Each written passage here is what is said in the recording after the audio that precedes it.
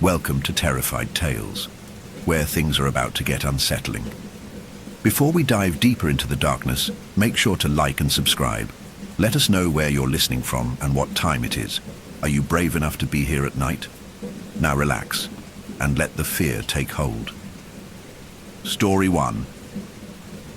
The day was like any other, grey and indistinct, with a chill in the air that seemed to seep under the skin. Ethan spent most of his mornings in a haze, the kind of fog that settled deep into the mind after weeks, months, perhaps even years of mundane repetition. He wasn't sure when it started, this slow leak of energy, of focus. Was it after his girlfriend left? Or was it before, when he'd felt the creeping weight of life's quiet desperation pushing down on his chest? The apartment felt empty, and the city outside seemed to mock his isolation with its constant buzz. A tired sigh slipped from his lips as his hand reached for the old coffee mug, chipped from years of use, filling it with the lukewarm remnants from yesterday. The caffeine had long since lost its potency. He moved through the routine like a ghost, hovering between the threads of his former self and the wearied man he'd become. Today, however, something different happened. A slip of paper, perhaps dropped by mistake, or perhaps the universe itself, tugging him toward something, caught his eye. It was a small ad, folded neatly in the corner of the coffee table as though it had been there all along, waiting for him to see it. On it was a simple heading: generous pay for sleep study participation. For a moment, Ethan simply stared at it. He'd always been a little skeptical of these things, sleep studies, medical experiments, whatever they were. But the promise of money, that caught his attention. The ad didn't say much, just the basics: a local hospital, a research facility, a few days of monitoring. The words that stood out, though, were compensation and no risks. The first thing he thought was that it was probably a scam, maybe some sort of cheap drug trial that no one had bothered to pull the plug on yet. But then again, he couldn't recall ever seeing something like this. Sleep studies weren't exactly common, were they? The thoughts buzzed through his mind, each one circling like a fly. He needed money. He desperately needed money. Ethan had lost his job a few weeks ago, and his savings had been stretched thin with bills, rent, and everything else. This was an opportunity. He had nothing to lose, no one to answer to. The decision felt impulsive, almost reckless, but in that moment, the idea of easy money felt like a weight lifted from his chest. His thumb hovered over his phone as he tapped the number on the ad. What could go wrong? It was only a few days of sleep monitoring, right? The voice on the other end was calm, welcoming even, like a warm hand on his shoulder. "Yes, Mr. Crawford. You're inquiring about the sleep study. It's a simple procedure, just a few nights in our facility. We'll monitor your sleep patterns. There's no risk at all, and we're offering generous compensation," the voice assured him, as if sensing his hesitation. "I just have a couple of questions," Ethan asked, a few notes of doubt creeping into his voice. "Of course," the voice responded.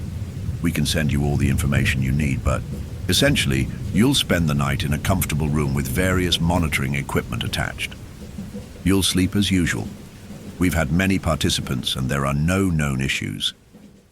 He was skeptical, but the reassurance soothed some of his doubts. No risks, just a few nights. He could do this. The money was more than enough to tide him over, to ease the pressure that had been building since the job loss. So, after a few more quick questions, he agreed. They scheduled an appointment. The day of the study arrived faster than he expected. Ethan didn't sleep well the night before, but that wasn't anything unusual. The sleep he got was light, filled with strange dreams he couldn't quite remember upon waking. He had only a few hours to spare before he had to be at the facility. When he stepped out of his apartment, the world felt different, hazy, uncertain. Maybe it was the anticipation, or maybe it was something else. He stood on the steps of the building, looking up at the imposing structure of the research facility, It was one of those places that looked so clinical, so pristine. It was as if it had been built to erase any trace of humanity. The walls were stark white, and the glass windows reflected the emptiness of the sky above. Ethan stood for a moment, staring at the building's sterile beauty, feeling the weight of the decision pressing down on him. Inside, everything was just as he imagined, sleek, cold, and eerily quiet. A nurse greeted him immediately, her smile almost too perfect, too rehearsed. She led him down a corridor lined with rooms that looked like they were plucked out of a hospital, except there was no warmth, no softness to them. Just sterile fixtures and the faint hum of machines. The woman's voice seemed to float in the air, disembodied as she explained the procedure. You'll be staying in one of our rooms. We'll hook you up to various monitors, and you'll sleep here for the duration of the study. We'll keep track of your vitals, brain activity, and general sleep patterns. She was reading off a script, and though she was pleasant enough, there was something unsettling about her demeanor. It was like she was hiding something she didn't quite understand. Or maybe Ethan was just being paranoid. When they led him into the room, Ethan felt a faint twinge of unease. It was like a bedroom, comfortable bed, clean sheets. But it wasn't a bedroom. There were wires, monitors, and electrodes waiting to be attached to his skin. The walls were bare, the air heavy, thick, with that same antiseptic scent that clung to the whole place. It didn't feel like a place for sleep. It felt like a place for observation, for experimentation. But the pay was too good to pass up. Just a few nights, he told himself, just a few nights. The nurse had him sit on the bed, explaining each step of the process. She helped him slip on a loose gown, pulling the edges around him in a way that made him feel exposed. Then, one by one, the electrodes were connected, one to his forehead, one behind each ear, another along his chest. He couldn't help but wince slightly when they pressed the cold pads against his skin. "Don't worry," the nurse said, her smile just a little too tight. "These will monitor your brain activity while you sleep. It's all routine." His body seemed to tense as the wires were adjusted, feeling the weight of their presence. He couldn't shake the feeling that the entire process was just a little too clinical, a little too impersonal. But the money, the easy paycheck, it was all worth it. As the nurse finished, she told him she'd be monitoring him from another room. There would be no interruptions. He was simply to sleep, to let his body rest, and they would take care of the rest. Ethan lay down, his body sinking into the soft mattress, his mind already racing with the quiet anxiety that always seemed to settle in when he tried to relax. But this time something else lingered too, a strange sense of anticipation, like something was about to happen. He was being watched, but not just by the nurses. There was something deeper, something lurking in the back of his mind. With a deep breath, he closed his eyes, trying to still his racing thoughts, and slipped into sleep. The first night passed like a blur, one of those moments in life where the hours fade into something intangible and distant. When Ethan woke up, it felt as though he'd never truly slept at all. His body was heavy, his limbs stiff from the various wires that had been hooked to him. His mind, on the other hand, was disoriented. His thoughts had no clear edges, no certainty. The sleep hadn't been restful, not in the way he was used to. There were fragmented dreams, fleeting images that barely held on to their shape before they dissolved into the next. He could only recall a few moments. The sensation of falling, the sound of an unfamiliar voice calling his name, and then something else. A cold, suffocating presence in the room. But when he tried to pin down the details, it was as if the memories of it slipped through his fingers, like sand. His eyes fluttered open, blinking against the harsh light of the room. For a moment, everything felt unreal. The monitors beside him blinked with soft, rhythmic beeps, like some slow pulse in the dead of night. He rolled over, but then he noticed the nurse standing in the doorway. She hadn't made a sound, hadn't given any indication she was there. It wasn't until he turned his head fully that she spoke, her voice quiet and dispassionate, as though she were reading from a script. "How are you feeling?" she asked. Taking a step closer, Ethan felt a wave of exhaustion crash over him, a sinking sensation that made his stomach churn. "Tired. I didn't sleep well," he said, rubbing his eyes, trying to shake the remnants of the strange, half-remembered dreams from his mind. The nurse didn't respond immediately, just looked at him with that same tight-lipped smile. "It's normal," she said finally. "Some people don't sleep well the first night. We can adjust the equipment if necessary." He nodded, trying to push the feeling of unease down. "I'm fine. Just a little strange." She didn't answer right away, but there was a flicker in her eyes, something like hesitation. Ethan caught it, but only for a second before it was gone, replaced by the same calm professionalism that had greeted him when he first arrived. "You're doing well," she said softly. "The first night is always the hardest." Ethan tried to brush off his discomfort. After all, he was here for one reason: money. The study wasn't going to hurt him. He'd be fine. The hours dragged on as the morning light filtered in through the sterile blinds. He was told he could go back to his apartment whenever he wanted. But there was a part of him that didn't want to leave. The facility was strange, yes, but there was a safety to it, a cocoon that kept the outside world at bay. So he spent the rest of the day there, alone in his assigned room, flicking through his phone, distracted by thoughts that never quite formed. The second night came, sooner than he expected, and when the nurse returned to escort him back to the room, Ethan found himself feeling a growing sense of unease. The strange feeling from the night before lingered, sitting in the pit of his stomach. He kept thinking about his reflection, the way it had seemed to lag, just a moment too slow, like it was unwilling to follow his movements. But he chalked it up to tiredness. Sleep deprivation could do strange things to the mind. He convinced himself that it was nothing more than a trick of his exhausted mind. "You'll be fine tonight," the nurse said as she helped him settle back into the bed. She adjusted a few of the electrodes and sensors, checking the monitors, then gave him a reassuring smile. Ethan didn't reply immediately, his eyes focused on the soft hum of the machines. "How long have you been working here?" he asked, his voice tentative. There was something about her that unsettled him, but he couldn't quite place it. "Just a few months," she answered, her smile flickering slightly. "It's a good job." Calm. Not many surprises. Her words had an odd tone to them, as if they were both a little too measured and a little too rehearsed. Ethan didn't press her further, instead settling back into the bed as she adjusted the final monitor. "Sleep well," she said as she stood, leaving the room as silently as she had come. The silence returned, thick and suffocating. The sterile whiteness of the room closed in on him as he lay there, staring at the ceiling.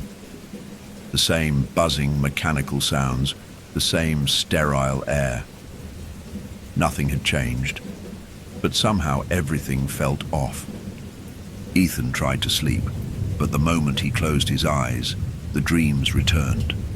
This time the images were clearer, vivid, almost painfully so. A hallway stretching endlessly, walls bending in impossible angles. His footsteps echoed as he walked down it, but something wasn't right. The air was thick, suffocating, like it was filled with something he couldn't see. Shadows twisted at the corners of his vision, darting in and out of view. He tried to turn back, but the hallway was longer now, stretching into infinity, as though it was never going to end.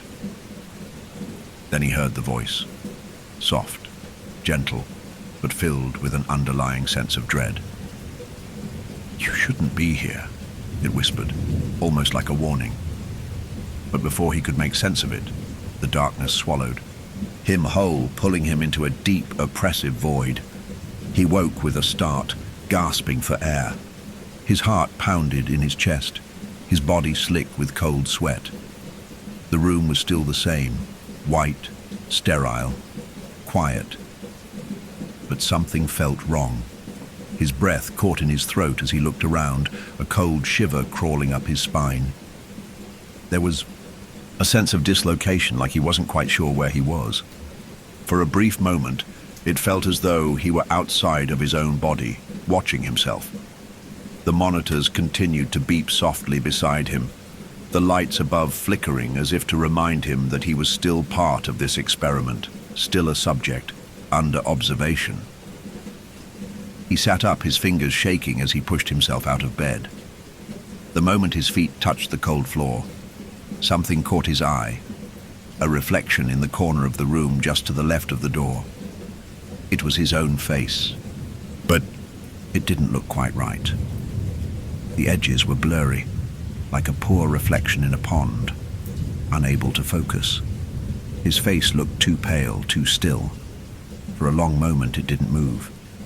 It simply stood there, staring back at him with empty eyes. His reflection wasn't mimicking him. Suddenly the room seemed to constrict around him, the air too tight, the lights too bright. He shook his head, blinking rapidly to clear his thoughts, but when he looked back at the reflection, it was gone. His breathing slowed, but his heart kept racing. Maybe it was just the after effects of the sedative. Maybe it was the dreams. But the uneasy feeling wouldn't leave him. Not this time. He had a deep, unsettling sense that something wasn't right. That he wasn't right. The night stretched on, and he felt no closer to understanding the strange occurrence. It was as if the more he tried to grasp at the truth, the more it slipped from his fingers, leaving him adrift in a sea of questions he didn't know how to answer. Was he losing his mind? Or had something else happened during the study, something that was now bleeding into his waking life, pulling him further into its strange, unknowable depths? Ethan wasn't sure, but he knew one thing. The dream wasn't over. The real nightmare was just beginning. The morning that followed the strange reflection was colder than the last, a sharp, biting chill that seemed to find its way beneath Ethan's skin. He woke to the soft hum of the monitors, blinking into the harsh light that poured in through the facility's whitewashed windows. His head throbbed faintly, the remnants of the vivid dream still clinging to his mind. His hands shook slightly as he ran them through his hair, feeling the cool metal of the electrodes pressed against his scalp. Everything felt heavier now, as though the weight of the dream had seeped into his bones. He sat up slowly, his body stiff and groggy from the unnaturally restless sleep. But as his eyes scanned the room, something caught his attention. It wasn't the familiar beeping of the machines or the sterile quietness of the space. It was the way the light from the ceiling flickered, brief moments of dark that seemed to stretch unnaturally long. His gaze drifted to the door, and for a fleeting second, he saw something out of the corner of his eye, a figure in the hallway, just beyond the edge of his vision. The shape was indistinct, shrouded in shadow, but it felt familiar. Ethan blinked, and the figure was gone. He rubbed his eyes, trying to chase away the creeping sense of unease. But the image lingered in his mind. His reflection from the night before, too, echoed in his thoughts, its pale, hollow face staring back at him with a malevolent stillness. Had it moved, or was it simply his own mind playing tricks on him? As his heart thudded in his chest, he shook off the feeling. Just a dream, he told himself, just stress. You're fine. Still, the room felt colder now, as though the air itself was thickening, pressing against him. The usual clinical coldness of the facility had an edge to it that made his skin crawl. The lights hummed louder now, a soft buzz that seemed to reverberate in the back of his skull, making him feel oddly disoriented. The silence, too, felt different, more oppressive, more deliberate, as if the very walls were watching him. The nurse entered, her footsteps soft but deliberate. She greeted him with her usual, practiced smile, though her eyes held a flicker of something unreadable. Her manner was unchanged, but something about her movement seemed more mechanical, more distant, as though she was simply going through the motions of a script she'd learned long ago. "How are you feeling today, Mr. Crawford?" Her voice was steady, too steady. Ethan hesitated. He wanted to say fine, but the word felt wrong on his tongue. Instead, he settled for, "I didn't sleep well. Had some strange dreams. And, something was off with the reflection." The nurse didn't blink, didn't flinch at the mention of the reflection. Her smile didn't fade, but her posture stiffened ever so slightly. "It's normal to experience vivid dreams in the early stages of the study. We monitor sleep cycles closely, and sometimes the body reacts in unexpected ways. As for the reflection, don't worry about it. The lighting in this room can cause some optical illusions. It's nothing to be concerned about." She seemed to be trying to reassure him, but there was a coolness to her words that didn't quite match her smile. Ethan tried to ignore the knot of suspicion tightening in his stomach. "It's nothing," he repeated in his mind. "Just your brain adjusting to the equipment, to the environment." But something about the way she said, "Don't worry about it," made him feel like he was being dismissed, like his experience wasn't valid, like he wasn't valid. He tried to push the feeling down, to focus on what she was saying. "What about the second night? Should I expect more of the same?" "It's common for some participants to feel unsettled for the first few nights," the nurse replied, her voice smooth and unwavering. "But rest assured, your body will adjust. It's all part of the process." She moved to adjust the electrodes on his head, her fingers quick and efficient. As she did, her hands brushed against his skin, cold as ice. Ethan flinched, the touch sending a ripple of discomfort through him, but he didn't pull away. Instead, he focused on her movements, watching the way she worked with practiced precision, as though there were no room for error, no room for hesitation. When she was finished, she stepped back, giving him that same careful, calculated smile. "You'll be fine," she repeated. "Rest as best as you can. We'll check in on you later." As the door clicked shut behind her, Ethan sat still, the room suddenly feeling much too quiet. The sterile walls pressed in on him like a cage, the silence pressing deeper, thicker, until the walls themselves seemed to close in around him. His eyes darted to the window, to the faint slivers of light that peeked through the blinds. He needed to get out of the room, needed to breathe. But where would he go? He was trapped here, wasn't he? It wasn't like he could just leave. He stood up, the sense of claustrophobia growing more suffocating with each passing second. There was nothing to do but sit and wait. He could feel the days stretching out in front of him, endless and suffocating, like the hallway in his dreams. He couldn't remember the last time he'd felt truly awake, truly present. Everything seemed hazy, drifting, his perception of reality blurring just enough that he wasn't sure what was real anymore. That afternoon, Ethan did his best to pass the time. He wandered the hallways of the facility, trying to distract himself with the mundane. He picked at his phone, scrolling through messages from friends and family, but the words on the screen seemed distant, far away. He even tried to read, but every page of the book felt like it was in another language, the words twisting and shifting before his eyes. He couldn't concentrate. At one point, he passed by the nurse's station, where he caught a glimpse of the same nurse from earlier. She was speaking with a colleague, her back to him, but something about the way she held herself, rigid, poised, made his stomach tighten. They were talking in low voices, but even from a distance, Ethan could hear the fragments of their conversation. His name, his participation in the study, a word he couldn't quite catch, something urgent, something almost clinical. He stood frozen for a moment, listening, straining to hear more, but the conversation stopped abruptly, and the nurse turned. Ethan quickly turned his gaze away, pretending to be lost in thought as he walked past. Something wasn't right. The way they spoke, the way the air seemed to thicken whenever he entered the room. It felt like he was part of a puzzle, one that no one had bothered to explain.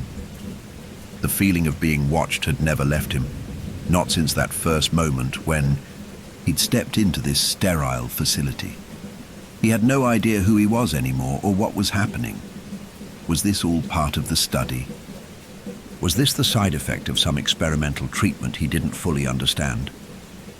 That night he tried to sleep again, but the unease only deepened. The lights flickered as he lay in bed, the hum of the machines too loud, too present. His eyes kept darting to the corners of the room, to the shadowed spaces where his mind insisted there was something lurking, waiting. And then, just as before, he saw it, the faintest flicker in the reflection. A shift in the darkness. Ethan's pulse quickened. "It's nothing," he told himself. "It's just a trick of the light, just the fatigue. You're overthinking it." But the figure didn't go away. It lingered, at the edges of his vision, a distorted shape, too tall and too still to be ignored. The longer he stared, the more real it became. His breath caught in his throat as he looked away, forcing his eyes shut. But even with his eyes closed, he could still feel it, watching him. His heartbeat pounded in his ears, the noise drowning out everything else. His body tensed, as if some unseen force was pulling him toward the reflection, drawing him closer, closer to that twisted shape in the corner.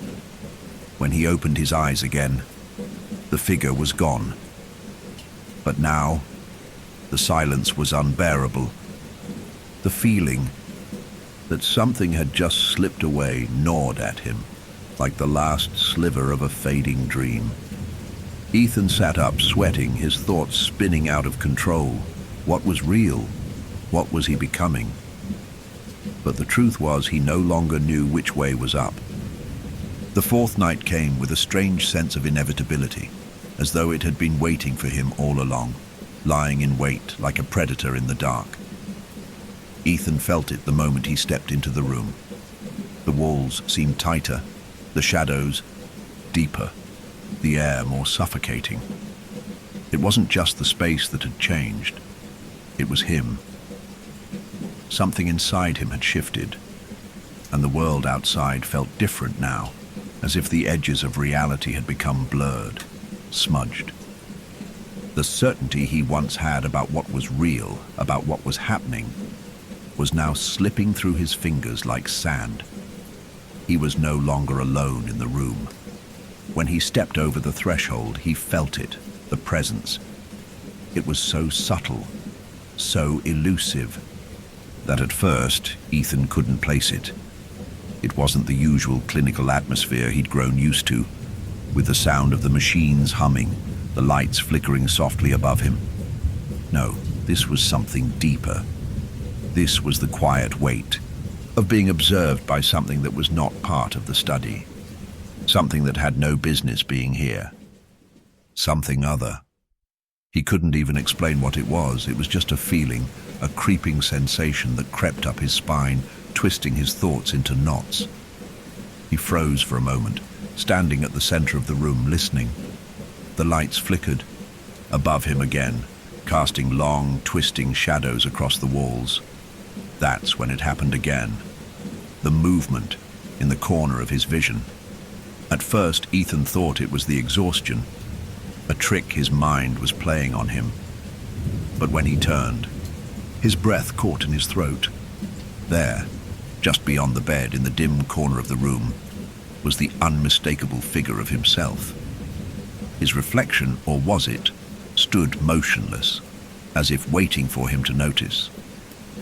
The figure wasn't the same as before, no. This one was clearer, more defined. It wasn't a mere shadow or distorted shape. It was him, perfectly mimicking his posture, his appearance, only standing unnervingly still.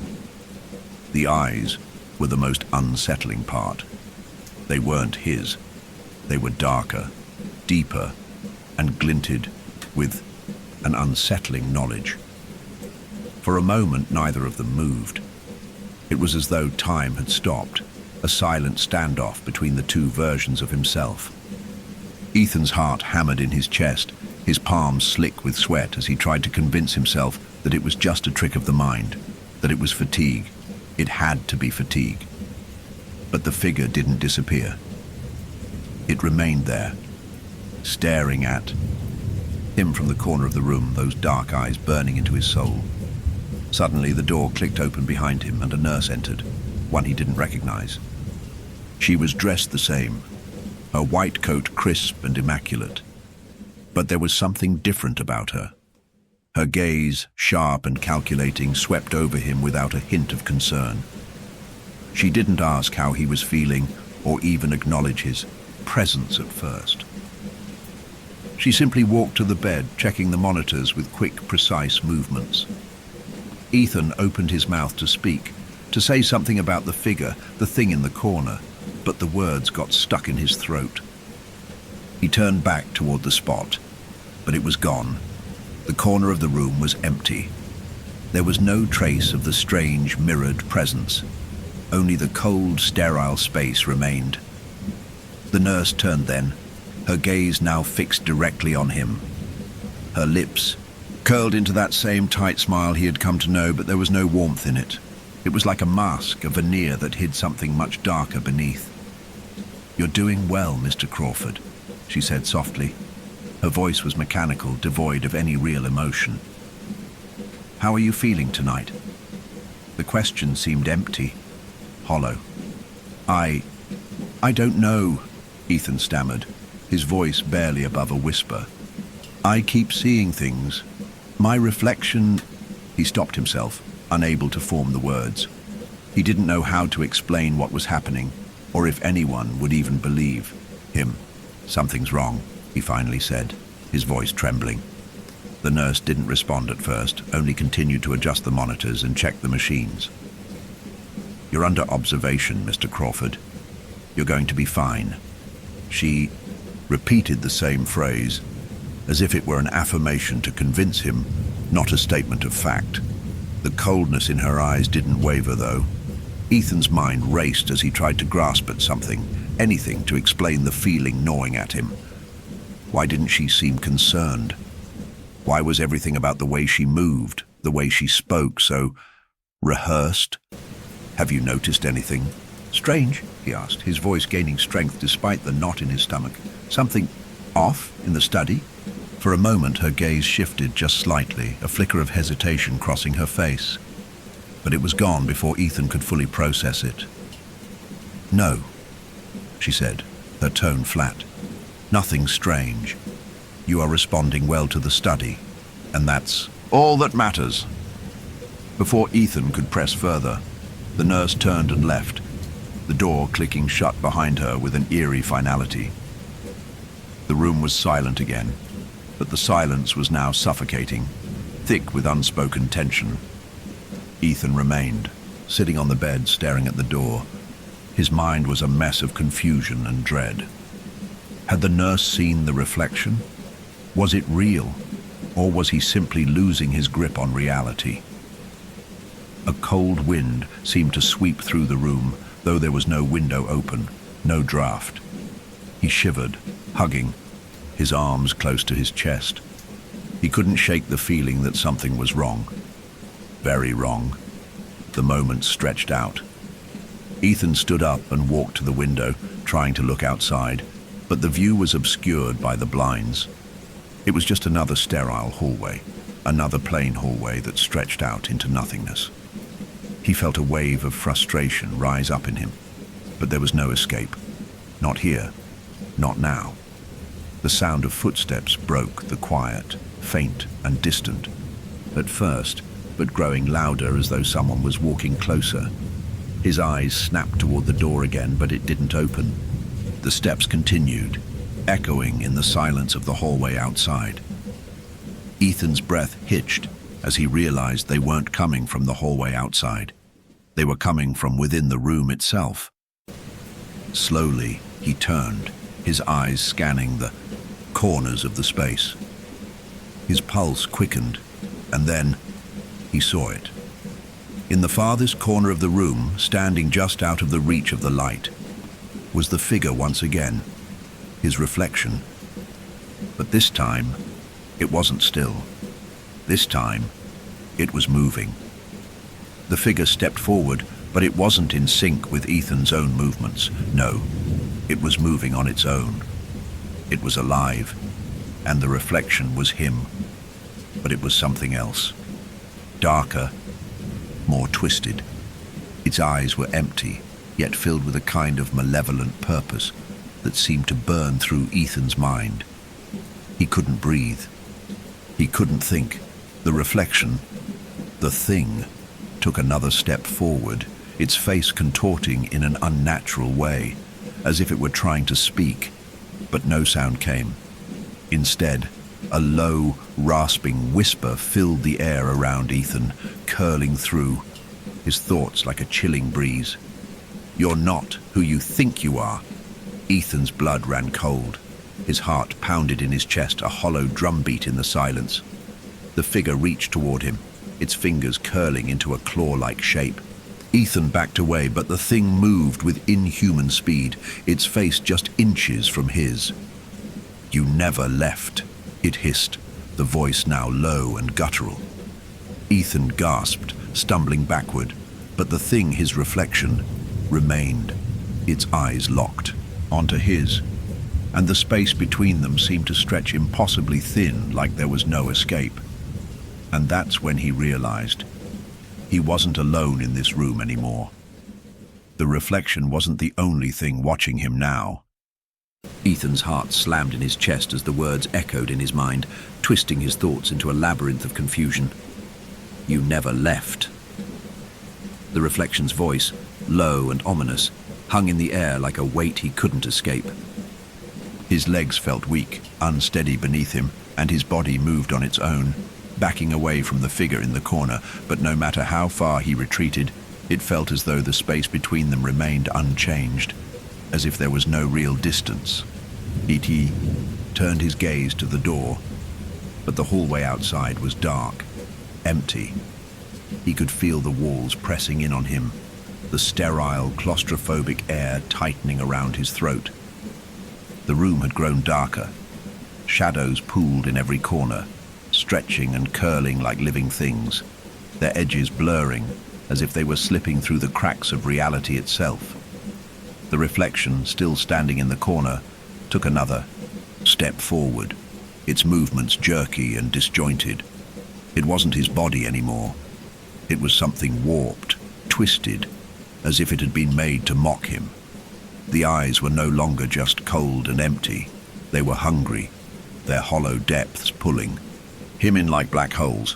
Ethan staggered back, his breath shallow and frantic. "No, this isn't real," he whispered, the words feeling like they didn't belong to him anymore. "This is some sort of experiment. It's just a dream. It has to be." But deep down, in the pit of his stomach, he knew that wasn't true. This was no experiment. This was something else, something far darker and more sinister than anything he could have imagined. The figure in the corner cocked its head, its gaze sharpening, focusing on him with an unsettling intensity. A slow, twisted grin spread across its face, the corners of its mouth stretching impossibly wide. It was wrong. Everything about it was wrong, and yet it was him. It was like a part of him had broken off, a jagged fragment of himself that had somehow slipped into the world, and now it was stalking him, waiting to take what was his. "You don't remember, do you?" the reflection hissed, its voice like nails on glass. "You never left the study, Ethan. You think you did. You think you woke up, but you didn't. You're still here. You've always been here." Ethan's mind reeled, his thoughts crashing against each other like waves against jagged rocks. He couldn't breathe, couldn't think. What was happening? What was this thing? Was it really him? Was it his mind unraveling? The isolation, the sleep deprivation, the constant monitoring. It was all beginning to feel like a fever dream, a nightmare without an end. The reflection took another step, And this time, the air seemed to shudder with its presence. Ethan could feel it in his bones, the cold, biting sensation that ran through him like ice. He wanted to scream, to run, but his body refused to obey. The reflection's movements mirrored his own, and yet they were wrong. Too wrong. It was like an echo that didn't quite match, a distortion in the fabric of reality. You think they let you go, but they didn't. You're still here, locked in this place, and I'm the one who's free. Ethan staggered back, bumping into the cold metal frame of the bed. His hand shot out instinctively, grasping at the edge of the mattress, as if the physical sensation could ground him. His fingers trembled, but when he looked down, he saw that the bed was no longer the clean, clinical thing it had been earlier. Now it seemed to sag, warped and uneven, as if the entire room had started to bend around him. He looked up at the reflection. Its grin had grown wider, the edges of its mouth stretching unnaturally, as though it had been stitched into place by something cruel. It's time to wake up, Ethan. Time to really wake up. The reflection's eyes, no, his eyes, narrowed, with malice, and suddenly everything changed. The room seemed to shift. The lights above flickered violently, casting long, erratic shadows across the walls. Ethan's stomach twisted as he felt a sudden pressure in his head, like something was pushing against his skull from the inside. The walls seemed to close in around him, and the air grew thick and heavy. His vision blurred, and for a moment he could have sworn the reflection wasn't just in the corner anymore. It was everywhere. He stumbled back, tripping over the edge of the bed, his head spinning. The walls seemed to ripple, like the surface of water disturbed by an unseen force. There were no more sharp edges, no clean lines. Everything melted together in a chaotic swirl of motion. The door was gone. The window was gone. There was no escape. There was nowhere to go. And then there was the whisper. It started low, almost imperceptible, but soon it grew louder, more insistent. It wasn't just a sound, it was a presence, a sensation crawling under his skin, filling his thoughts, drowning him. You're not real. You're not Ethan. Not anymore. You've been replaced. The voice slithered into his ears, and with it came a flood of memories that weren't his. Flashbacks, distorted images like snapshots of a life he never lived. He saw himself, no, the other one, in a hospital room, laying on a cold steel table. A woman's voice whispering in his ear. He's ready. He saw flashes of faces, doctors, nurses, all standing around him with cold, empty eyes. The reflection stepped closer, and now it was speaking, but not with its mouth. The words slithered into his mind, worming their way into his consciousness. You don't belong here. You never did. You're just the copy, the imperfect version. The real Ethan never left. A sickening realization began to take root in Ethan's chest. The memories, the flashes of scenes that felt like his life but weren't, told a horrible truth. The Ethan standing before him, the one with the twisted smile, the one that wasn't quite him. That was the real Ethan. And he was the replacement. You're not Ethan Crawford.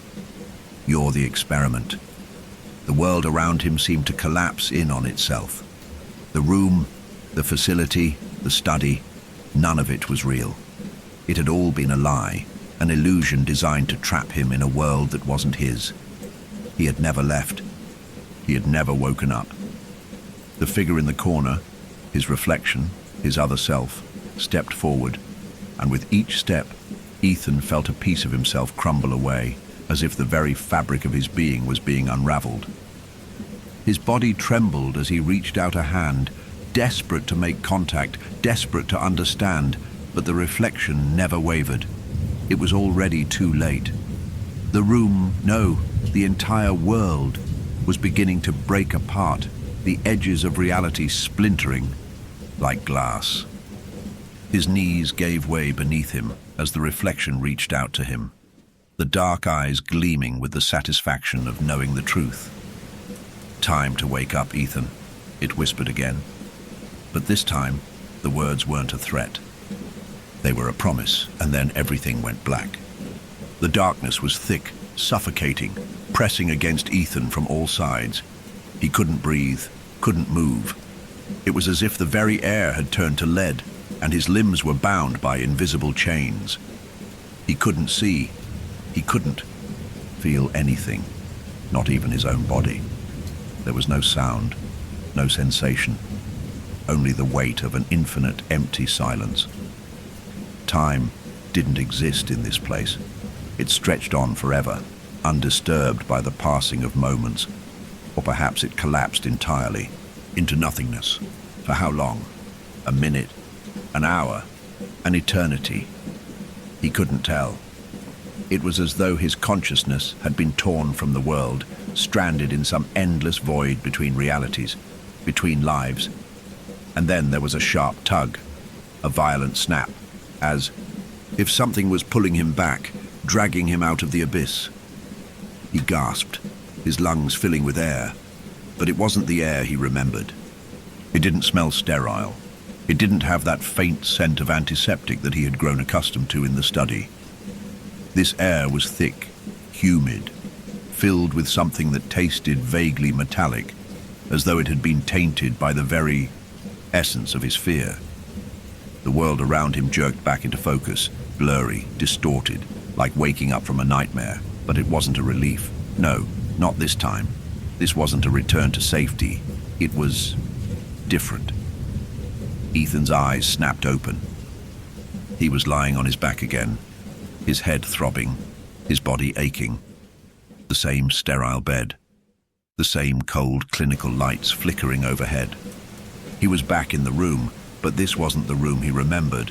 It wasn't the room he had been in just moments before. The walls were the same pale shade of white, the floors the same drab tile. The bed, yes, it was the same, but everything was wrong. The details were off. The edges of the walls were blurred, as though the very fabric of reality was starting to unravel. The corners of the room seemed to melt into the darkness, bleeding into each other in unnatural ways. There were no monitors, no machines humming, no cold, indifferent nurses walking around with empty smiles. The room felt hollow. His breath quickened as he sat up, eyes darting around the space. Something was off. Terribly, terribly off. The door. It was gone. Ethan swung his legs over the side of the bed, his body unsteady as he stood, swaying for a moment as his legs threatened to buckle beneath him. He reached out for the door frame, but there was nothing. Only the endless, endless blank wall. His pulse raced as he stumbled backward, panic rising in his throat. His mind screamed, "This isn't real! This isn't real!" But the more he looked at the walls, the floor, the faint flickering lights, the more he understood the terrifying truth. The door, the exit, the way out, it was never here to begin with. Ethan's mind spun in a whirl of fragmented thoughts. He stumbled toward the window, but the window wasn't the same either. Where there should have been a view, there was nothing, just a reflection of himself. His reflection. But something was wrong with it. At first he thought it was just the lighting, the shadows playing tricks on him, but no, it was the way it moved. His reflection, his own face, was slower. The eyes blinked, but the motions were delayed, almost as if they were watching him instead of responding to his own actions. Ethan's hand shot up, and for the briefest second, he saw the reflection mirror his movements. But then a horrifying shift happened. The reflection smiled. It wasn't the gentle smile he knew so well, not the smile of a man who had once lived a normal, quiet life. No, this was a cruel, twisted smile. A smile that spoke of things unspeakable. It curled up at the edges, stretching impossibly wide, its lips parting to reveal teeth too sharp, too pointed. The reflection's eyes were black, devoid of any humanity, and then it spoke. "You've come back, but you never left." Ethan recoiled, his breath catching in his throat. He couldn't breathe. His lungs burned, the air suffocating. This was wrong. It wasn't him in the mirror. It wasn't his reflection. It was something else. The air in the room thickened, warping, bending in strange ways. A noise echoed from the corners of the room, like a low hum, a sound that seemed to come from nowhere and everywhere at once. The walls, once sterile and unyielding, began to ripple like a feverish dream. The floor underneath him shuddered, as if the very foundation of the place had begun to rot, slowly disintegrating. He spun around, his feet unsteady as he tried to find a way out. But there was no exit, no window, no door, no means of escape, and then he saw it. Them. In the shadows, in the corners of the room, he saw figures standing, shadows, but not shadows. Reflections. Distorted, writhing shapes that had once been him. His past selves, his lost selves, stretching out in the darkness. There were hundreds of them, all watching him, staring with those hollow eyes, their faces contorting in unnatural shapes, smiling with twisted glee. "You should never have left," one of them whispered. "You should have stayed." Ethan's chest tightened, and he gasped for breath, his head swimming as the room tilted and spun around him. His mind couldn't process what he was seeing. He had to be dreaming. He had to be hallucinating. This couldn't be real. But the figures moved toward him, each one shifting unnervingly slow, like they were made of smoke. And the more they approached, the more the air around him seemed to crackle and hum with the energy of 1,000 tortured souls. He felt their presence press against him, crowding him, suffocating him, and with each step they took, he felt a piece of himself, his own identity, slowly being devoured. And then the voice. That same voice that had haunted him since the moment he'd first seen the reflection in the corner of the room, spoke again, but this time it wasn't just a whisper. It was a roar. There is no escape. The walls pressed in tighter, the figures loomed closer. His own reflection was laughing now, that twisted, jagged grin stretching impossibly wide. And that's when Ethan realized it. He had never left. This was where he had always been, where he had always belonged. He was the experiment, the fractured mind, the warped version of himself, locked in this place between reality and nightmare. And in the end, it wasn't him who had returned. It was them, the reflection, the copy, the one that had always been the real him. And now, it was his turn to become them. Ethan's legs gave way beneath him. His body crumpled to the floor, but he didn't feel the cold, unforgiving tile beneath him. No, what he felt was something far darker, a sense of complete detachment, as if he was floating in a void, unanchored, to the ground.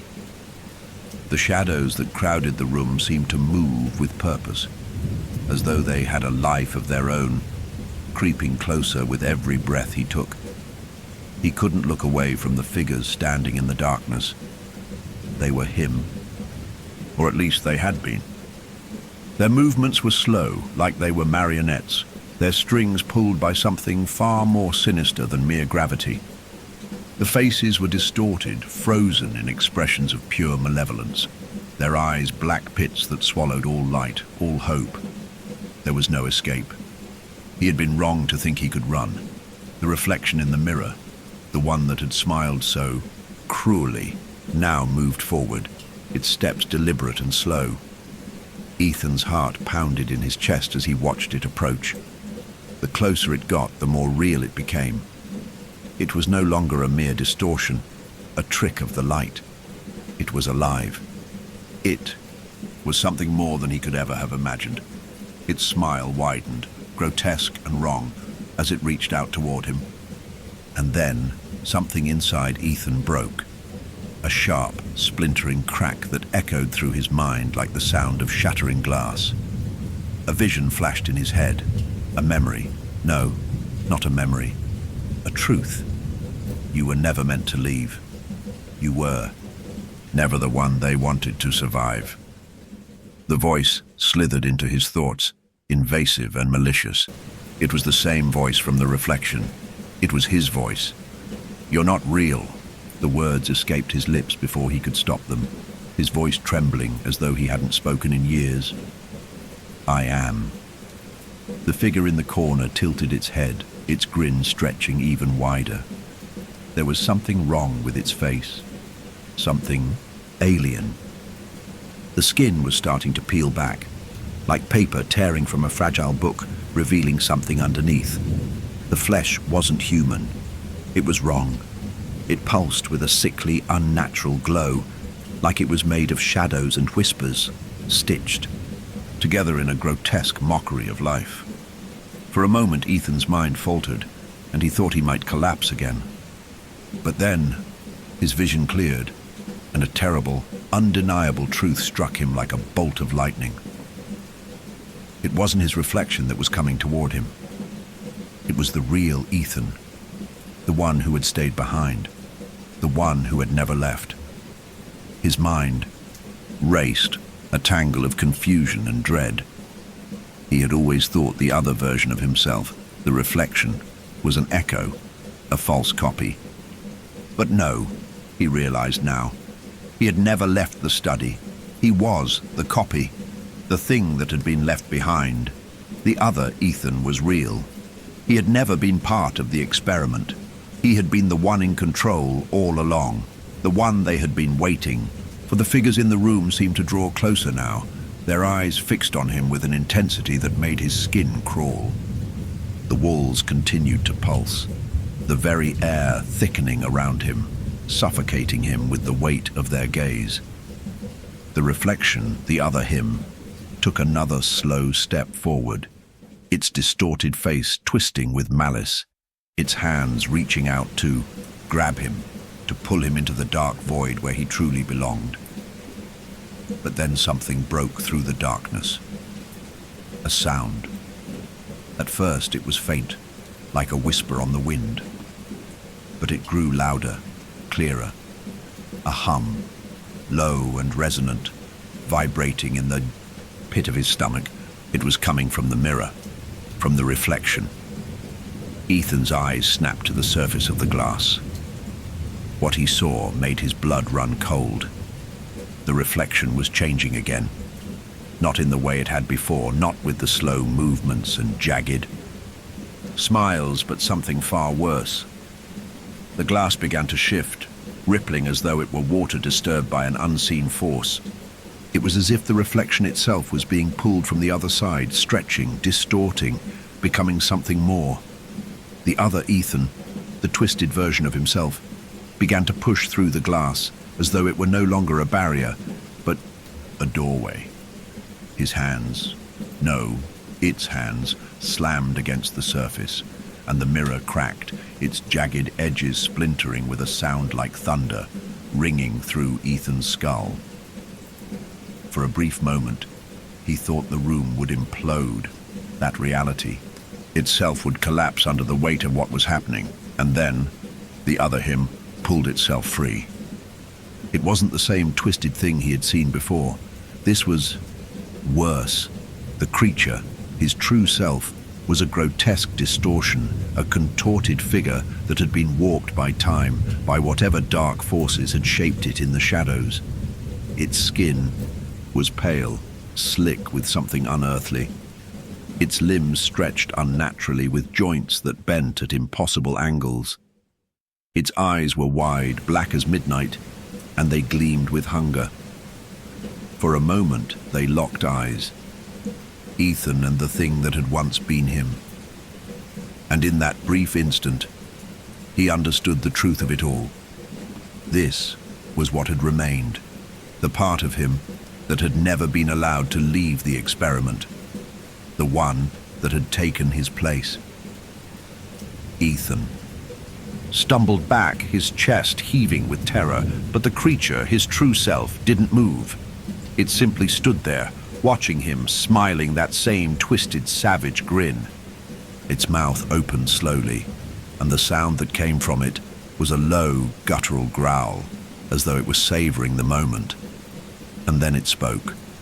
"You were never meant to be free." The words were like a slap, reverberating in Ethan's mind with brutal clarity.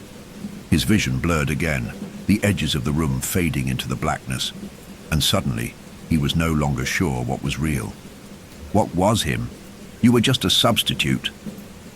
The words echoed louder now, the sound of them reverberating through the very bones of his skull. Ethan's hands shot to his head, trying to block out the noise, the truth. But it was too late.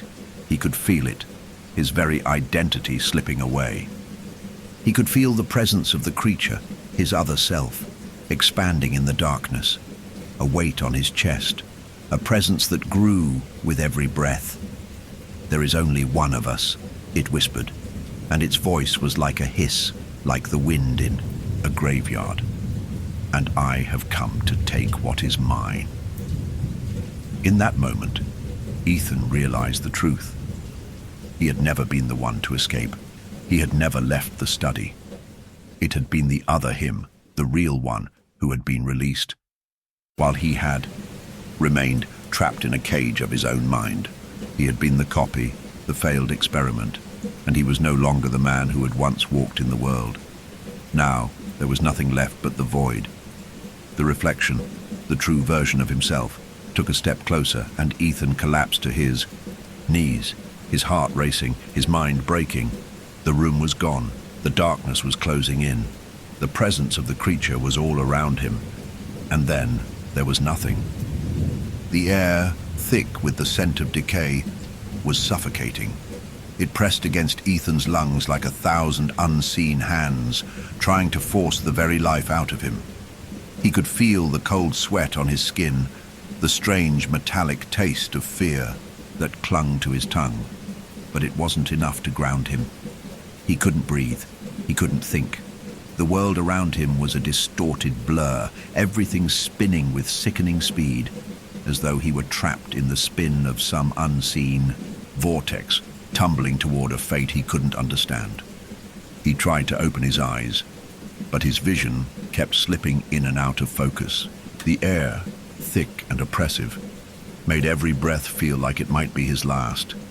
Every inhale was a struggle, each exhale a laborious cry for relief that never came. His skin felt as though it was crawling with invisible insects, something scratching beneath the surface, desperate to break free. Where was he? Where was the room? Where was the mirror? His hands flew to his face, and for a moment Ethan thought he might scream. His skin, it felt, wrong. It wasn't his anymore. It was like a hollow shell, a facade that no longer held the essence of who he was. He pressed harder, as though by sheer force he could will himself back into himself. But the feeling of disconnection deepened. Everything was wrong. There was something missing. A vital piece. An integral part of his being had been ripped out, and the gaping wound left behind was gushing with emptiness. He could feel it inside of him, gnawing, twisting like an ever-deepening void that swallowed everything in its path. He was no longer Ethan. He wasn't even sure who or what he was anymore. The world around him continued to distort, fading in and out. The walls, the floor, the ceiling, the flickering lights, they all seemed to be blurring into each other, morphing, shifting, as though reality itself was starting to tear apart at the seams. Each crack in the air, each rip in space seemed to echo with a deep, hollowing sound, like the groan of something ancient and broken. And then, the mirrors. They were there. Hundreds of them. No longer confined to one corner of the room, no longer simply reflections of the self. No, these mirrors had become windows into something else, something worse. Each glass surface was a doorway, a reflection of a reflection, a fractured version of something that no longer made sense. But the reflections, they were not his, not anymore. The other him, the thing that had once been him, stared back from every one of them, only now it wasn't a mere face in the glass. It was everywhere, 1,000 eyes, 1,000 smiles, 1,000 versions of the creature that had once been Ethan, but twisted, broken, leaking from the mirrors into the corners of the room, spilling like ink from a shattered bottle. It wasn't a reflection anymore. It was something else. It was alive. One of the mirrors on the far wall caught his attention. He didn't know why, but he found himself drawn to it, the way a moth is pulled to a flame. He stumbled forward, his legs shaky beneath him, his heart thumping so loud in his chest that it drowned out everything else. As he got closer, his stomach churned with an icy sense of dread. The glass was moving. The surface rippled, as though it were a liquid pool, alive with some dark, pulsing energy. The reflection in the glass twisted, the reflection that was once him. But it was no longer Ethan. It was something far more sinister. The creature, his original self, was looking at him with eyes filled with an alien hunger, a desperate need. The mouth opened wide, stretching impossibly far, and its voice, no, his voice, poured out from the mirror. But it was warped, guttural, as though it had been drowned in something toxic. You were never meant to be the one they kept. You were the failure, the leftover, the echo. The words hit Ethan like a physical blow. He stumbled back, his breath coming in ragged gasps as the reflection in the mirror began to shift.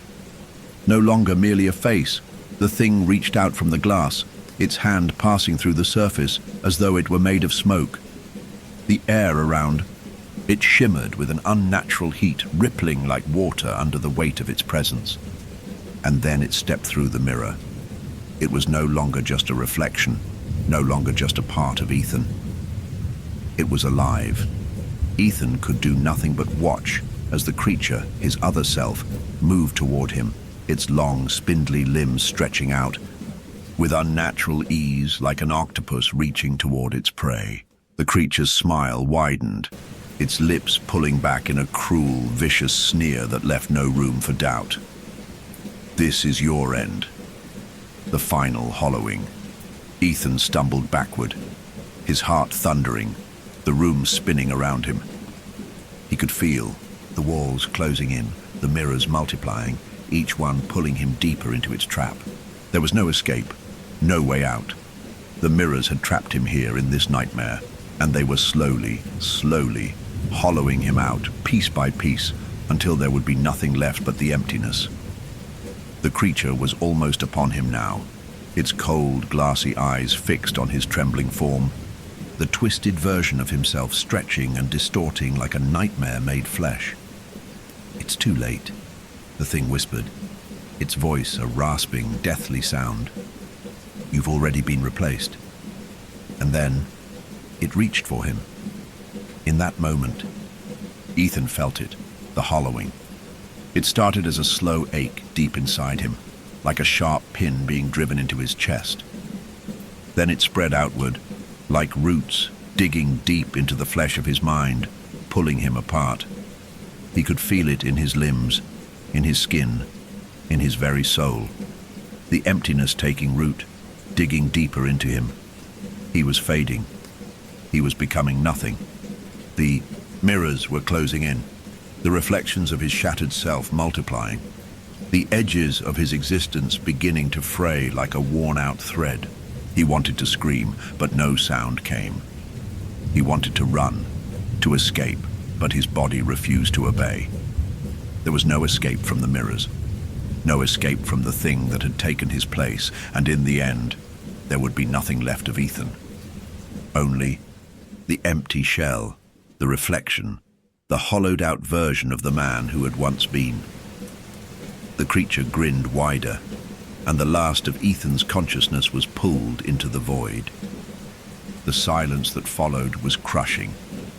It swallowed everything, and for a moment there was no sound, no breath, no movement. Only the cold, dead emptiness that seemed to stretch on forever.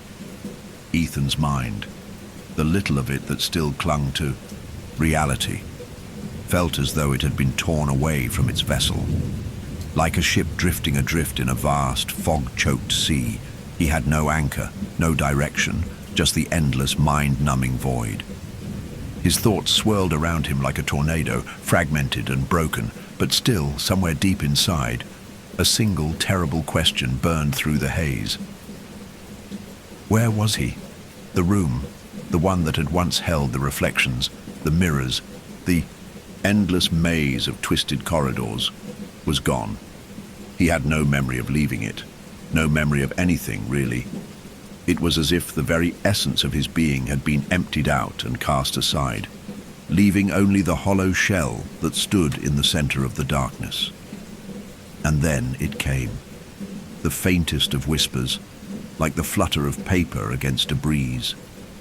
It was barely audible, a sound so soft that Ethan might have mistaken it for the wind. But no, it was something else, something older, something more primal. "You are still here," the voice whispered, smooth and serpentine, slipping into his mind with a slithering caress. Ethan tried to scream. He wanted to, but no sound escaped him. "We are always here." The voice was colder now, sharper, as if it had tasted the fear that still lingered in Ethan's broken mind. Waiting. The air around him grew colder, and he could feel the weight of something pressing against him, something invisible, suffocating. It was as though the very fabric of reality had begun to tear apart, and the world around him was simply hanging on by a thread. Suddenly, the darkness around him started to shift. The shadows didn't just linger, they moved. They slithered and twisted like sentient things, like living creatures, wrapping themselves around Ethan's legs, his arms, his chest. The floor seemed to rise and fall beneath him, the very earth beneath his feet trembling. The harvest has begun. Ethan's body jerked, as though he were waking from a long sleep. His senses flickered to life. He could feel the cold around him, the sharpness in the air. His vision slowly returned, but it wasn't the world he had once known. There were no walls, no room, just space. Endless, infinite space, stretching out in all directions, broken only by flickering fragments of images, pieces of reality that weren't quite real. He saw faces, disembodied, hollow and strange faces, drifting past him like ghosts, their eyes hollow, their expressions unreadable. They were watching him. "You are one of us now," the voice continued, its tone low and amused, as though it relished the terror it was feeding on. "The harvest is always waiting." It was then that Ethan realized he wasn't alone in this void. He wasn't alone in this emptiness. The shadows were not just moving around him, they were moving through him. He could feel them, like fingers, like claws, reaching inside him, searching, probing, picking apart his memories, his thoughts. They were eating him. It wasn't just his body they were after, it was his very essence, his soul. And then, before he could understand what was happening, the shadows began to feed. They pierced him like knives, carving away at the very fabric of who he was, one shred at a time. It was as if the void had come alive, and it had found its prey. Each fragment of his consciousness that was pulled away burned like acid, leaving an emptiness so deep that it felt as though he were being drained, hollowed out, bit by bit. The faces drifted closer now, their eyes wide, unblinking. Their mouths were open, but no sound came. They were hungry. And then, through the fog of his disintegrating thoughts, he heard it. A sound. A long, hollow screech. It echoed through the void, and as it did, the very fabric of reality around him began to warp. The shadows were feeding faster now, their tendrils growing longer, reaching deeper. And then, from the blackness, a shape began to form. A silhouette, dark and formless at first, but then it took on a clearer shape. It was him, but not him. It was the real him, the version of him that had never left the study, the thing that had remained while he had been abandoned. The creature stepped forward from the darkness, and Ethan could see the twisted smile that curled up at the corners of its lips. The grin was wide, jagged, made of sharp glass-like teeth. It had his face, but it was broken. It was wrong. It wasn't just a reflection anymore. It wasn't just a copy. It was something far worse. It was the true version. "Do you remember?" it whispered, its voice thick and cruel, vibrating in the air. "Do you remember how you were created?" Ethan wanted to scream. He wanted to tear himself apart. Anything to escape this nightmare. But he couldn't.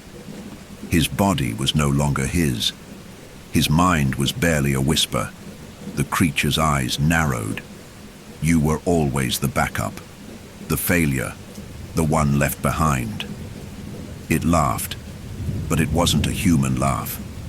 It was the sound of something ancient, something hungry. The shadows around Ethan roared as they surged forward, devouring him with a violent, insatiable hunger. He couldn't fight back. He was already gone. Ethan's perception shattered. A burst of jagged light split the blackness in two. And then, nothing. A chasm of emptiness swallowed him whole, yet his consciousness remained, suspended in an infinite void, as if his very essence had been torn away from his body and flung into the void. The echoes of the past, of the experiment, of the faces and the voices faded into the distance, swallowed by the growing abyss. The creature, the true him, that had taken root in the heart of his being, remained somewhere in the distance, still watching, still hungry. Ethan's broken mind clung to fragments, to memories that no longer belonged to him. His memories, his thoughts, all of it, had become hazy, like smoke twisting through his fingers, slipping away the moment he tried to grasp it. There was a pull, a strange magnetic force, something cold and desperate, tugging at the very marrow of his being, as though it wanted to drag him back to reality, back to the mirrors. The mirrors. Suddenly, they appeared before him, hundreds of them, thousands, stretching into the infinite. Their surfaces were impossibly smooth, gleaming like freshly fallen snow. Each one reflected a version of him, 1,000 echoes of his image, each distorted differently. One mirror had a reflection of him standing still, eyes vacant, as if lost in thought. Another showed him with a twisted grin, as if mocking his own suffering. The reflections multiplied, growing denser and denser, until Ethan could no longer tell which one was real. The pull came again, sharper this time, like a force ripping at his soul. His body, his real body, his original one, was trapped somewhere in the darkness. He could feel the cold glass beneath his fingers, as if some part of him had managed to claw through the cracks of this twisted dimension, reaching for reality. But was it still reality, or had he already been lost? In the distance, the creature, the one that had once been his reflection, appeared once again. But now it was different. It wasn't him anymore. It was something older, darker, its features constantly shifting, warping like a nightmare that couldn't hold on to form. It smiled. No, it grinned, and the sound of it was like nails scraping against stone. The voice followed. "You think you can return? To what? To this thing you once called a life?" Ethan's chest tightened. He couldn't breathe. It felt as if the void around him had constricted into a hollow, darkened space, just large enough to contain him, to trap him. The mirrors around him began to warp, their surfaces shimmering like oil slicks. The reflections, his reflections, stared back at him, unblinking. Their eyes weren't his eyes. They never had been. The creature moved closer, its form flickering in and out of reality. "Do you see now? You were never meant to be." Its voice was low, deep, and it reverberated in the empty space like a constant cruel hum. "You were an accident, an echo." It grinned wider. "The true you is already here, Ethan. You're nothing more than the afterimage, the ghost of what was." The reflections began to grow clearer now. They came to life, each one moving in the same grotesque, unsettling way. They surrounded Ethan, closing in, their expressions becoming increasingly twisted, more distorted, their smiles more jagged, more hollow. It was as though they were starving, hungry for something only he could give them. "We were always waiting," the creature whispered, and the sound echoed through the mirrors, vibrating against the fragile strands of Ethan's sanity. "Waiting for the harvest, for the hollowing." A surge of recognition flooded Ethan's mind, a flash of memories, fragmented, like shards of glass piercing his skull. The sleep study, the experiment, the years of being watched, of being a test subject. But that was nothing more than the illusion of control. The experiment had never been about him. It had always been about the thing, the creature that had remained behind. The one who had waited, feeding off his fear, feeding off his memories, until it became something more, something real. Ethan tried to take a step back, but the mirrors were closing in around him. The walls of the void were pressing in, suffocating him.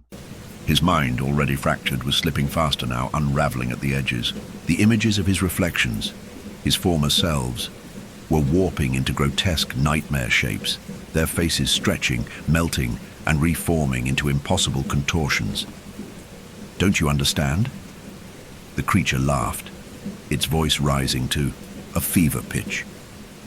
"You were always the shadow, the copy, the hollow. I was always the truth. I am what you were meant to become." Ethan screamed, or at least he thought he did, but his voice was lost to the mirrors, swallowed by the abyss.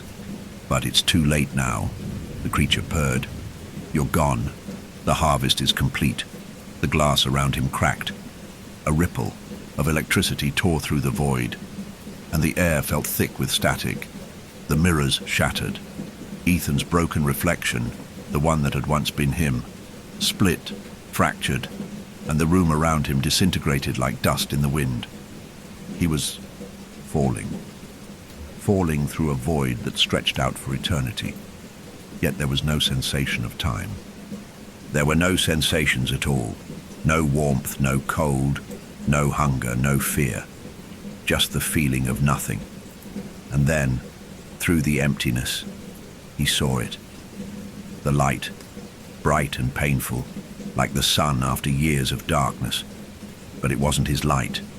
It wasn't the light of life. It was the light of finality, the light of the hollowing. Ethan's mind broke completely as the light consumed him, and with it, the last remnants of who he had been were swallowed whole. The light didn't blind him. It consumed him. At first, Ethan thought it was the light of salvation, a doorway to something better, something real. But as it spread, seeping into every fiber of his being, he realized it wasn't a passage to the beyond. It was the end. A consuming flame that didn't burn. It erased. He didn't scream. There was no sound left to make. The light overwhelmed everything. There was no sense of time, no sense of space, no sense of self.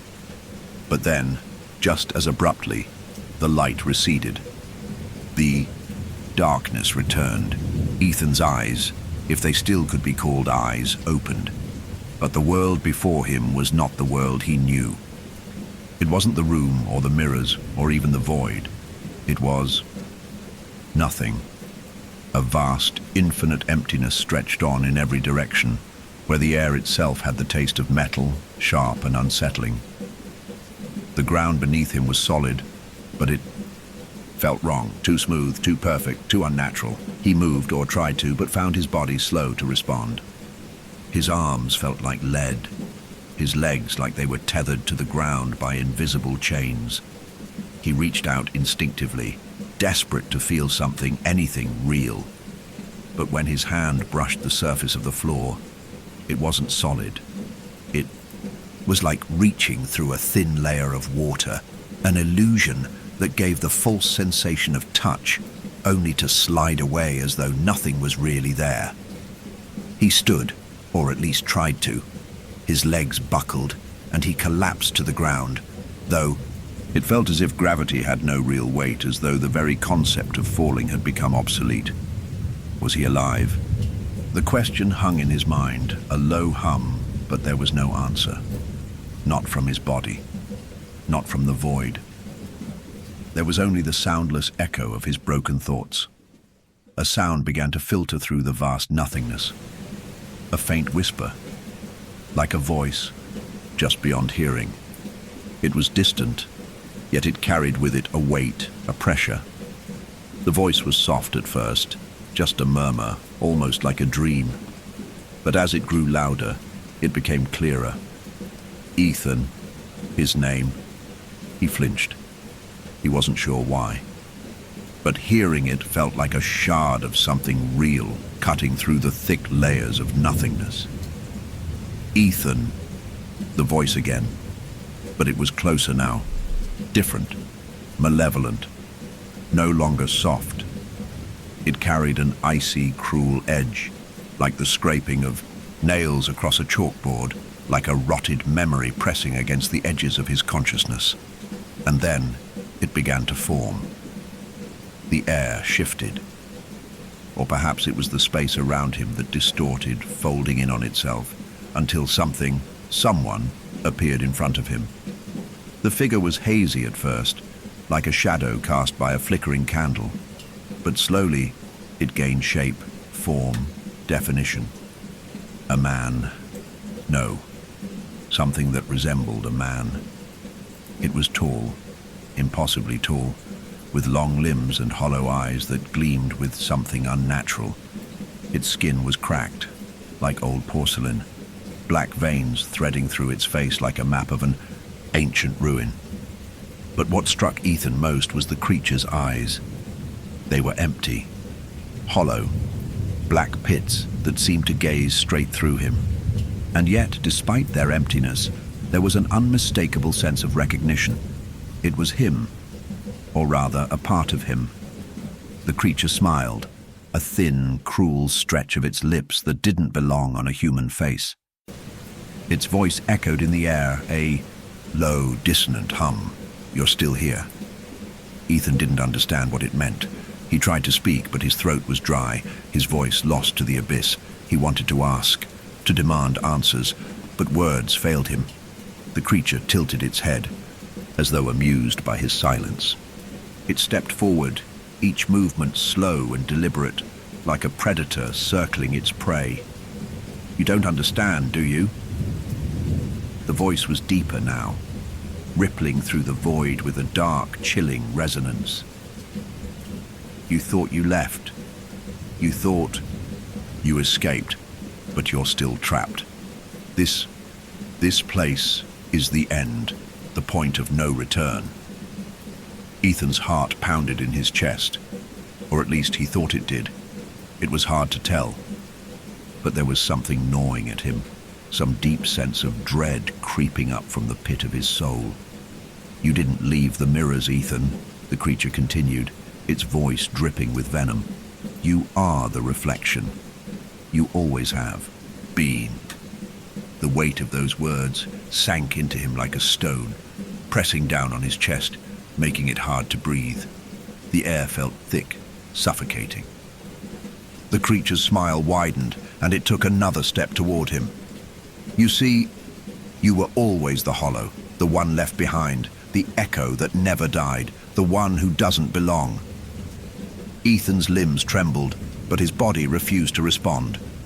He couldn't move. His mouth was dry, his throat tight. The creature reached out a long, skeletal hand and touched his forehead. The moment its fingers brushed against his skin, a cold shock ran through him, as though his very existence was being drained away. You think you left the experiment. But this is it. This is your eternity. A reflection of what was, but never truly real.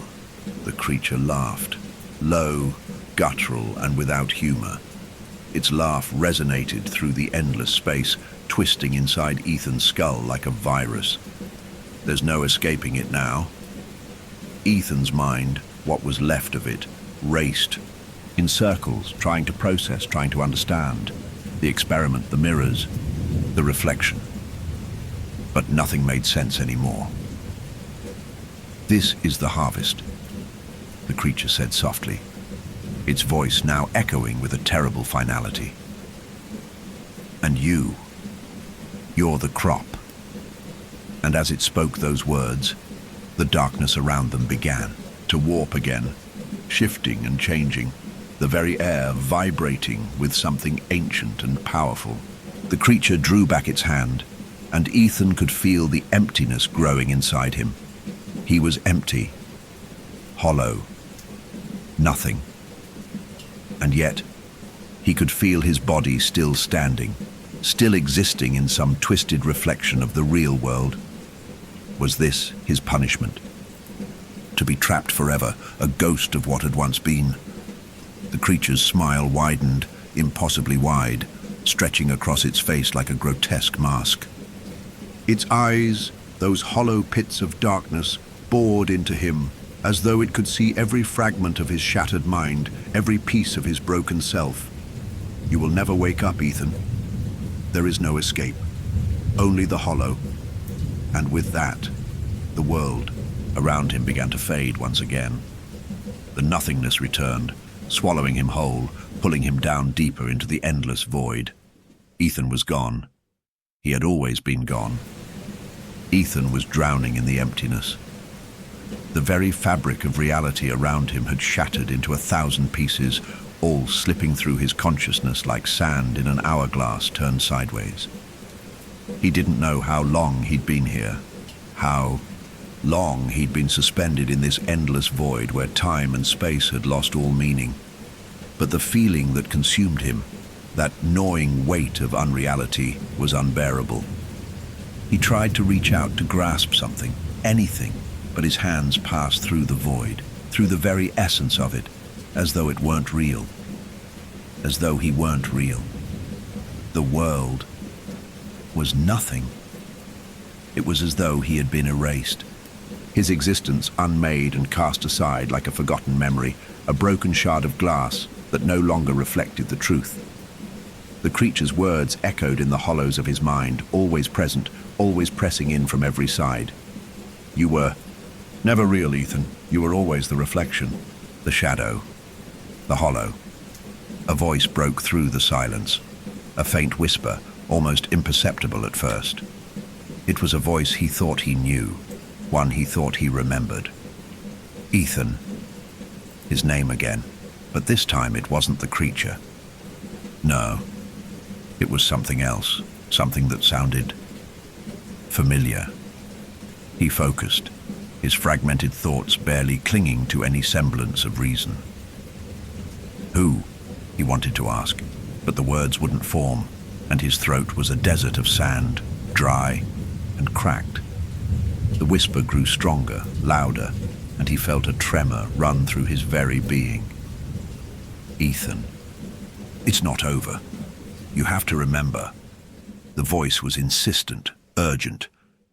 Ethan couldn't place it, but something about it felt real. Not like the faceless thing that had mocked him, not like the endless void that surrounded him. This was a thread, a faint spark of something human, something tangible. With every ounce of his fading willpower, Ethan focused on the voice. "Remember?" he tried to think, but it felt like pushing through thick mud, his thoughts sinking deeper with each effort. Suddenly a sharp, stabbing pain tore through his skull.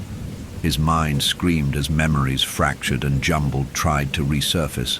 The sterile lights of the sleep study, the cold metallic scent of the lab, the unfamiliar faces of the doctors who had watched him so closely, the experiment, And there, just at the edge of his awareness, something darker, a shadow lurking, watching him through the glass, a reflection that was never quite his. The voice pressed harder, louder now, but it was distorted. It sounded like it was coming from all around, him from every corner of the void. "You don't belong here, Ethan. You never did. You have to break free. Find it. Find yourself. Find myself." The words rang like a bell in his mind, vibrating with meaning he couldn't quite understand. What did it mean to find himself? Hadn't he already lost himself? Hadn't he already seen the reflection, the true version of himself? That thing, that shadow that had been waiting in the mirrors all along. Find the fracture. The voice was sharper now, clearer. "You were never alone in the mirrors. The fracture is what will set you free. You just have to remember." The fracture. The word was like a key turning in a lock, and suddenly the entire world around him seemed to tremble. A deep rumbling sound, like the groaning of a great invisible beast, shook the empty space. The void began to change. The smoothness of the endless dark shattered, the walls of the nothingness bending and twisting into sharp angles, revealing cracks in the fabric of his reality.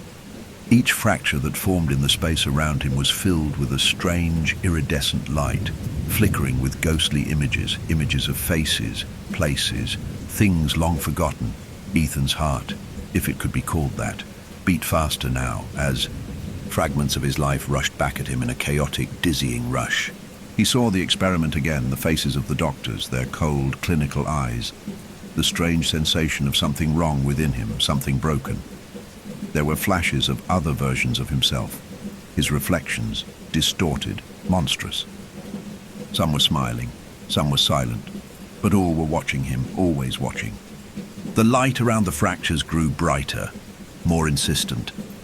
Each one seemed to pulse with a life of its own, a heartbeat that was somehow familiar, even though it shouldn't have been. "It's time."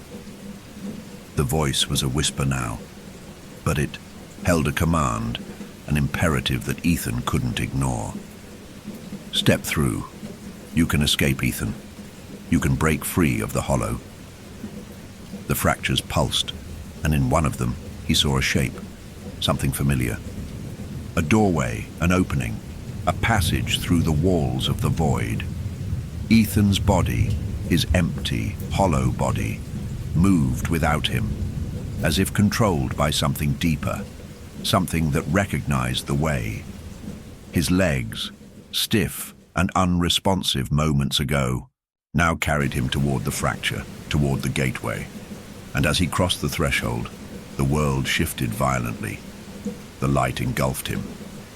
The fracture in the space around him split open, and the void was consumed by an explosion of brightness, a rush of sound, of feeling, of heat.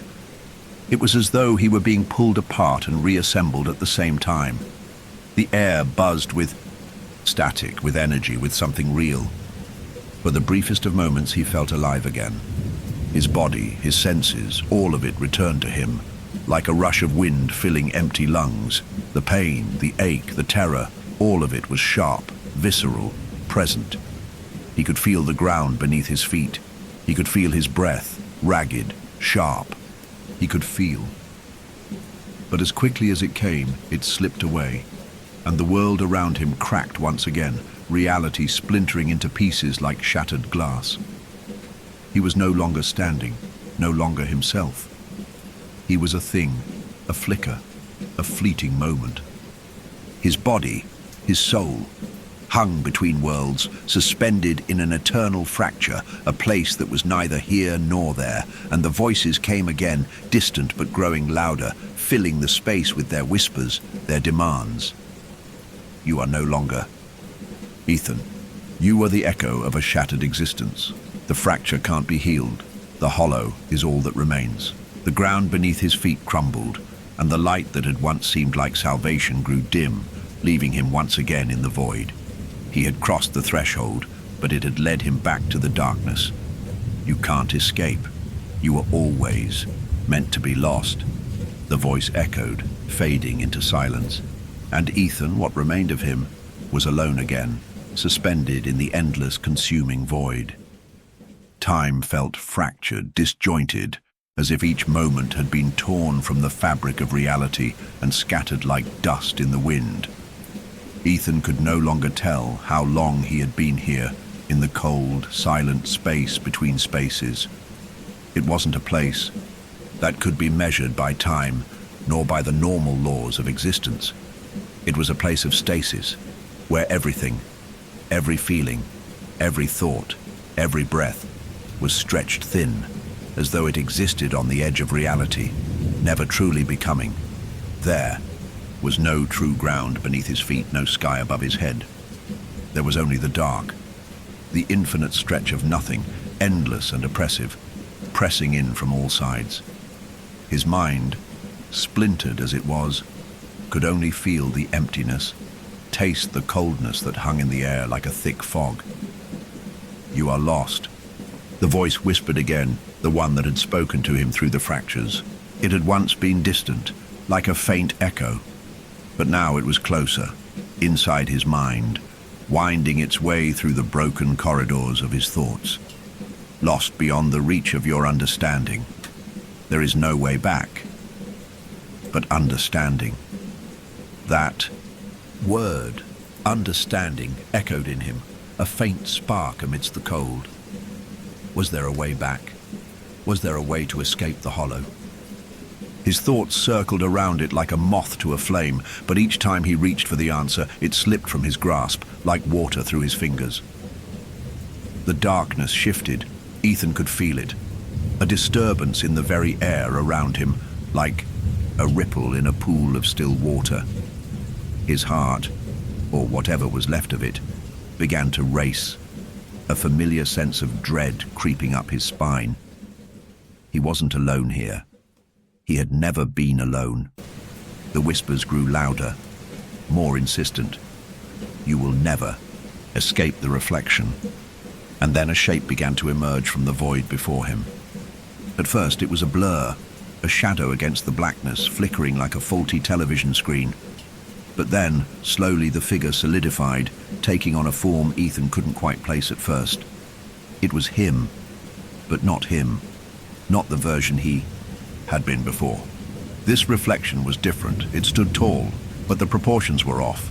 Its limbs stretched too long, its features too sharp, its eyes too wide. The reflection was pale, an unnatural pallor that seemed to gleam in the dim light of the void. But it wasn't just its appearance that made Ethan's heart twist. It was the feeling, the presence. This reflection was not a mere echo, not a shadow of his past. It was something darker, something born from the very core of his fractured self. The reflection tilted its head, its expression blank, but there was something more unsettling than the emptiness of its face. The eyes, those eyes, wide and black, seemed to look right through him, piercing the very depths of his soul, as though it could see every piece of his shattered consciousness. Ethan stepped back, his body stiff, as if the very air itself had turned to lead, holding him in place.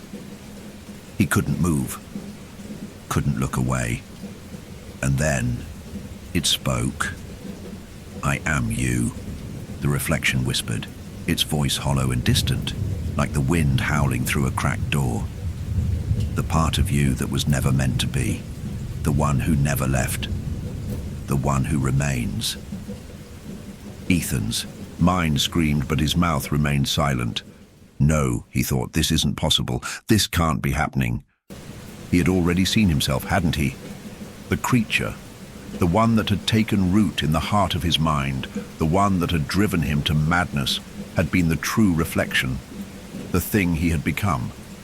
This couldn't be another part of him, another piece of the puzzle, but the reflection, this thing, stepped closer, its long limbs moving unnaturally, as though it was still figuring out the mechanics of a human body.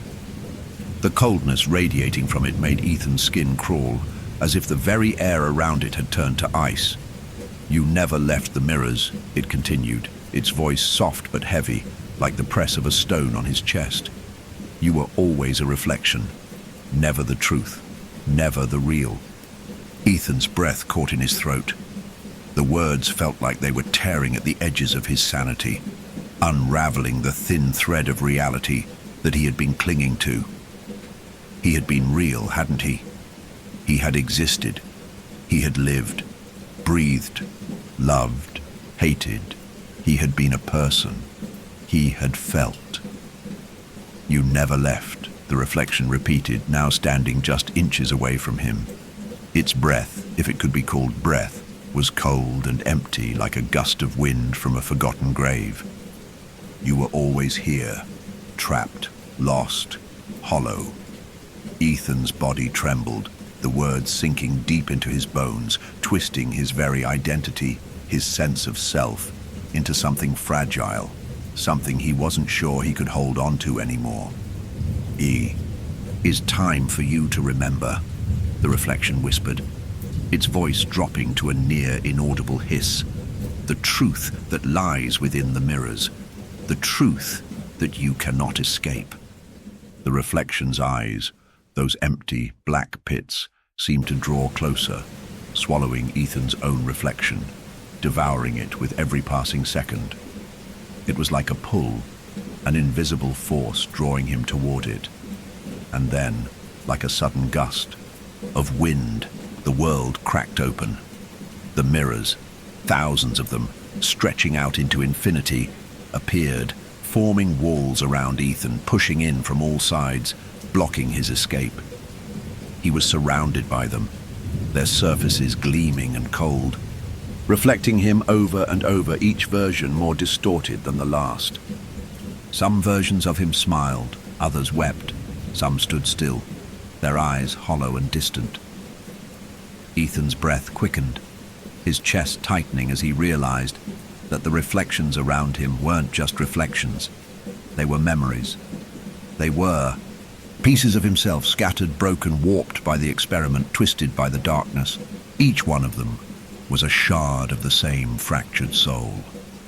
He tried to move, to escape, but the mirrors wouldn't let him. The reflections, the fragments of him, pressed closer, their voices rising in a cacophony, a chorus of whispers that filled his ears, his mind. "You're trapped," they whispered, "trapped in the hollow. You can never escape. You can never be whole again." The reflection in front of him, the one closest to him, smiled. It was a twisted, cruel smile, one that felt like it belonged to something else, something darker, something that wasn't him. "This is your fate, Ethan," it said softly. "To be lost, to be nothing." The world around him shattered once again, and the mirrors splintered, fragments falling away into the void, leaving him standing alone in the darkness. But even as the mirrors crumbled, the whispers continued, their voices now distant but ever present. You were always the reflection, and Ethan knew in that moment that he had never truly left. He had only ever been the shadow, the echo, the hollow. The silence of the void pressed in once more, a dense, suffocating quiet that threatened to collapse in on itself. Ethan stood at the center of it, lost, his mind spinning from the revelation, the crushing weight of the truth that had been thrust upon him. He was no longer sure where he ended and where the void began. The distinction between what was real and what was imagined had faded into oblivion. His body felt hollow, empty, like a vessel without a soul. Every movement he made seemed mechanical, as though he were a puppet in the hands of something beyond, his understanding beyond his control. His mind had long since shattered, the pieces scattered across the twisted landscape of his fractured existence. Yet despite this brokenness, despite the abyss that had swallowed him whole, there was a whisper, soft like the rustling of dry leaves in the wind, that refused to leave him. "You will never be whole again." The voice came from within him, from deep in his core, where there should have been peace, where there should have been nothing but stillness. But now there was something that had always been there, something that had been lurking, waiting for the right moment to rise. It wasn't the reflection, the monstrous version of himself that had tormented him. No, this was something else, something more intimate, more terrifying. The feeling of it had always been there, like a presence at the back of his mind, a shadow he couldn't quite place. But now it was unmistakable.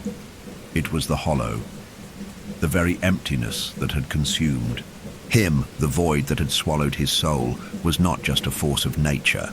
It was something personal, something deeply connected to his very being. It was a part of him.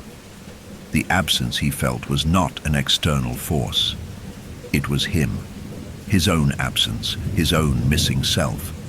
A black hole in his consciousness that stretched deeper than he could fathom. And the more he realized it, the more the hollow grew.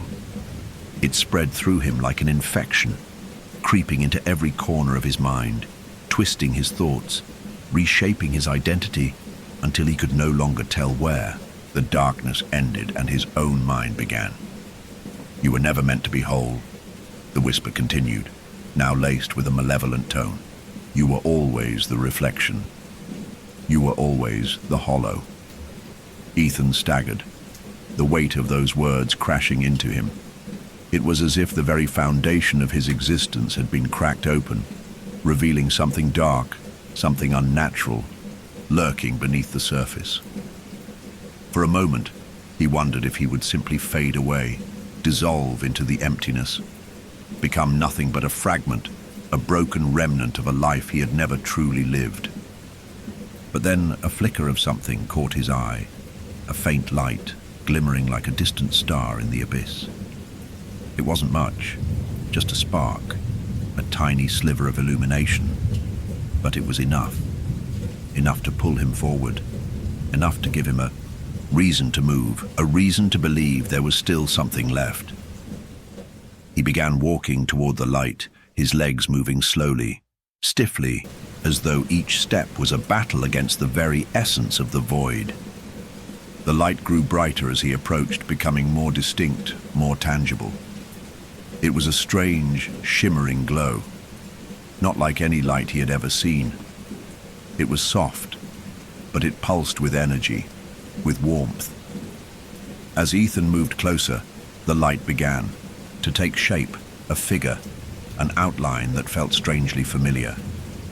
It was humanoid in form, but distorted in ways that made it hard to discern any clear features.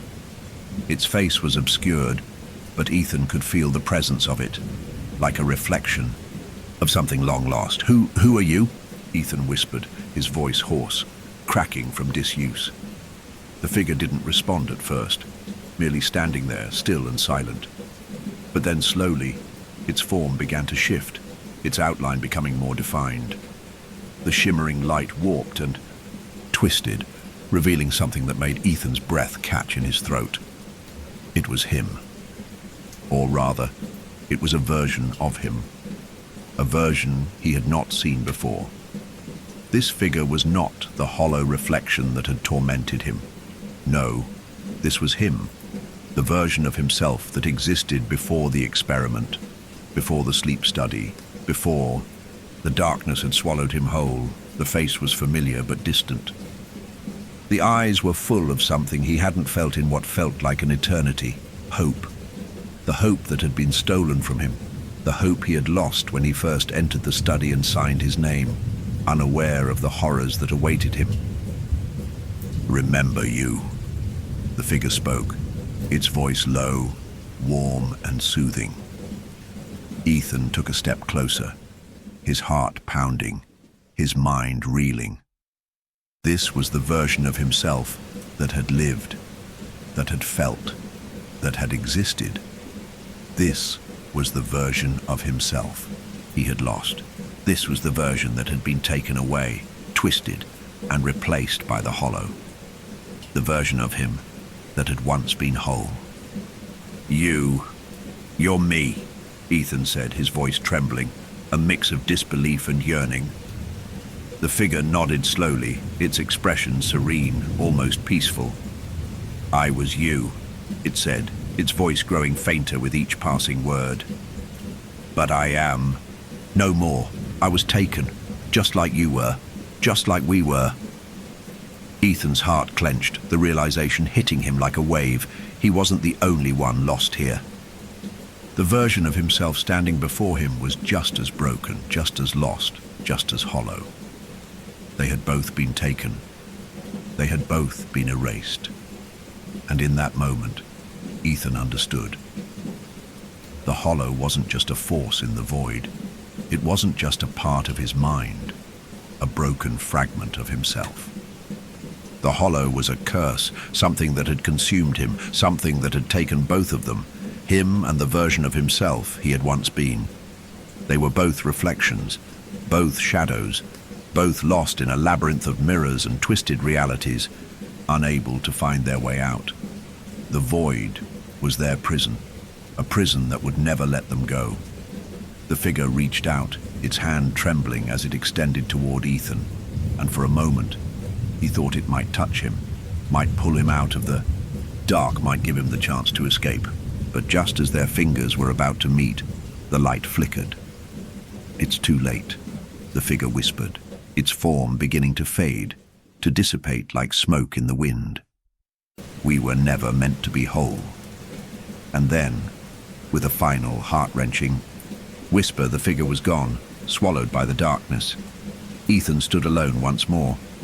The light had vanished, the hollow had returned, but deep inside, something stirred. A flicker of recognition, a spark of defiance. He was not alone. He would never be alone. The hollow, the reflection, the darkness, they were part of him. But they didn't define him. Not yet. Not ever. Ethan stood in the vast, suffocating silence once more, the absence of sound almost deafening. The void stretched infinitely around him, cold and oppressive. He could feel it now, the weight of the nothingness pressing against him, pulling him deeper into its grasp, like the tendrils of a monstrous unseen force. His thoughts were heavy, sluggish, his mind struggling to break free from the chains of despair that had wound around it. But through the overwhelming darkness, one thing remained, something unseen, something that had followed him since the beginning. A feeling, the feeling of being watched. At first, it had been a passing sensation, a fleeting thought that he had dismissed. But now, it was undeniable. It was as if 1,000 invisible eyes were trained on him, unseen but always present. It wasn't the reflection, the figure of himself he had seen earlier. No, this presence was different, far more sinister. He spun around, his heart racing, his breath quickening, as though his body knew something his mind could not yet fully grasp. There was something, someone, here with him, something alive in this dead space. The shadows seemed to shift. His mind reeled, his pulse quickening, a gnawing fear at the edges of his sanity. He turned in circles, scanning the void for any sign, any hint of movement. But the darkness was still, silent, oppressive, until it wasn't. A flicker, a shape, distorted the air before him. It wasn't solid at first, more like a smear of black ink on the backdrop of the void. Then it solidified, slowly, and with it, the unmistakable feeling of cold, unrelenting fear began to flood Ethan's chest. It wasn't a reflection. It wasn't another version of himself. It was something darker, a silhouette. At first, it was just a shadow. But as it came into focus, the details became grotesque. It was tall, unnaturally tall, and it loomed over him like a spectre. The thing's features were obscured by darkness, its face entirely hidden beneath a veil of blackness. Its shape was warped, its form too human yet too wrong to be anything of this world. Its limbs were long and twisted, as though it had been stitched together from the remnants of forgotten nightmares. You should never have looked, it whispered, its voice a jagged, scraping thing, as if it was not truly speaking but rather clawing its words from the depths of some tortured soul. Ethan stumbled back, his heart racing. He had no words, no thoughts, just a primal need to escape, to flee from the thing that had suddenly materialized before him. But where could he go? There was no place to hide. The void offered no refuge, no safety, no escape.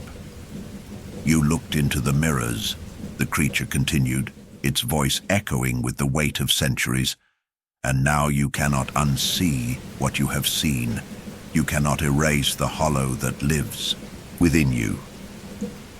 Ethan's breath caught in his throat. He understood now. This was not a manifestation of his mind, not a broken fragment of himself, but something else entirely.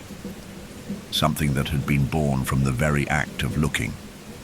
The creature before him was a curse, a result of the experiment, a being that had been pulled from the darkest corners of his subconscious. We are bound, you and I, it continued, its words dripping with a venomous amusement. You cannot escape the hollow, it is a part of you just as I am.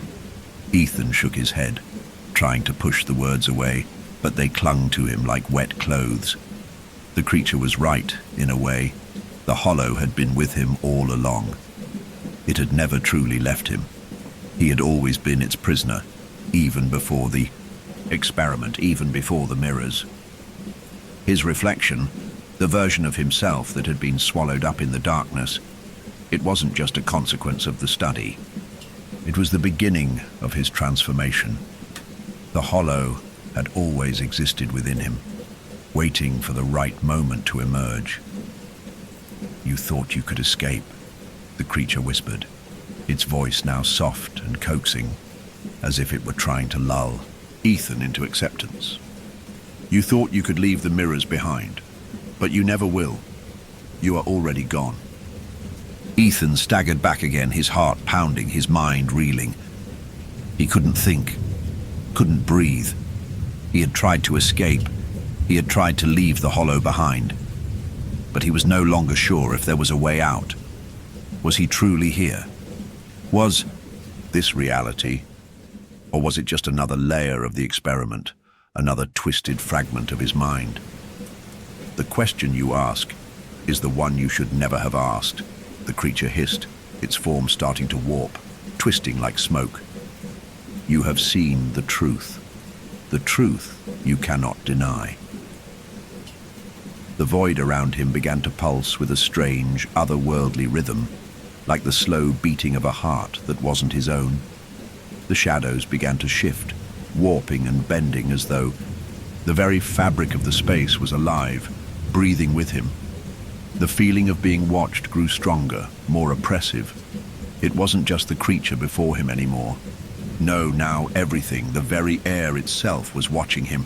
Ethan's legs buckled beneath him. He collapsed to the ground, gasping for breath, his mind spiraling as he tried to make sense of it all. The reflections, the hollow, the creature. Had he truly ever been himself? Or had he always been a part of this place? A fragment of some darker reality, a distorted version of something lost. And then, like a final breath, the creature reached forward, its elongated fingers brushing against his cheek. The touch was cold, unnaturally so, like ice wrapped in darkness. You were never meant to be whole. And in that moment, the truth struck him like a hammer to the skull. He had never been whole, not in the way he had imagined. He had never truly left the mirrors. They had always been with him, etched into the very core of his being. His reflection, his hollow self, it was all one and the same. He had become the shadow, the echo, the reflection. The creature began to fade, its form dissolving into the blackness. Its whispers, soft and final, echoed in the air like the last dying breath of a long-dead soul. You are the hollow, and now you will always be. The world around him cracked apart, the void splintering into pieces. The mirrors returned, thousands upon thousands of them, surrounding him on every side. Each one reflected a version of him, distorted and twisted, each a different fragment of a fractured self. And as Ethan looked into the mirror closest to him, he saw it. The reflection. It wasn't just his own face. It was everyone's face. Everyone who had ever been a part of this experiment. Everyone who had been swallowed by the hollow. It was a mass of shattered souls. It was him, and it was gone. The mirrors shimmered around him, their cold glass surfaces reflecting infinite versions of Ethan, stretching into an abyss that seemed to pull at him, dragging him deeper into the hollow. His breath quickened, his heart pounding in his chest, a frantic rhythm as if he was sprinting, though his legs felt like lead, rooted to the spot. His eyes darted from one reflection to the next, each version of him fractured, distorted, and wrong. The faces in the mirrors were no longer his own. They were others, shadows of people he couldn't quite place. But they all had the same hollow look in their eyes, the same emptiness that had once been his. His own reflection stood before him, eyes dark and knowing, lips twisted in a smile that wasn't his. It wasn't him at all. Not the man he used to be, not the person who had walked into the study with so many hopes of making quick money, with no idea of the monstrous consequences that would follow. It was a grotesque version, a distortion, something else. And then they spoke. The reflections, all of them, not just the one that had stood before him, but the thousands around him, all began to whisper in unison. You were always here. Always. The hollow. The words sliced through him, sharp and heavy, like shards of broken glass stabbing into his mind. He staggered back, his hands reaching out, grasping for something to hold on to. But everything was glass, fragile, cold, and shattering under his touch. You can't escape. His throat tightened, the weight of their voices pushing against his chest, suffocating him, drowning him. Every word echoed like a distant memory he couldn't remember, but had always known. Every syllable drawing him closer to the truth he had been running from. He had always been here. He had never left the mirrors, the reflection, the hollow. It had always been a part of him, a part that existed long before the sleep study, long before the terror, before the madness. This was where he had been forged. This was where he had always existed, between the cracks, between the reflections, between the shadows. The mirrors were not just reflections, they were doors, and behind each door, another version of him awaited. Some of them were not even human anymore. Some had become twisted, monstrous, reflections of souls that had been consumed by the hollow long ago. Ethan reached toward one of the mirrors, desperate for an answer, for something, anything that would make sense of this nightmare. His fingers brushed against the surface, and in an instant, his reflection changed. It was no longer the distorted version of himself, but the man he had been. He saw himself as he had been before, the man who had walked into the sleep study, full of naive optimism, full of hope for a better life. His face was warm, full of life. But then, as he stared at it, a horrifying realization took hold. The man in the mirror wasn't him anymore. The version of himself he had once been was gone. It had been lost, stolen, replaced. The face he now wore, this hollow shell. It was a stranger's face. The reflection in the mirror stared back at him, its expression soft. But there was something else in its eyes now. It was understanding. Understanding of the hollow, of what had happened to him, the thing that had replaced him. You were always the reflection, the version of him in the mirror whispered, its voice echoing around Ethan like a million voices blending into one. You are not who you think you are. You are what you were made to be, a shadow, a hollow, a fractured echo of what you once were. Ethan's heart slammed against his ribs, panic surging through him. But no matter how hard he tried, he couldn't look away from the reflection. He was rooted to the spot, paralyzed by the truth in those eyes, his own eyes. "There is no escape," the voice continued. "The hollow is your prison, your curse. You've already been replaced. The man you once were is lost forever, and now you are nothing but a whisper in the dark, a shadow of something that never truly existed." The words felt like ice sinking into his chest, freezing him from the inside out. He closed his eyes, trying to shut it all out, trying to block out the truth, the impossible reality that he had become the very thing he feared. He had been replaced, taken, swallowed by the hollow, and now he was just nothing. But the voice didn't stop. It didn't relent.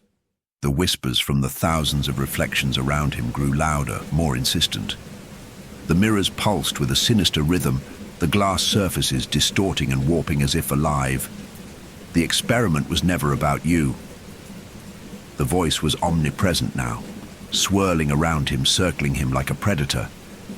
"It was always about what you could become, what the hollow could create, and now it has. You are the hollow. You are nothing." Ethan's knees buckled, his body crashing to the cold, smooth floor of the mirror room. He gasped for breath, his chest tightening, his hands clawing at his throat as though he could tear away the very feeling that had consumed him. But there was no escape, no air, no relief. "You were never meant to be whole," the voice whispered again, softer now, almost tender. "You were never meant to leave. You are the reflection, the hollow." The finality of the words washed over him, and for a moment he allowed himself to feel it, the crushing weight of his own insignificance. The hollow wasn't just an entity. It wasn't just an emptiness that had replaced him. No, it was a part of him, a cage that had always existed within him, locked away in his mind, waiting for the right moment to consume him whole. He had been a part of the experiment all along, but he hadn't been the one being studied. He hadn't been the subject, he had been the creation.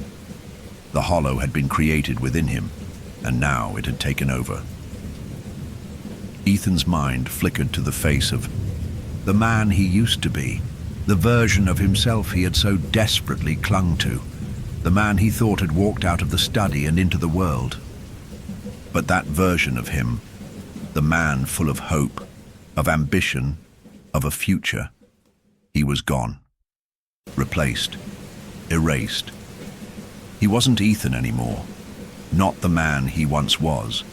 He was the hollow, and as the mirrors around him shattered into 1,000 shards, each fragment catching a fleeting glimpse of the lost souls that had once been part of him, Ethan finally understood.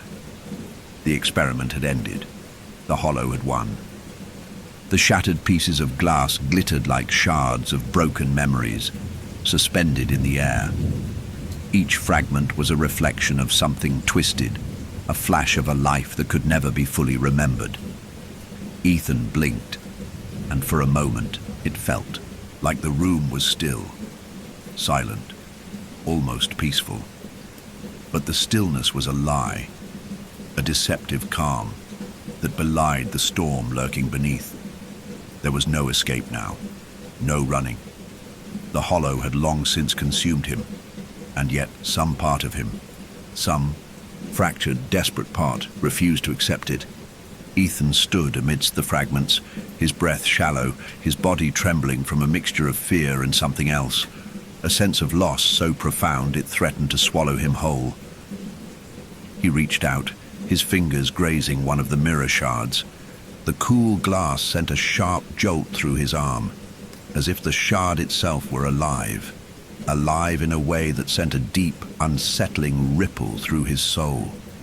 His reflection fractured in the pieces, splintering into hundreds of broken versions of himself. But none of them were him. Not really. A whisper, low and guttural, seeped from the edges of his mind. It was a voice he recognized, his own voice, but it sounded foreign. "You think you can escape? Ethan jerked back, his heart slamming against his chest. He stumbled, his legs buckling beneath him. Panic flooded his veins. No, he couldn't allow it. He wouldn't allow it. "You can't wake up, Ethan." The voice was everywhere now, echoing around him, whispering from the very air itself. It was like 1,000 voices. His, the creatures, the shadows, blending into one. And in that moment, he realized it. The mirrors weren't just reflections of him. They were windows. Windows into something deeper, something far darker than his fractured mind had allowed him to see before. The hollow wasn't just within him. It was him. It was what he had become, what he had always been. The shadows in the room began to shift again, coalescing into forms, figures that danced just outside the range of his sight, moving in the periphery, waiting, watching. Ethan could feel their eyes on him, burning into him with a terrible hunger. And then, like the snap of a distant thunderclap, the figures stepped forward. They were not human. At first, they seemed like dark silhouettes, indistinct and formless, as if they were merely shadows born from the corner of his eye. But as they drew closer, their shapes became more defined, more twisted. Their limbs were too long, too contorted. Their faces, if you could call them faces, were nothing more than hollow, empty sockets, black voids that seemed to devour the very light around them. They were the hollow. They were the same as him. Fragments, echoes, lost remnants of those who had fallen before him. One of them, taller than the others, its limbs stretching unnaturally, stepped forward and raised its hand.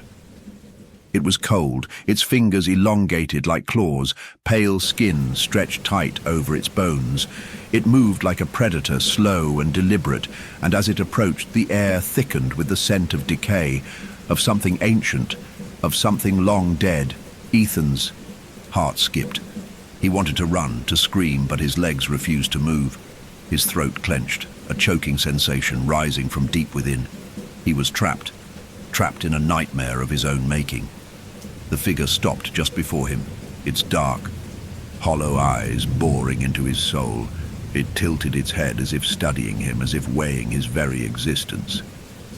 Ethan could feel its gaze seeping into him, unraveling every thought, every scrap of his past, every hope and every fear he had ever had. The creature seemed to read his mind like a book, its unblinking eyes following each page, turning each chapter of his life with terrible precision. Then its mouth opened. It wasn't a mouth, not really. Just a gaping, empty hole that seemed to stretch endlessly into darkness. "There is no waking from this," it whispered, its voice scraping against Ethan's mind like nails on glass. "You are the hollow. You will always be the hollow." The words stung like poison, each syllable burning into his mind, leaving behind a deep, searing emptiness. Ethan's chest tightened, the weight of its words sinking deeper into him, breaking him apart from the inside out. He wanted to fight. He wanted to scream, but nothing came. The figure reached out, and Ethan could feel its icy fingers brush against his skin. It wasn't just cold. It was empty, as though the touch wasn't a touch at all, but the absence of everything he had once known.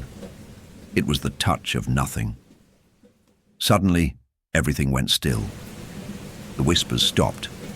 The shadows paused as though holding their breath. The hollow figure released him, its hand falling limp to its side.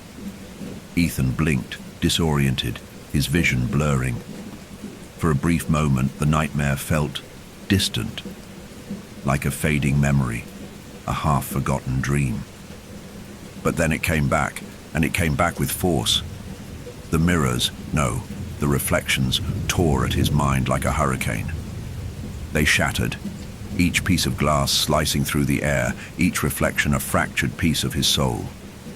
They exploded into his senses, overwhelming him with the sheer magnitude of what he had become. "Wake up, Ethan," a voice whispered, and it wasn't the hollow. It was something else.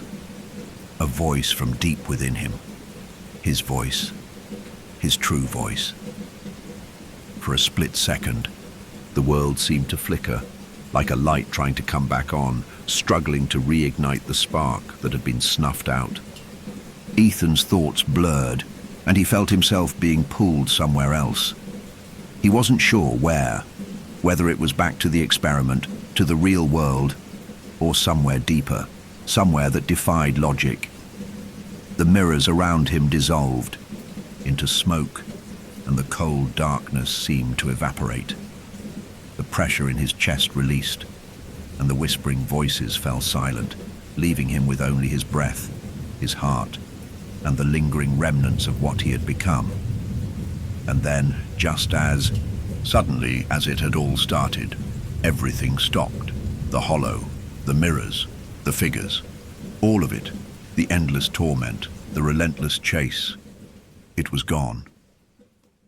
Ethan opened his eyes, but the world before him was different. It wasn't the endless black void. It wasn't the fractured, shattering reality of the hollow. No. It was light. Soft, warm light that surrounded him as though he had been pulled from the depths of darkness and into something real again. Something alive. He stood in a room, his room, though it looked different, like an old memory from long ago. The walls were the same, the floor beneath his feet solid. There were no mirrors, no figures, no shadows watching him from the corner, just him, standing in a place that felt like home. But as he looked around, something caught his eye. A mirror on the far wall. He felt drawn to it, but he resisted. He knew better now. He couldn't look. He couldn't see what was waiting for him. But his feet moved, and before he could stop himself, he was standing before it. He looked into the glass, and for the first time in what felt like eternity, he saw himself. His own reflection, not the hollow, not the figure that had once replaced him, but it wasn't him. Not really. The man in the mirror was smiling, a smile so wide, so wrong, it sent a shiver down his spine. And then, the reflection spoke. "You'll never truly wake up, Ethan." And Ethan realized, with the icy grip of truth wrapping around his heart, that the hollow had never really let him go. The reflection smiled, its lips curling in that twisted grin, and Ethan felt it, the suffocating weight of realization. His knees buckled beneath him, and he collapsed to the floor, his hands trembling as they reached toward the mirror. The glass, cold and unyielding, seemed to mock him as he stared into the eyes of the thing that had taken everything from him. "You'll never truly wake up, Ethan." The voice was his, but it wasn't his. It was the hollow speaking through him, through his very skin, as though it had always been waiting for the moment when it could take control. The room around him spun, the edges of reality blurring, distorting into something unrecognizable. It was no longer the room he had once known. It was something darker, something twisted, and the mirrors that lined the walls now seemed to pulse with an unholy life, like veins beneath the skin of the world itself. Ethan tried to rise, to flee, but his legs wouldn't obey. His body was a foreign thing, a vessel of fear and helplessness, as if it no longer belonged to him. His breath was shallow, ragged, and his thoughts felt scattered, swirling like dust in the wind. "You can't escape, Ethan," the reflection continued, its voice a low, mocking drawl. "The hollow is within you, and it will always be within you." His heart raced, his chest tightening as the truth settled over him, thick and suffocating. There was no escape, no waking from this nightmare. He was already lost. He had been lost the moment he entered that sleep study, the moment he signed that cursed contract. He was never meant to leave. The hollow had been planted inside him from the start, buried deep beneath his thoughts, beneath his skin. And now, it had consumed him whole. Ethan's fingers brushed against the floor, reaching for something, anything, that could pull him back from the edge of madness. But there was nothing, only the cold, empty space around him, echoing with the silent whispers of his fractured self. The mirrors stared at him, mocking him with their silent gaze, reflecting his broken soul over and over, each piece of him a fragmented shard of what he had once been. The room seemed to pulse, the walls closing in around him. He could feel it, the suffocating pressure of the hollow pressing against him from every side. It was everywhere. It was inside him. "You've always been the hollow, Ethan," the reflection whispered again, its voice like a venomous caress. "You were never the man you thought you were. You were always the empty space, the broken shell, the fractured reflection." Ethan's chest tightened, and he gasped for breath, the air thick with the oppressive weight of the truth. His hands curled into fists, digging into the floor, as though trying to claw his way out of his own skin, out of the trap that had ensnared him. But it was no use. The hollow was too strong. It had already claimed him. "You are nothing." The words echoed in his mind, reverberating through his skull, louder and louder, until they became a relentless pounding, a drumbeat in his ears. The reflection in the mirror shifted, its eyes narrowing as it leaned closer, its smile widening into something inhuman.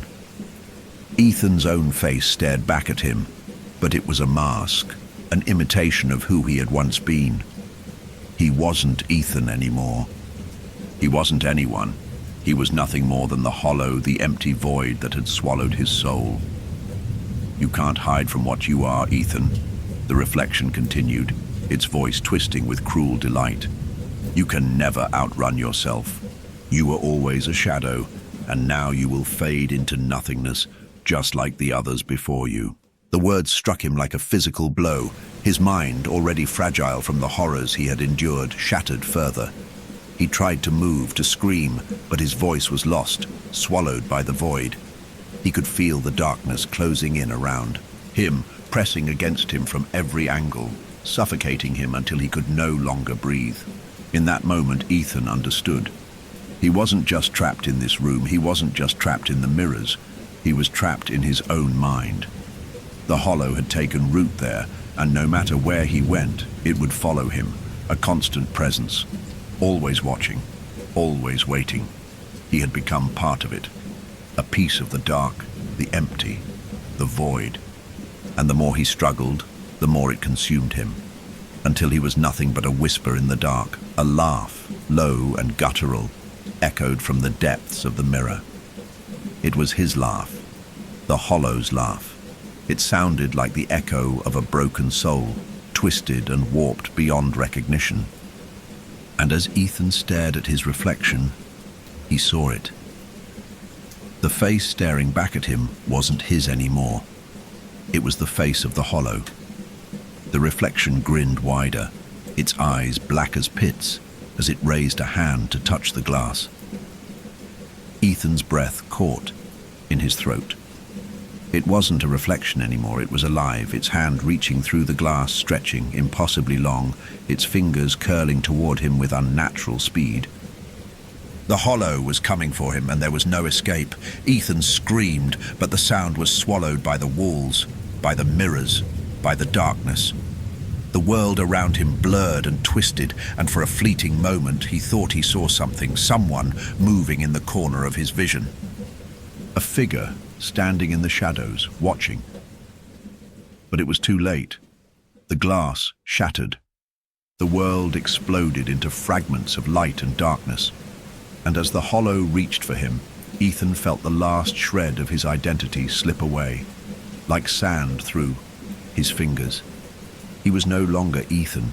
He was no longer anything. He was lost to the hollow, swallowed whole by the empty void that had claimed him. And the mirrors would remain. They would wait, as they always had, to claim the next soul that wandered too close. The darkness swallowed him whole. A feeling of weightlessness overtook Ethan as the pieces of reality fractured into 1,000 pinpricks of light. The echoes of his scream dissipated, fading into the nothingness like the final breath of a dying star. The world had become a distant memory, something untouchable, unreachable, as though it had never existed at all, and yet there was a presence, a weight, a sensation he couldn't see, couldn't hear, couldn't feel, and yet there was. A knowing, a deep primal awareness that he wasn't alone. The hollow was with him. It had always been with him. It was him. Time no longer existed here. There was no clock, no sun, no movement of the earth. Just the endless stretch of silence, so complete it gnawed at his very soul. He could feel it, the absence of everything, pressing against his consciousness like a suffocating blanket. No beginning, no end, just the eternal now. Was he dead? Was this the end? Or had he merely entered another layer of the nightmare, one far deeper and darker than before? A sound broke the stillness, soft, almost imperceptible at first, like a whisper caught on the wind. But it grew, louder and clearer with each passing moment, until it was a constant hum, vibrating through the very fabric of this place. The whisper was familiar, too familiar. His own voice. "You're not free, Ethan," it said, and the words reverberated through his mind as though they had always been there, waiting for him to hear them. "You can't escape me. I am you." Ethan tried to scream, to fight against the voice, but his mouth refused to obey. His thoughts, his very essence, were trapped in this unyielding, suffocating space. The silence around him had teeth, and it gnawed at his mind, stripping away everything that remained of his identity. But the voice, his voice, kept speaking. "Do you feel it, Ethan? The hollow is here, and it's always been here. In your heart, in your soul. You've never been free. You've always been mine." With a sudden, jarring force, Ethan was pulled back into something, and for the briefest moment, the darkness around him splintered, revealing flashes of light. They flickered like dying stars, struggling to hold on to their place in the vast nothingness. The flashes of light began to form images, distorted images, faces, his face, the faces of those who had come before him. Each one was a reflection of the hollow. Each one was a person who had been swallowed by it, consumed by the emptiness, and now nothing more than a memory, a broken shard of the past.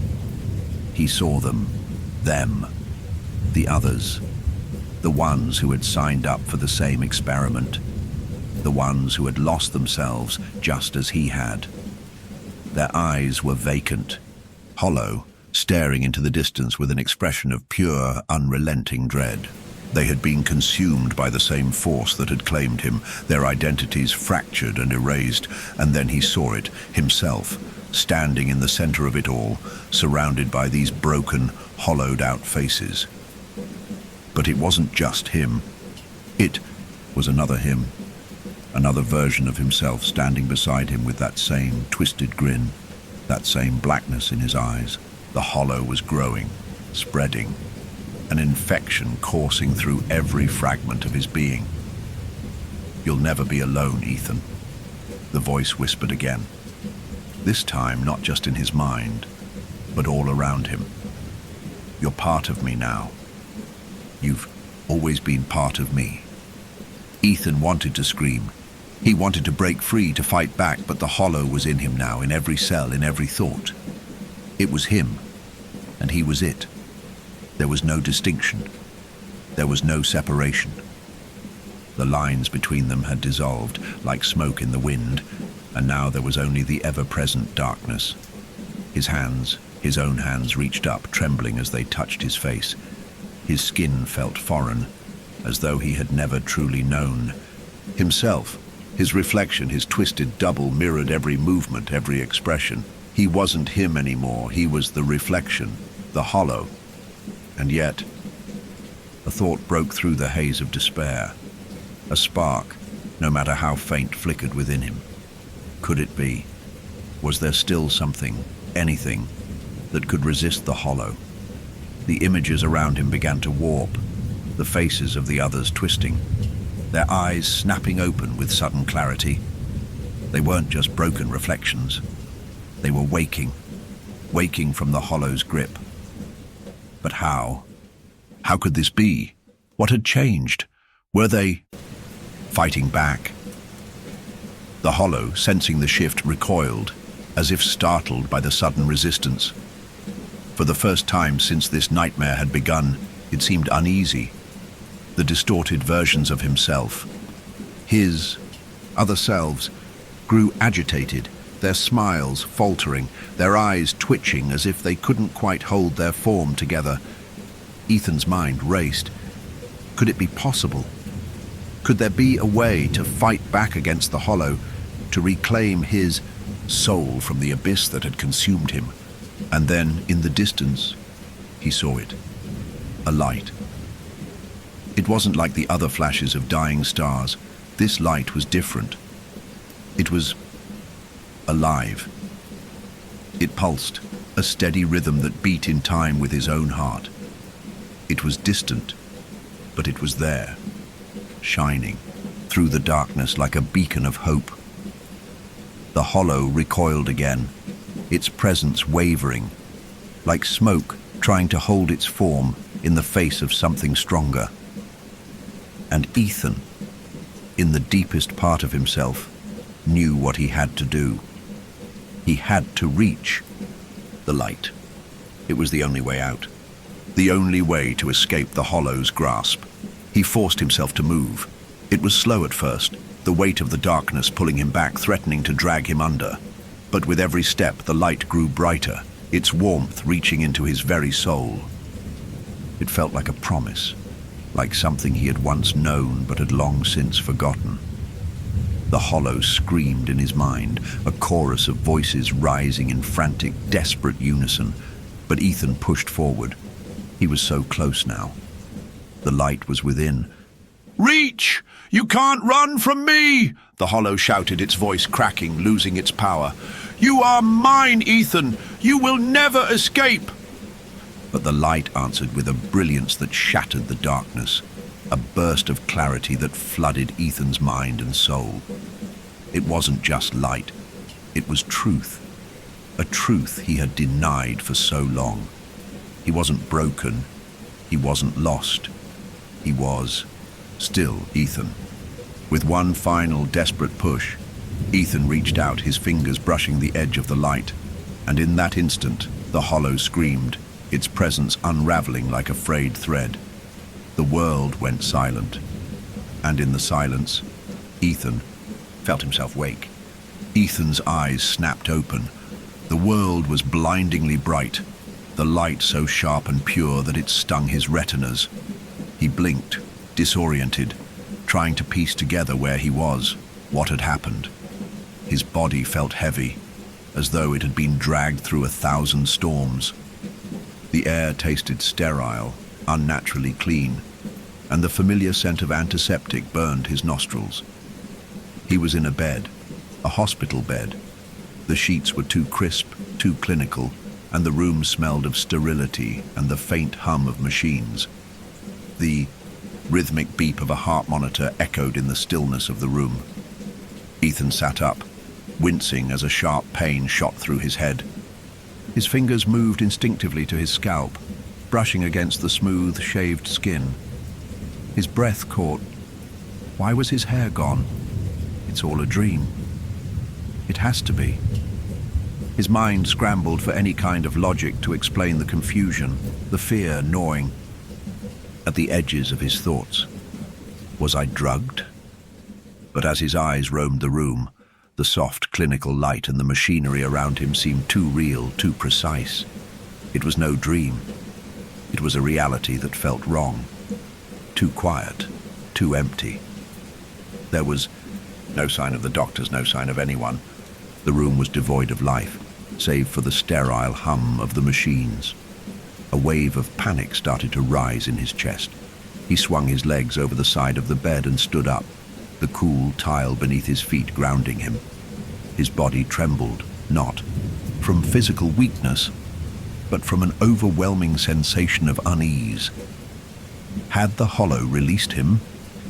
As he made his way to the door, he saw his reflection in the long, narrow mirror near the exit. He froze, his breath hitching in his throat. His reflection was off. It wasn't the hollow, not exactly, but it was something else. The man in the mirror stood still, as if observing him, but there was no recognition, no humanity in the face. The eyes, however, were different. They held an emptiness that made Ethan's stomach churn. His own reflection watched him with a hollow gaze, unmoving, as though waiting for something. He turned quickly, brushing it off as an after-effect of the disorientation of whatever happened in that dark space. But that feeling lingered. Something was terribly wrong. The door to his room creaked open, and he was greeted by the dim light of the hallway beyond. No one was around. It felt too quiet, too vacant. He walked down the hallway, the faint sound of his footsteps echoing off the walls. Where are the nurses, the staff? His thoughts raced. Why is everything so still? He turned a corner, and the hallway stretched endlessly before him. The sterile, fluorescent lights buzzed overhead, flickering, in a way that made him feel increasingly uncomfortable. He reached the end of the corridor where a set of stairs led up to another floor. But it wasn't the stairs that caught his attention. It was the figures. A small group of them stood at the far end of the hallway, dressed in hospital gowns, their faces obscured by long, dark hair that hung like curtains around their features. They didn't move, didn't speak. They just stood there, silent and still as statues. A chill crawled up Ethan's spine. He felt a primal urge to turn and run, but something kept his feet rooted to the floor. They weren't moving toward him. No, they were watching him. With each step he took toward them, the air seemed to thicken, becoming heavier and more suffocating, as though the very space was closing in on him. His heartbeat quickened, and he could hear the pounding of it in his ears. Sweat beaded on his forehead. As the figure's stares intensified, it felt wrong. It felt familiar. He reached the group, and when he stood in front of them, they all turned in unison, their heads snapping to face him. Their eyes, those black, empty eyes, were locked on his own. And then he saw it, the hollow. It was in their faces. The same empty void, the same cracked expressions of lost humanity.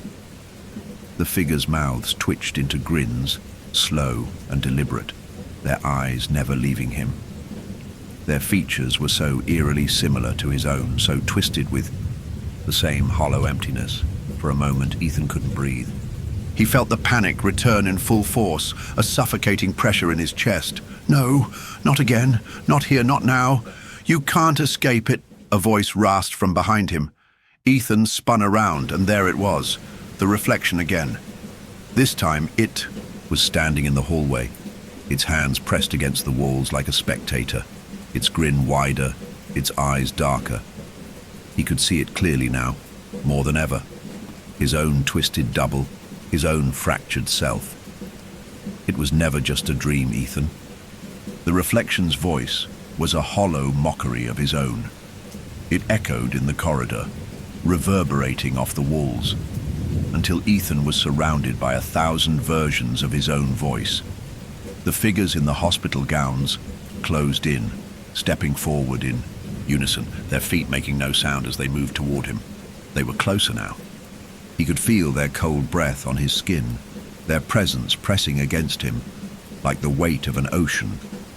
The air turned ice cold, a sharp contrast to the sterile warmth of the hospital. It was as if the entire world had stopped, and all that remained was this moment, this suffocating moment of realization.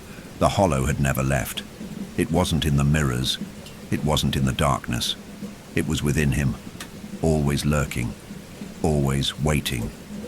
It had followed him here, to this place where the line between reality and nightmare was blurred beyond recognition. He backed away, stumbling as the figures surrounded him. Their faces were twisted, grotesque, a mirror of his own, their eyes wide with a terrible understanding. "You are not free." The voice, his own voice, resonated inside his skull. It wasn't just the reflection now. It was them, all of them.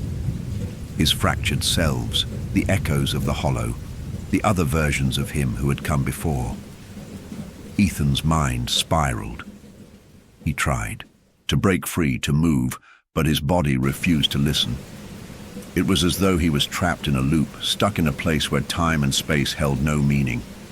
The more he tried to escape, the tighter the grip of the hollow became, consuming him from within. He screamed, but the sound was drowned out by the chorus of voices, all speaking in unison. You were always the hollow. And for the first time, Ethan understood. The experiment, the sleep study, it had never been about waking up. It had always been about becoming. The hollow was not a thing he could escape. It was not something external. It was him. There was no waking from this. There was only the endless, suffocating embrace of the hollow, stretching into eternity. Ethan's eyes snapped open once more. But this time the world did not seem to blink back in greeting. There was no sudden clarity, no sharp sting of cold air or light. Just the same suffocating void that had become all too familiar. The emptiness wasn't just around him, it was him. He tried to breathe, but the air was thick, as though he was drowning in the very atmosphere. His chest tightened with an invisible weight, and his hands trembled. This can't be real. This can't be real. He clutched at the sides of his head, trying to push the thoughts away, trying to reclaim some shred of reality. But the weight only grew heavier. The darkness had seeped into his mind, curled around the folds of his thoughts like a vine, strangling the last vestiges of his identity. His heart pounded in his chest, a frantic rhythm that echoed in the silence. For a moment, everything was still, silent. The voices had faded, the figures had dissolved into nothingness. Was this it? Was this the end? Then, the ground shifted beneath him. It was subtle at first, a slight tremor, but it grew stronger, as though the earth itself was alive, breathing, pulling at him. Ethan stumbled, trying to steady himself, but the sensation was overwhelming. The floor beneath him began to crack, splitting open, revealing a dark abyss beneath. A chasm, stretching out like the maw of some ancient beast, waiting to consume him. He stepped back, his breath catching in his throat. His mind screamed for him to run, to flee, but his feet were glued to the spot, as if some unseen force held him in place. Is this it? Am I being pulled into the void? The crack in the ground widened, and from the depths a low, guttural noise began to rise, a sound that seemed to vibrate through his very bones, sending a shiver down his spine. It wasn't a roar or a scream, but a deep, resonant hum that seemed to echo from the darkest corners of his soul. The hollow's voice. A figure emerged from the chasm, slowly, purposefully. At first it was just a shadow, no features, no shape. But as it rose from the darkness, it began to take form. And when it did, Ethan's blood ran cold. It was him. But not exactly. This was a twisted version of himself, his face pale and drawn, his eyes wide with an unholy gleam, his mouth stretched into a grin that was wrong, a grin that went too wide, too far. The figure stepped forward, the floor beneath its feet seeming to bend and break with each step it took. "You've always known me, Ethan," the figure said, its voice like 1,000 whispers, all blending together in a single maddening note. "I am the part of you that you've tried to ignore, the part of you that you are." Ethan's heart hammered against his ribs as he took an instinctive step back. But the figure mirrored him, its every move a grotesque parody of his own. It grinned wider, its eyes glinting with a knowing madness, as if it could see straight. Through him. You've run, Ethan. You've fought. You've tried to escape. But it's no use. The hollow is you. And you are the hollow. The figure's voice reverberated in Ethan's mind, cracking through the fragile remnants of his sanity. The words wrapped around him like chains, pulling tighter with each passing second. He tried to speak, to deny it, but his throat was dry, his voice lost in the fog of the hollow's presence. His body screamed for him to run, to find the light. Again, but his feet were frozen. The figure reached out, and Ethan instinctively recoiled, but it was too late. Its cold hand wrapped around his wrist with a crushing force, pulling him closer. You think this is the end? The figure's voice was a low, mocking whisper. No, Ethan, this is the beginning. And then, just like that, the ground beneath them gave way completely. The world dissolved around him. There was no sky, no walls, no floor, no ground. There was only the endless dark stretching out in all directions, an infinite abyss. His stomach lurched as he fell, faster and faster, the rush of air around, him becoming a deafening roar. The shadowed figure clung to him, its grip like iron, pulling him deeper and deeper into the void.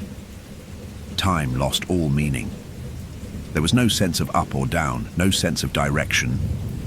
There was only the sensation of falling through endless layers of darkness, of isolation, of becoming lost in the void that had claimed him.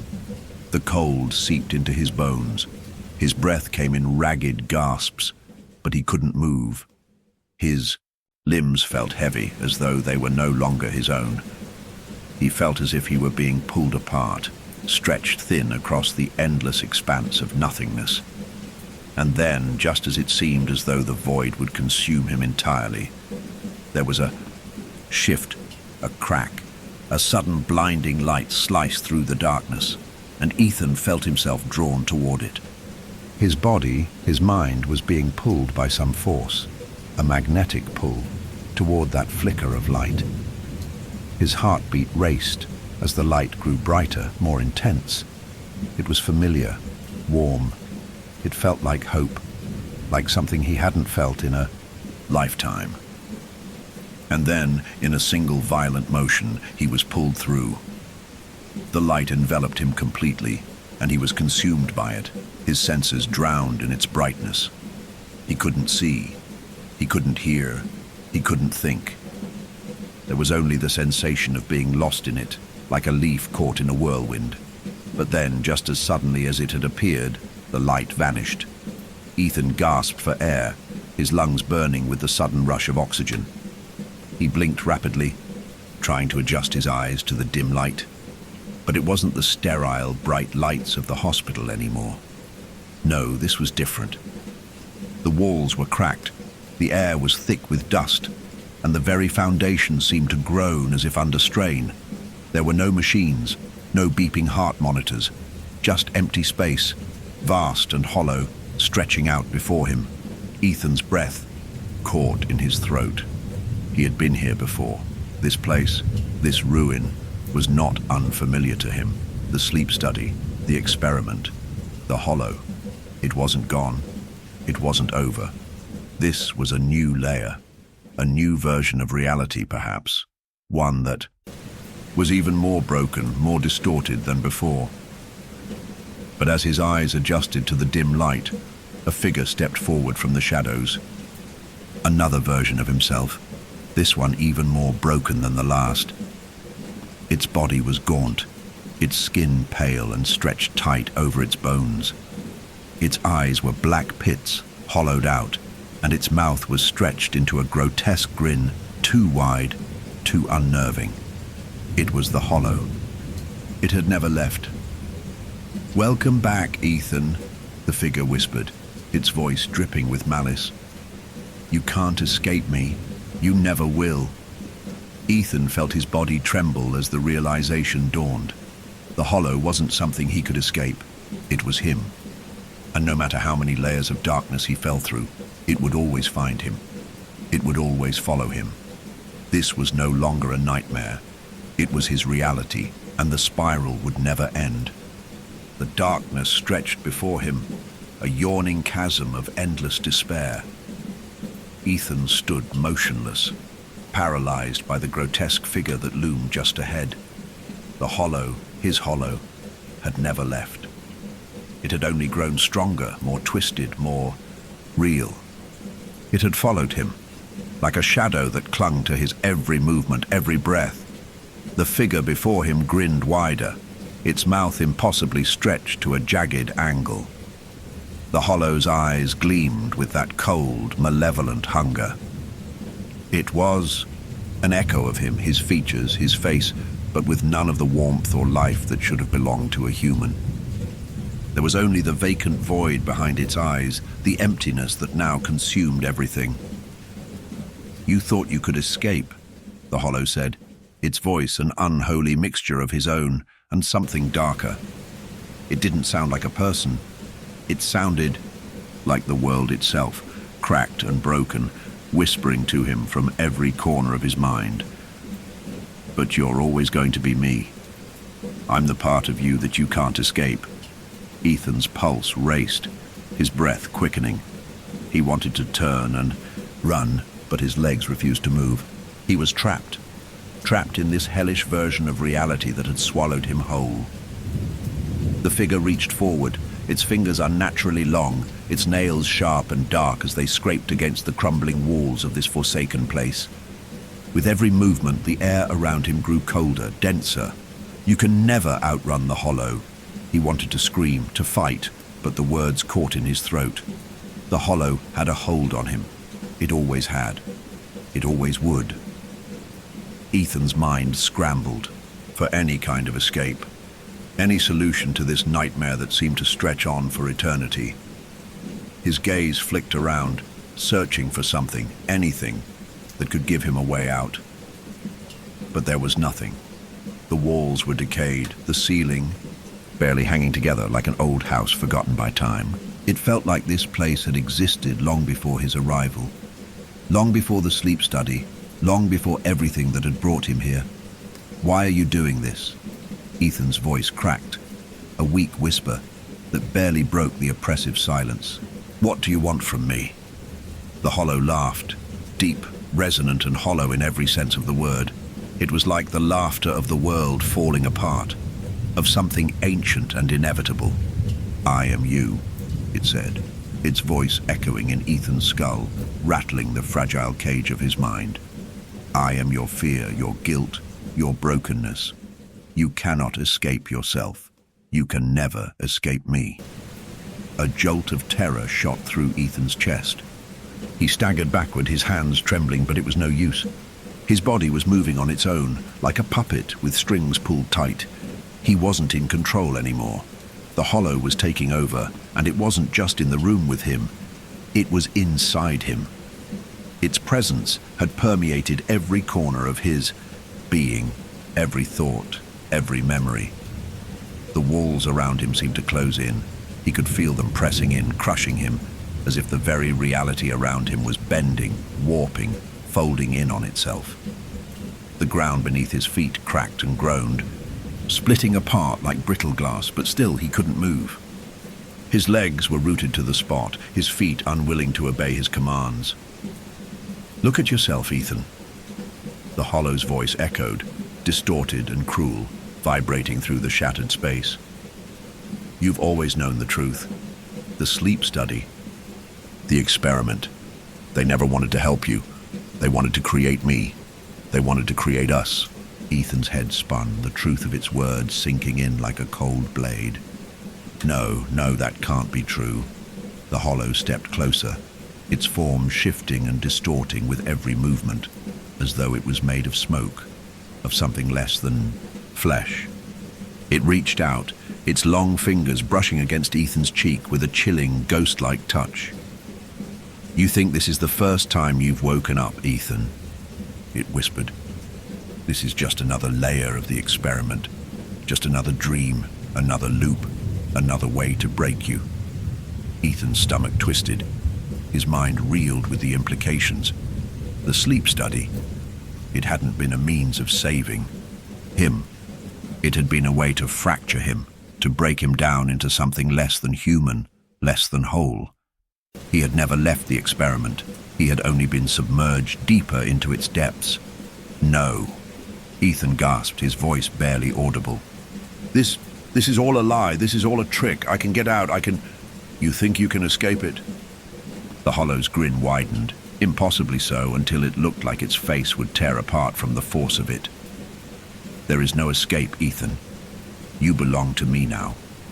We are one. And then, in an instant, the space around him shifted. The world twisted like a broken mirror, snapping back into place, distorting, changing.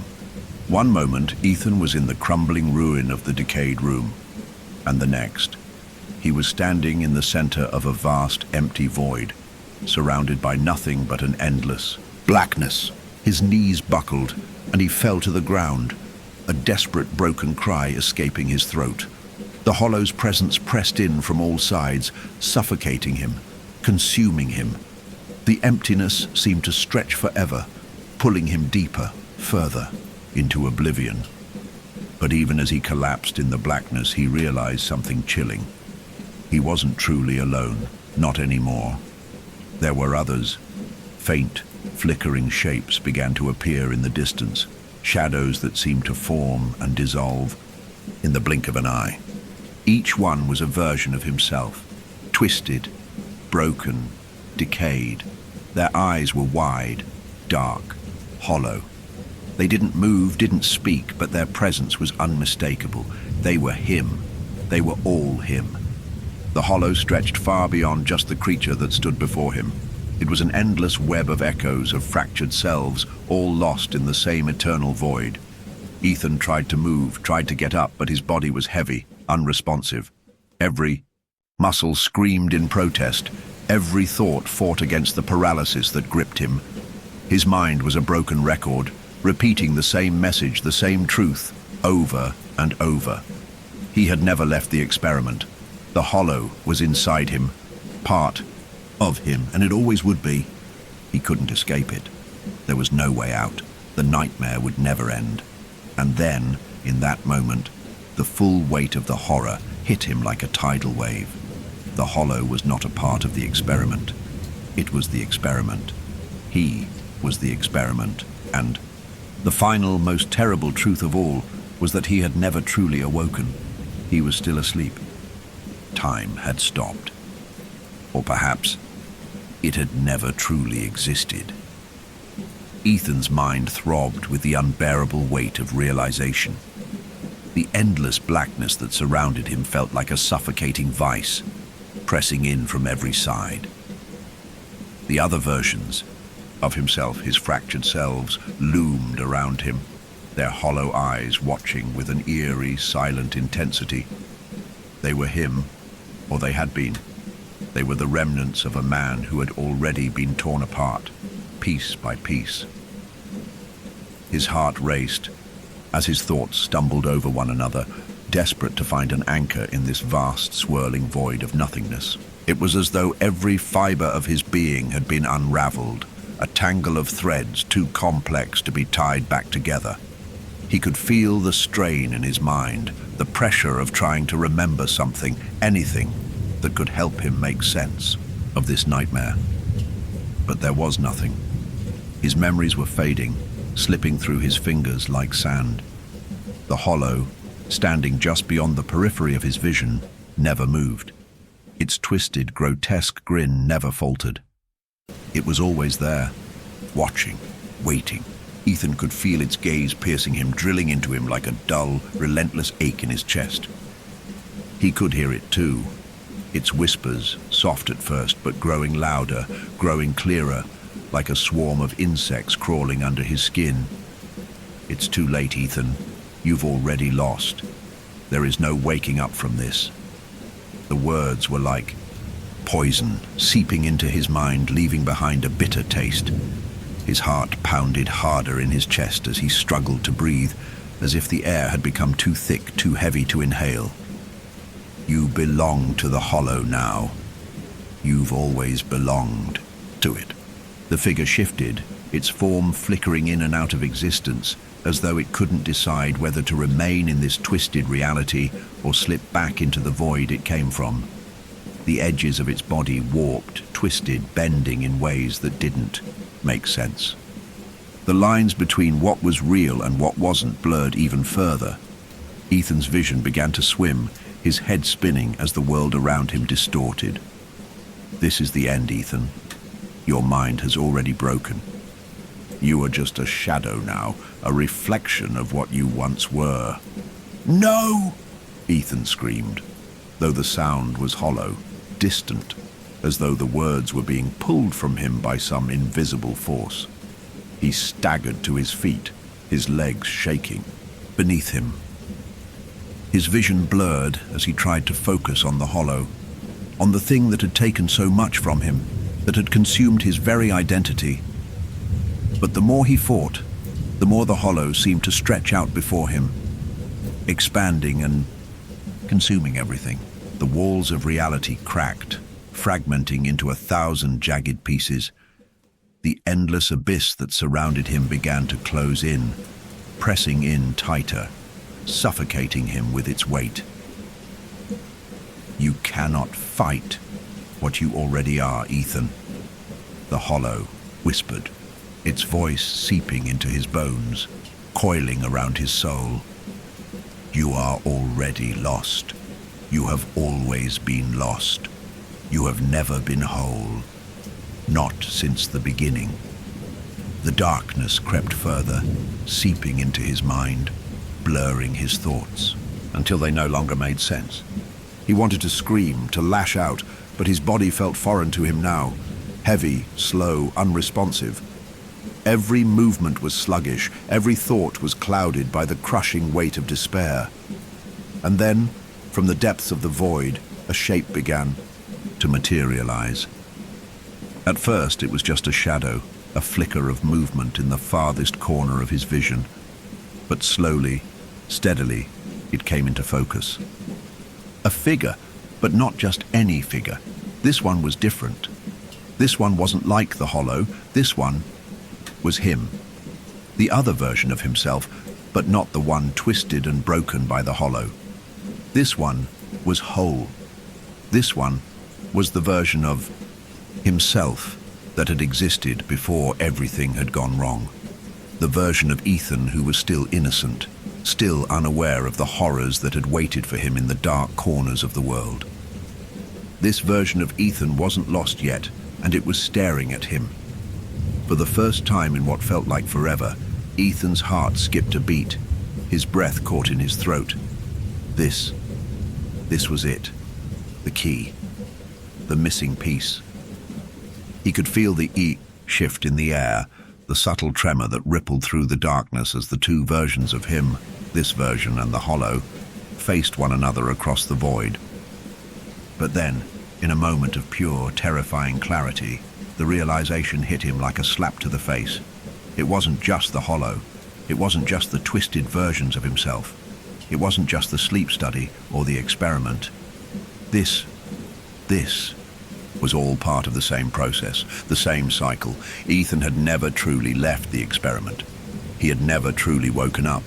This was the experiment. This was the endless loop.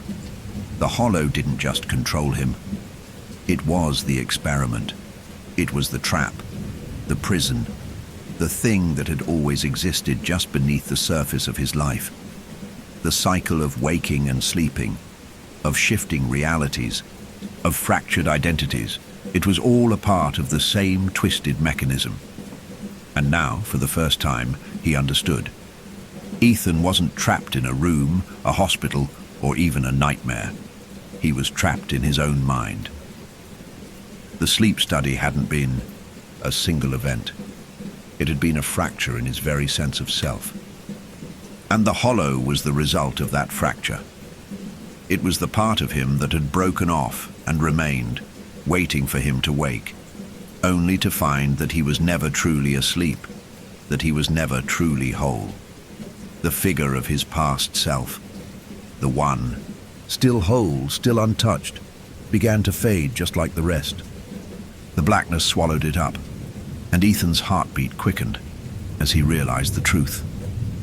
That version of himself had been the last thread, the final tether to something real. But it had slipped through his fingers, and with it, the last hope of ever breaking free. You were never whole, Ethan. You were always just a fragment. And now, you are nothing more than a shadow, a reflection, a piece of the hollow. The words cut deep, sinking into his soul like poison. His body felt numb, and yet his mind burned with the knowledge that this was it.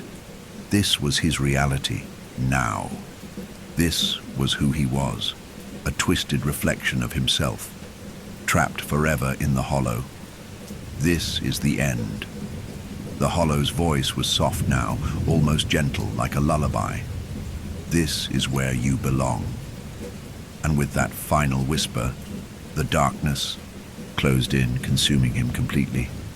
Ethan was lost forever. The void was all-consuming, a sea of darkness that had swallowed everything, his thoughts, his memories, his very soul. Ethan's mind floated in the endless expanse, a fragile speck in a universe that seemed to exist only for the purpose of erasing him. The echoes of his past, the fractured versions of himself, were gone now, vanished into the void, leaving only a numb emptiness in their place. He could still feel their presence lingering, like faint whispers in the back of his mind, but it was as if they had never truly been there, as if they had never existed at all. In this place there was no sound, no time, no space. It was a purgatory of his own making, a place where nothing moved, where nothing changed. His body, his mind, felt like it had become part of the fabric of this nothingness, like he had always been here, like he had never truly left. But somehow, he was still there.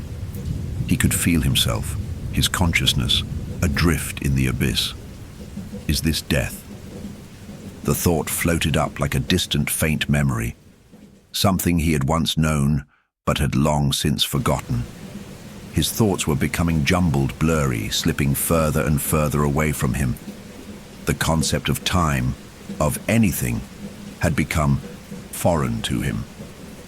It was as if he were suspended between two worlds, neither of which had any meaning. The past, the present, the future, they were all meaningless here, all lost to the shadow that wrapped itself around his consciousness like a shroud. And yet, even as his mind threatened to crumble under the weight of the endless black, there was a part of him, a tiny, stubborn part, that refused to let go, that refused to accept that this was the end. It couldn't be the end. There had to be something else. A single, fragile thread of hope remained in the depths of his consciousness. It was a spark, a glimmer, a whisper of something different, something that didn't belong in this hollow void, something that called to him. It was barely there, a distant flicker at the edge of his perception, but it was enough. Ethan grasped at it with whatever strength he had left, feeling it pull him forward, urging him onward. He didn't know what it was, but he knew it was something that could free him from this prison of nothingness. He was dimly aware of movement. His movement, like a ripple in the darkness. He was no longer just drifting, he was moving toward something, toward light. Slowly, slowly, the abyss began to fracture. Tiny cracks appeared in the blackness, and through them, the faintest glimmers of light shone through. At first, they were small, like stars in a dark sky, distant and cold. But the cracks began to widen, and the light grew brighter, sharper. Ethan felt the warmth of it on his skin, the sensation of something real, something alive. It was like waking up from a dream, but not fully, not all at once. The void began to warp around him, swirling and folding like a twisted canvas, as though reality itself was being reshaped. And then, from the rupturing darkness, a shape began to form, a figure moving toward him. It was slow at first, but it grew closer, clearer. At first, Ethan didn't recognize it. It seemed like a shadow, a blur, a reflection of something familiar but distant. A figure, but no face. Then it became clearer. The figure was walking toward him. He was walking toward him. It was him, another him. It was a version of Ethan. But this one wasn't like the hollow. It wasn't a broken, twisted thing. It was him, whole, unchanged, alive.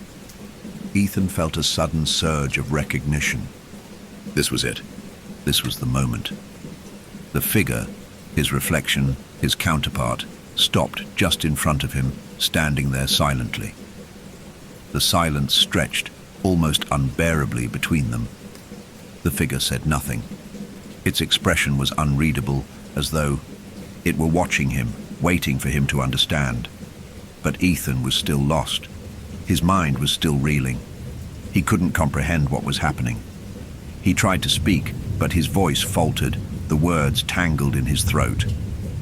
And then, just as he thought he would crumble under the weight of it all, the figure stepped forward, its hand extending toward him. The warmth of its touch was sudden, powerful, pulling him out of the abyss and back toward something, a place that was familiar and real. Ethan's breath caught in his throat. Was this salvation? Was this freedom? The figure's hand clasped around his, pulling him closer, and in that instant, the floodgates opened. Memories that had long been buried, thoughts and feelings that he thought had disappeared forever. Everything came rushing back.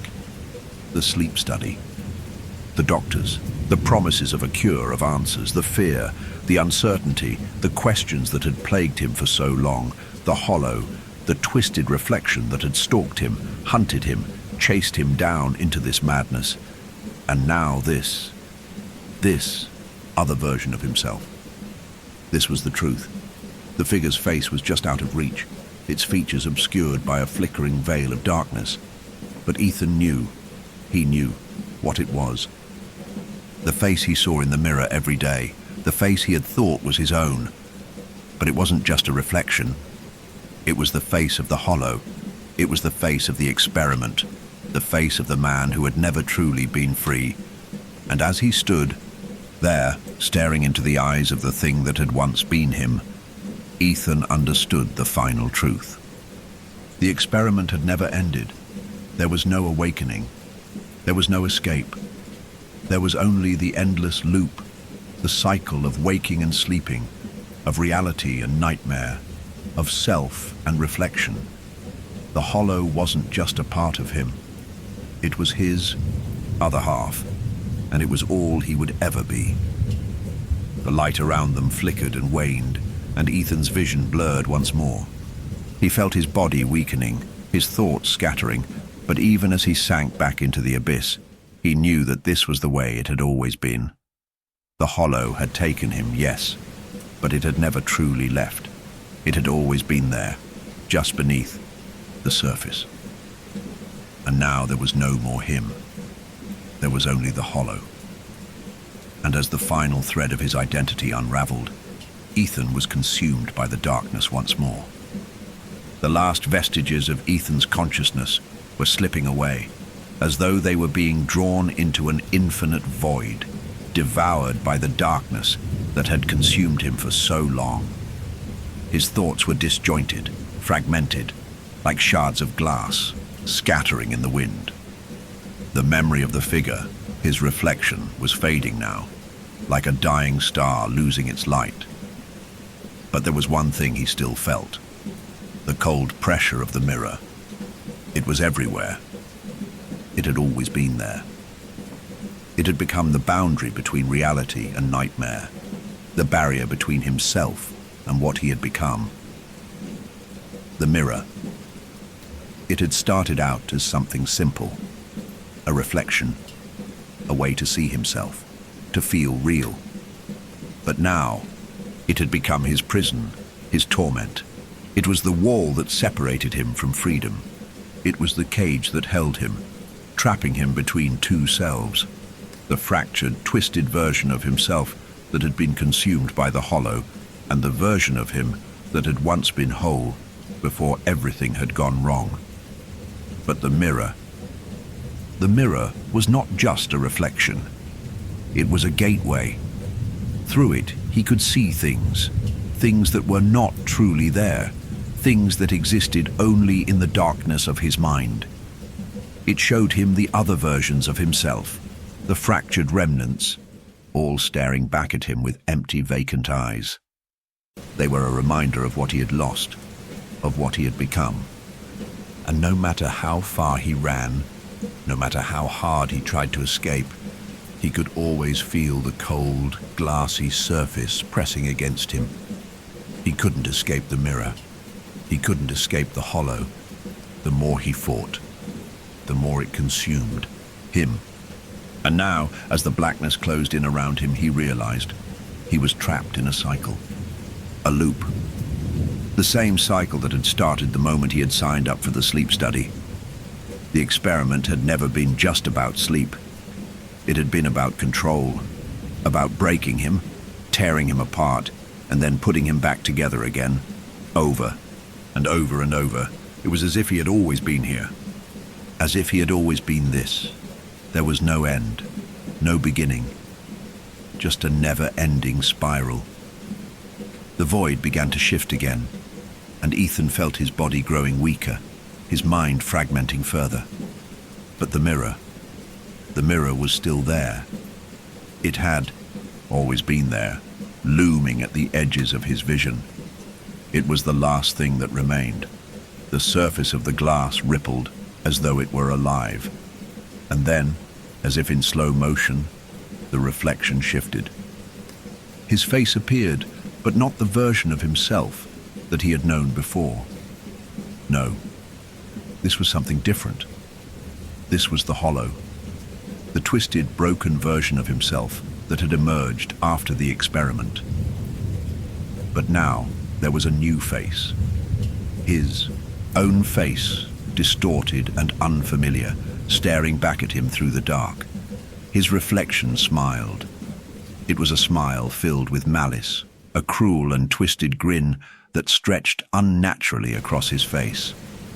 The eyes in the reflection were black pits, empty and hollow, staring into his very soul. Ethan tried to scream, but no sound came from his mouth. The reflection in the glass was speaking, but the words didn't make sense. They were a twisted chorus, a maddening jumble of whispers and laughter echoing around him, filling his mind with despair. You're already gone. You're already here. You're already... me. The words blurred into an incoherent mess, and Ethan felt his body shudder as the mirror's surface rippled once again. It was as though it were reaching for him, pulling him into its depths. The coldness, the emptiness, it pressed against him like a physical weight, crushing him from all sides. He stumbled backward, his legs shaking beneath him, but there was no escape. The darkness surrounded him, suffocating him, drowning him in its endless, oppressive nothingness. And the mirror, it was the darkness now. It was part of him, part of everything. A reflection of the hollow, a reflection of himself. The reflection in the glass began to distort, twisting and warping, becoming something unrecognizable. The smile remained, but now it was a grotesque, unnatural thing, a mockery of life itself. The eyes, those empty, hollow eyes, stared back at him unblinking. And then, for a moment, Ethan thought he saw something else in the reflection, something he hadn't noticed before. He wasn't alone. Behind the reflection, just in the periphery of his vision, he saw it. Another figure, a shadow, a silhouette standing in the dark. It wasn't just a part of the mirror. It was something else. Ethan's breath caught in his throat. The figure was moving, slowly, deliberately, as though it had all the time in the world. And then it stepped forward, emerging from the shadows, into the reflection. It was the figure of the hollow. The twisted, broken version of himself that had watched him from the corners of his mind, from the farthest reaches of the dark. But there was something else about it. Something wrong. It wasn't just a shadow anymore. It was a presence. A living, breathing thing that existed beyond the glass, a thing that was connected to him in ways he couldn't understand. And then the hollow spoke. But this time, it wasn't in words. No, this was something worse. It was an echo. It spoke with 1,000 voices, all at once, each one overlapping the other, drowning out everything else. You are never free. The words rippled through him, sinking deep into his chest. His heart seemed to skip a beat, the air in his lungs gone, stolen by the weight of those words. You will never leave the mirror. You will never leave the hollow. You have always been. Here. You always will be. Ethan's vision blurred as the reflection began to shift again. This time, it wasn't his face that stared back at him. No. This time, it was the face of the hollow. The twisted version of himself. The smile, the black eyes, the emptiness. It was him, but not him. A thing that wore his skin. A thing that had always been there, just waiting for the moment when he would finally break. He tried to move. He tried to escape. But the mirror had him now. There was no way out. The glass rippled again, and suddenly he was no longer standing in the darkness. He was inside the mirror. He could see it all now. The endless reflections stretching out before him, one after the other. There was no escape. No way to wake up. He was trapped in the hollow, and it would always be his face that stared back at him. Ethan reached out, his hand trembling as he touched the surface of the glass. It was cold, unyielding. And then, as the reflection of himself, the hollow, took another step forward, he realized the truth. He was the reflection. He had always been the reflection. And the mirror. It was never meant to show him who he was. It was meant to show him who he was becoming, the hollow. And in that moment, Ethan understood. There would be no waking, no end, only the infinite return. He was the experiment. He was the mirror. And now, the hollow would be his forever. You're deep into the story now, and the horrors are only escalating. If you're still with us, don't forget to like and subscribe. Tell us where you're listening from in the comments. Who else is staying up late to face this nightmare? Settle in. The terror continues. Story 2. The morning had come quietly, its presence marked only by the faint rays of early sunlight creeping through the drawn curtains. The air in the hotel room was still and stale, carrying the muffled sounds of the city outside. A distant hum of traffic. The low murmur of voices in the hallway and the occasional clink of keys against metal from the front desk were the only sounds that had disturbed the peaceful stillness. In his bed, Michael blinked against the light filtering, groggy and disoriented. The events of the previous night had been a blur. Dinner in the hotel's restaurant, a few drinks, a conversation with the bartender about some local ghost stories, a book he'd been reading, the faint sound of the hotel's aging HVAC system, working hard to fight against the chill of the autumn air. Then sleep. At first, there was no indication that anything was unusual. But as Michael sat up, rubbing his eyes to clear the remnants of sleep, he felt a slight unease slither through him like a cold whisper that brushed against his neck, uninvited. The room looked unchanged, yet something was subtly wrong. He blinked again, trying to focus. His mind, still wrapped in the fog of sleep, fought against the sensation that there was something different in the room. The same vintage furniture, the wooden bed frame with its soft patterned comforter, the old-fashioned nightstands, and the heavy curtains that matched the luxurious drapes. But something had shifted in the air, something that wasn't easily defined but that demanded attention. It wasn't until his gaze landed on the far corner of the room that his senses suddenly sharpened. There, just beyond the armchair near the window, was a new door. A door that hadn't been there before. For a long moment, Michael sat frozen. His brain struggled to piece the puzzle together. He had checked the room thoroughly upon arrival. The door to the bathroom, the closet, the small storage area in the corner. But this was new. The door, half hidden by the faint shadow cast by the armchair, seemed to have appeared out of nowhere. It was a simple door, made of dark wood with faint scratches along its surface, as though it had been pushed open and closed countless times over the years. It didn't have the same ornate finish as the room's other doors, but it didn't stand out in a way that would suggest it was foreign to the room either. It blended in, almost as if it were always there, waiting for him to notice. Michael's heart thudded, and his palms grew slightly damp.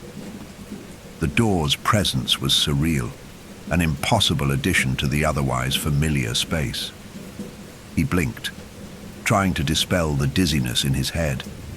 It had to be a mistake. Maybe he was still in a dream, or he was half dazed from the sleep that had only just begun to lift from his senses. He rubbed his eyes again, sat up straighter, and squinted. Still there.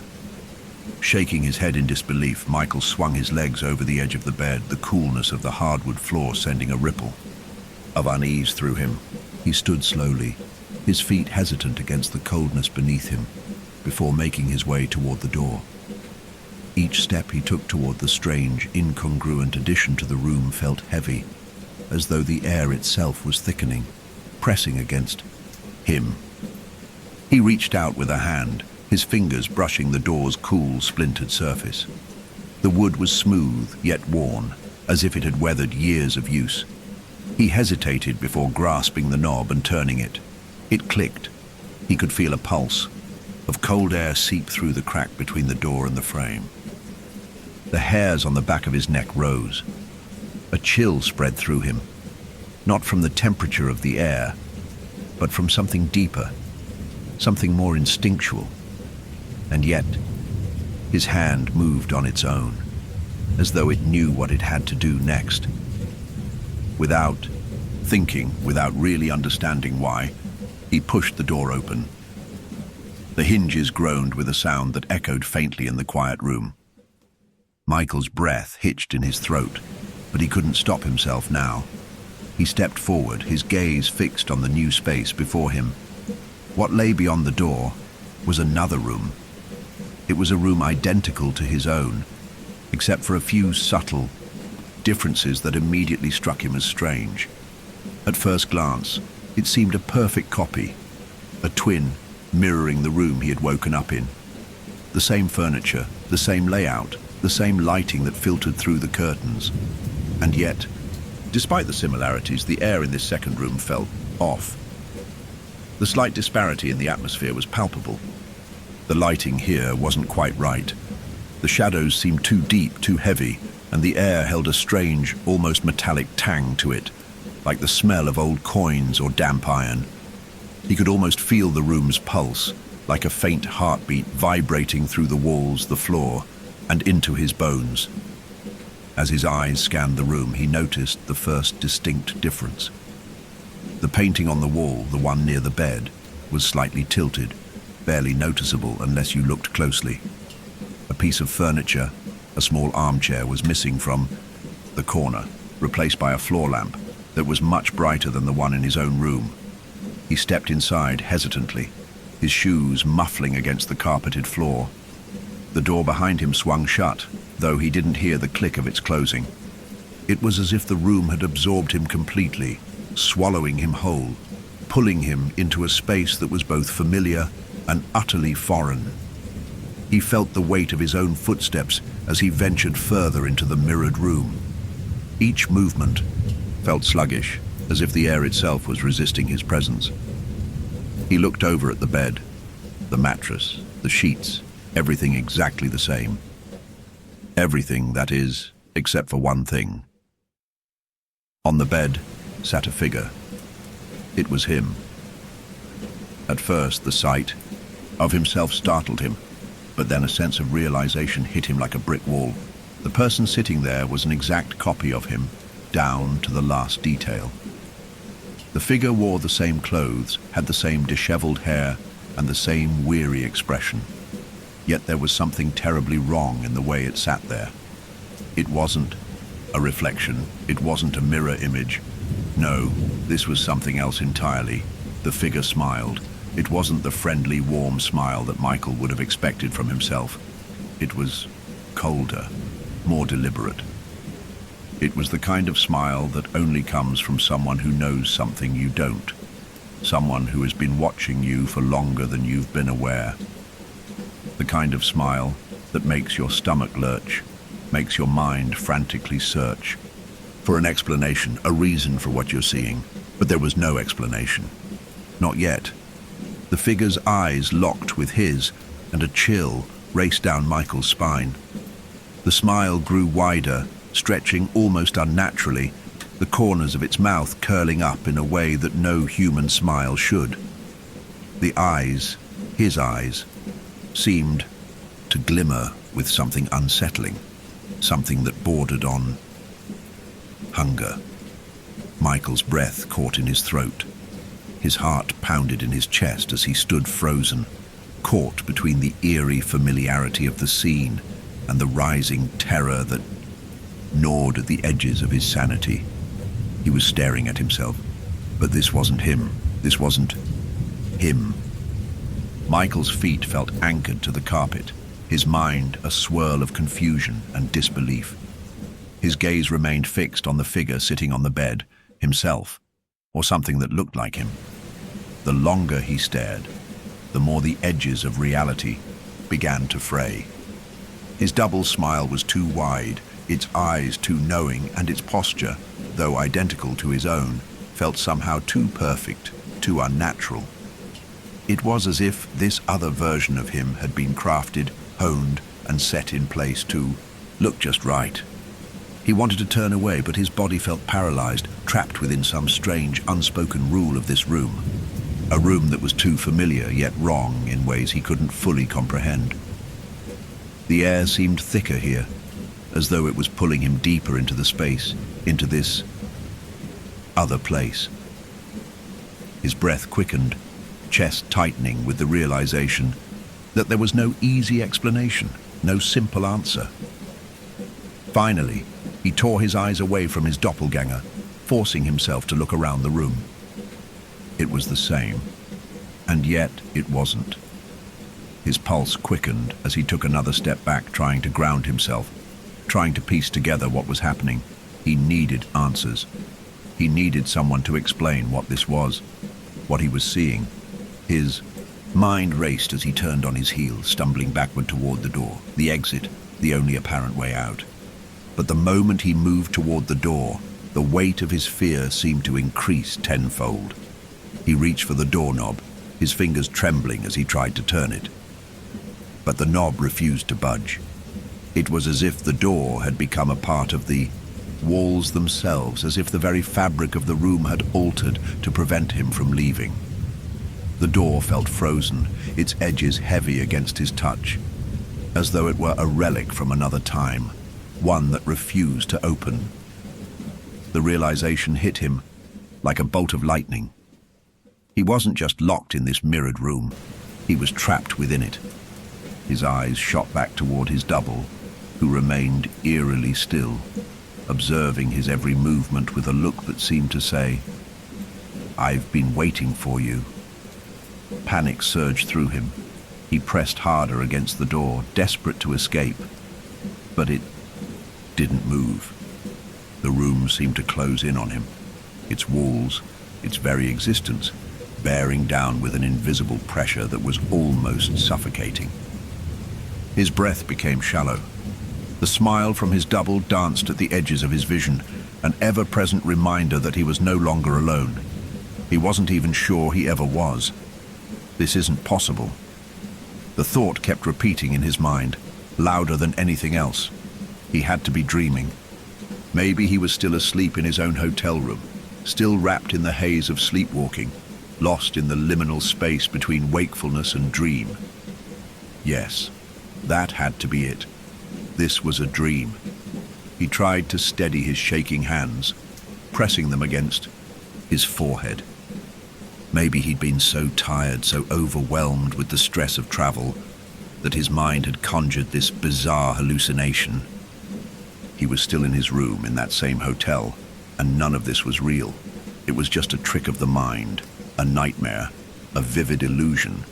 But when he opened his eyes again, the figure on the bed hadn't moved. It hadn't shifted, hadn't flickered, like a mirage in the haze of his half-consciousness. It was there, fully present in front of him, unyielding in its unnerving stillness. His heart thudded harder in his chest, his mind flailing for a rational explanation. The room was too solid, too real. It couldn't just be a trick, and the air, heavy with an odd tension, didn't feel like any dream he'd ever had. There was a weight to it, a visceral thickness that pressed against his skin, reminding him that the world around him was too tangible to be anything other than real. Desperately, he turned away from the door and glanced around the rest of the room. Everything was still the same, except for those small, insignificant details that seemed to scream out of place. The tilted painting, the strange absence of the armchair. Even the light seemed off. It wasn't the same soft, golden glow that his room had. It was colder here, harsher, unnatural. And the shadows stretched too far, too deep, as if they didn't belong in this space. As if the room were trying to hold something back, something that shouldn't be there. He was losing his grip. His mind teetered dangerously on the edge of panic. His breath came in ragged bursts as he backed away from the door, eyes darting between the mirrored space and his strange doppelganger. He could feel his sanity slipping, his perception fraying at the edges. His reality, everything that had felt solid and grounded just moments ago, was now warping in ways he couldn't understand.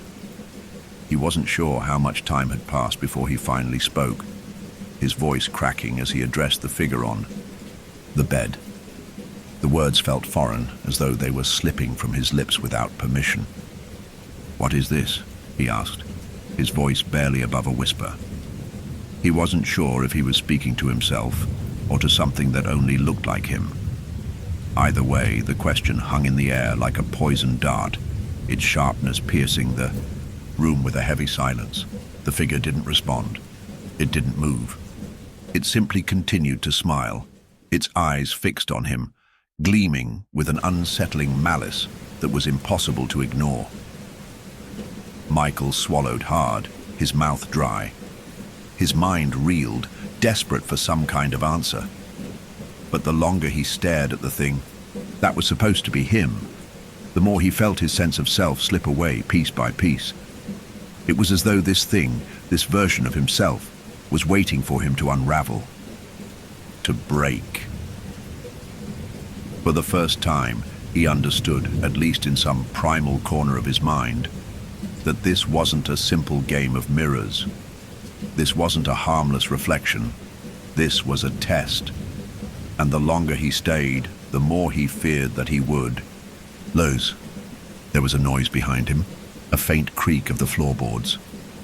He spun around, heart racing, but there was no one there, and yet the weight in the air grew heavier, suffocating.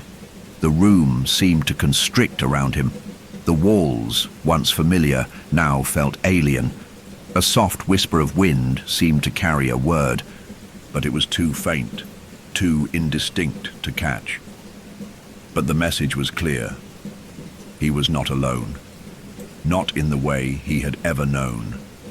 And this room, this place, was not a part of the world he had known.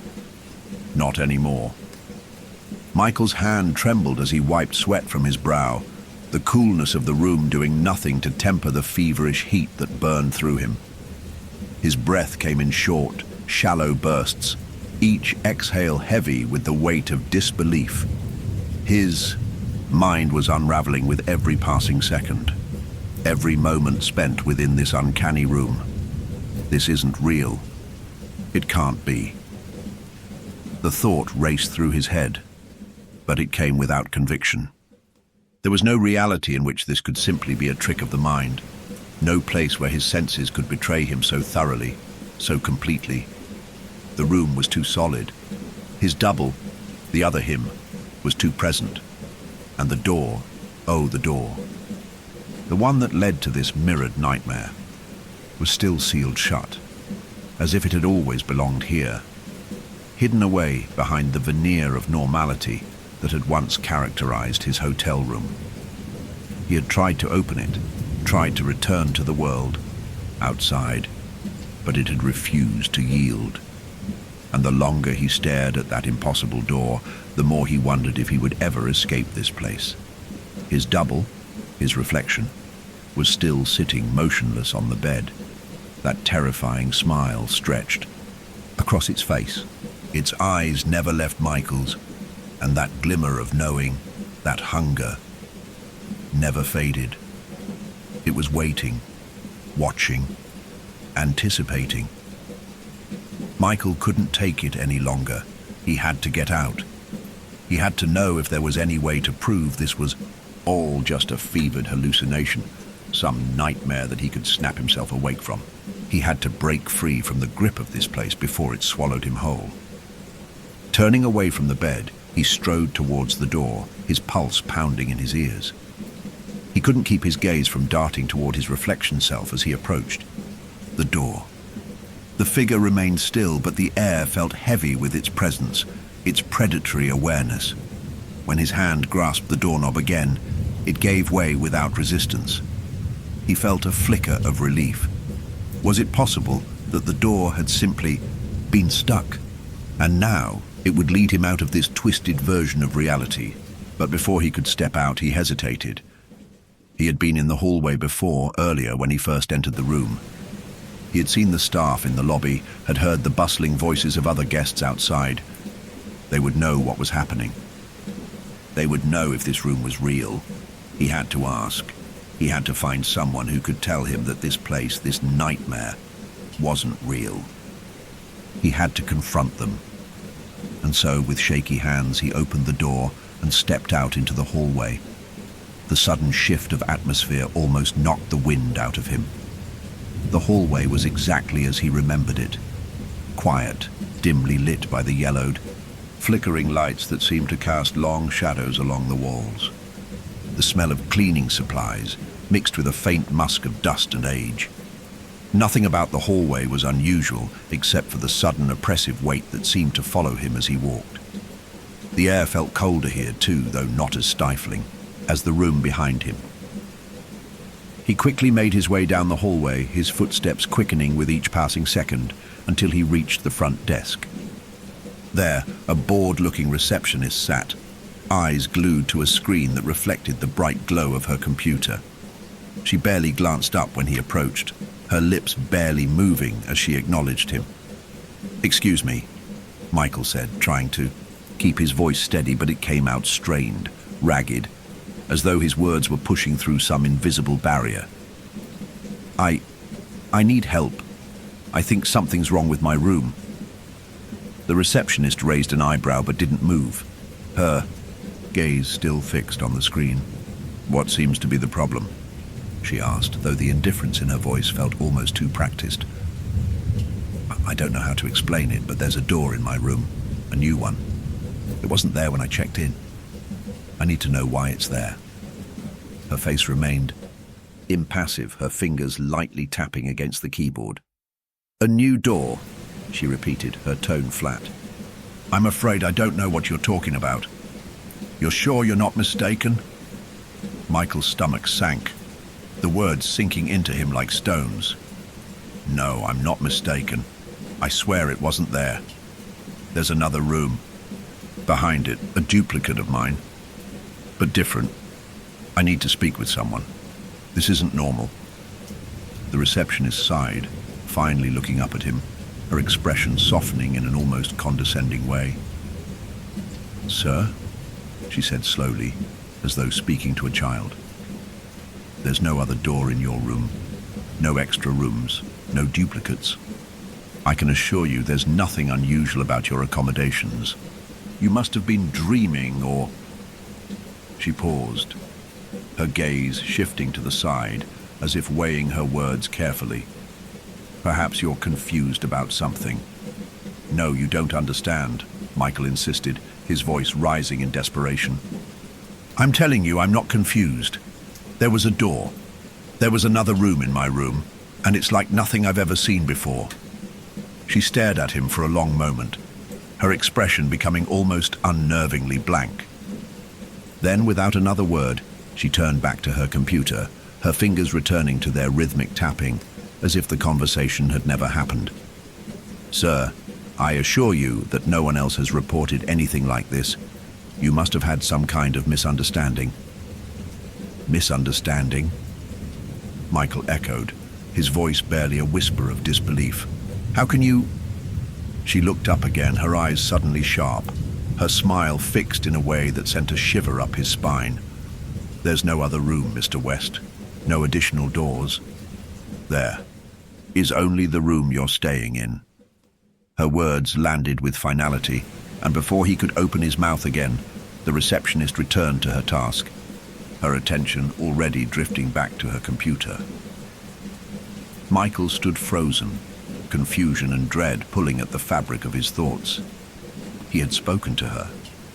He had tried to explain, to get someone to listen, but it was as if he were invisible, as if nothing he said mattered, as if the door, the room, the doppelganger sitting on the bed, none of it existed beyond the threshold of his own mind. His mind reeled. How could she not know? How could she be so certain that there was no other door, no other room? He had seen it. He had felt it. The cold of the metal doorknob, the weight of the walls closing in around him. He wasn't crazy. He couldn't be. But then again, who would believe him? He turned on his heel and left the front desk, walking in a daze back down the hallway, each step heavier than the last. His heart hammered against his ribs, his pulse rang in his ears. The hallway stretched longer, its dim lights flickering as though mocking him. He needed to return to his room, to confront whatever was waiting there. But as he approached the door, the feeling of isolation grew. Something was wrong here. Something was terribly wrong, and deep in his gut, he knew no one would ever believe him. No one was going to help him. Michael stood frozen outside his hotel room door, his hand still lingering on the doorknob. His pulse throbbed in his throat as the unsettling truth began to crystallize in his mind. The receptionist's denial still echoed in his thoughts, her smooth, practiced assurances cutting through the fog of his fear, each word like a cold, relentless wave eroding any shred of certainty he had left. He had tried to explain. He had tried to make them understand. But the staff, the hotel, they didn't see what he saw. They didn't feel what he felt. And now, in the silence of the hallway with the weight of this place bearing down on him, Michael couldn't shake the feeling that something had shifted while he was gone.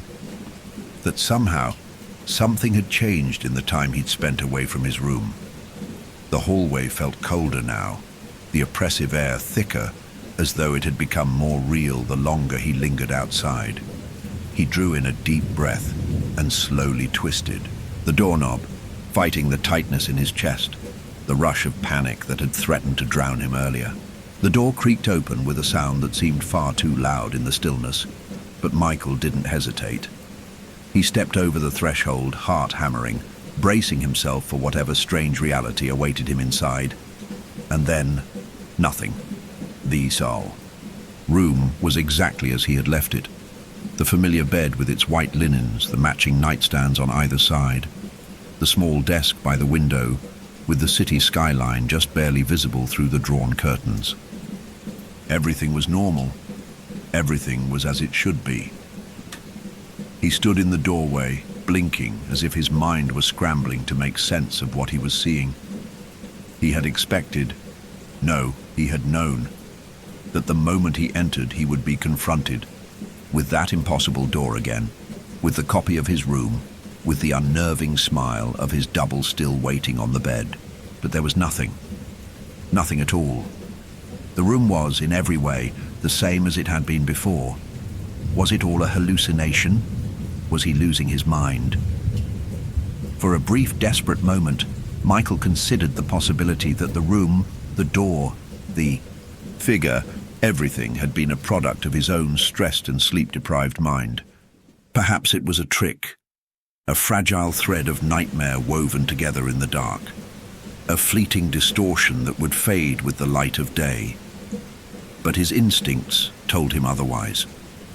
His body, still trembling with the ghost of fear, knew that something more was at play. He could feel it, that gnawing sensation, that creeping wrongness that seemed to hang in the air like smoke. He stepped fully into the room, his eyes scanning every corner. Nothing seemed out of place. There were no signs that anything had changed. No new door, no hidden passage, no other room behind the walls. But there was still that feeling, that presence that refused to leave him. He walked deeper into the room, his feet light against the carpet, eyes darting toward the bed. It was perfectly made. The covers were smooth, tucked in at the edges as though the room had been untouched for hours. And then he noticed something. On the edge of the bed, a faint imprint in the blanket, a shape that seemed to be the result of someone having sat there recently. The sheets were slightly crumpled, as though something had disturbed them. The air grew heavier around him. No one had been here, he thought. No one could have been here. I've been away. I've been standing in that hallway for, I don't know how long. A cold chill crept up his spine. He was alone in the room, wasn't he? He hadn't seen anyone when he came in. There had been no other figure, no trace of anything out of place. But why the imprint? It was subtle. Just a slight indentation of the bedspread, barely visible to the naked eye. He knelt down to get a closer look, the hairs on the back of his neck prickling as he examined the faint depression, and then his breath caught in his throat. There was something else there, something he hadn't noticed before. A faint, irregular mark, as though a fingerprint had pressed into the soft fabric of the blanket. But the print wasn't the shape of a finger. It was more like a handprint, the faint outline of a hand, but too large for his own, stretching across the blanket in a way that seemed both deliberate and entirely wrong. It wasn't just a fingerprint, it was a stain, a shadow, a ghost left behind by something unseen. The room, the space around him, felt too still, too quiet. It's not real, it can't be. Michael staggered back, suddenly breathless, as his mind tried to process the meaning of the mark. The room around him had returned to its original state, hadn't it? Hadn't it? But then, why was the imprint there? Why did it look so fresh? He hadn't touched the bed. No one had been in here. No one. The silence stretched around him, wrapping him in its suffocating grip. He could feel the walls, the space itself closing in, pressing against his ribs, pushing him towards something he couldn't escape. And as he glanced back at the bed, the unease he'd felt before began to swell into something more dangerous. He wasn't alone. He hadn't been alone. And then he heard it. A soft, almost imperceptible sound, a creak. The bed, the mattress, something shifting. Michael whipped his head toward the bed, his breath catching in his throat. His heart hammered painfully against his chest. And there it was again, a faint shift of the sheets, a figure no longer motionless. His reflection. No, not his reflection. It wasn't a mirror. It was something else. The same figure, the same face. But the smile was gone now, replaced by something far darker, far more insidious. The figure, his double, was sitting on the bed. It turned its head slowly, its eyes locking with Michael's with an almost unnatural precision. its lips pulled back, not in a smile, but in a thin, predatory line. A silent greeting, a knowing, and then it spoke. "Welcome back, Michael." The voice, it was his own, or something that sounded like it, but it was wrong. It was distorted, hollow, a mockery of his own tone. Michael's legs gave way beneath him. He collapsed against the bed, his mind swirling, the weight of what he was seeing pressing down on him like an unbearable weight. How are you here?" Michael choked out, his voice barely above a whisper, the words feeling foreign in his mouth. How is this possible? The figure didn't answer. It simply sat there, watching him, its gaze never leaving him for a second. And Michael knew, with a horrible certainty, that this thing, this version of him, wasn't just a reflection. It wasn't some trick of the mind or a dream. It had come from somewhere else, somewhere deeper, somewhere he could never have imagined. The room, once so familiar, now felt alien. And in that moment, Michael realized with growing terror that this room wasn't his anymore. It belonged to the other version of him, and that version was no longer content to wait. It was ready to claim what it had come for. The room seemed to close in on Michael as the figure on the bed continued to watch him, its eyes locked with his in an unblinking stare that felt like a vice tightening around his chest. His throat went dry, and the air grew thick, heavier with each passing second. It wasn't just the chill in the room that made it suffocating.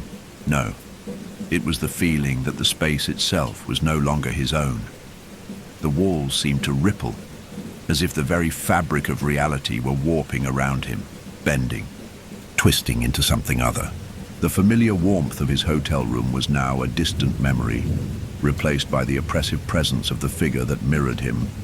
The figure, his reflection, sat perfectly still, its face expressionless, but its eyes filled with an unsettling, predatory hunger. It no longer smiled, but there was something about the way it sat there, poised, that made Michael feel small, insignificant, as if he were the one out of place, as if he didn't belong in this room anymore. A pulse of cold air swept across the room, raising goosebumps on his arms. The quiet hum of the building seemed to fade into a low, distorted buzz, like the sound of something far away, a hum that threatened to drown out everything else. Michael's breaths became shallow, his heartbeat quickening with every thud against his chest. The figure on the bed did not move. It didn't need to. It simply sat there, watching, waiting. Michael took a hesitant step backward, his feet unsteady, like he was walking through a nightmare where nothing made sense. But no matter how far he moved, the figure's eyes never left him, its gaze unwavering, as if it could follow his every move with an unsettling precision. The fear inside him swelled, his mind scrambling for a way to make sense of what was happening. But no explanation came, no rational answer. You're not real," Michael whispered, though even as he spoke, he wasn't sure if he believed his own words. The figure's eyes flickered, as if considering his words carefully, and then, without moving, its lips curled into that smile again. The smile that had haunted him ever since he first saw it. But this time, the smile was wider, darker. It stretched unnaturally, like a crack in a facade, revealing something far more sinister beneath. "You don't belong here," the figure said, its voice like a shadow, his own voice, but twisted, hollow, as if it were being pulled from deep within the ground, from somewhere far beneath him, somewhere where light couldn't reach. The voice echoed in his mind, reverberating against the walls of the room. Michael staggered back, his heart hammering against his ribcage. "What do you mean? What are you? Who are you?" His words tumbled out in a frantic rush, but there was no answer. Only that smile, that dreadful, knowing smile that sent a wave of nausea crashing over him.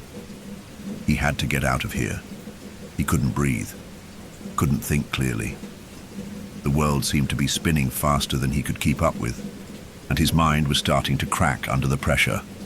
The figure on the bed tilted its head, as if considering his desperation. "I am you, Michael, but I am more." Its voice dropped lower, and the words dripped with something dangerous, something ancient and hungry.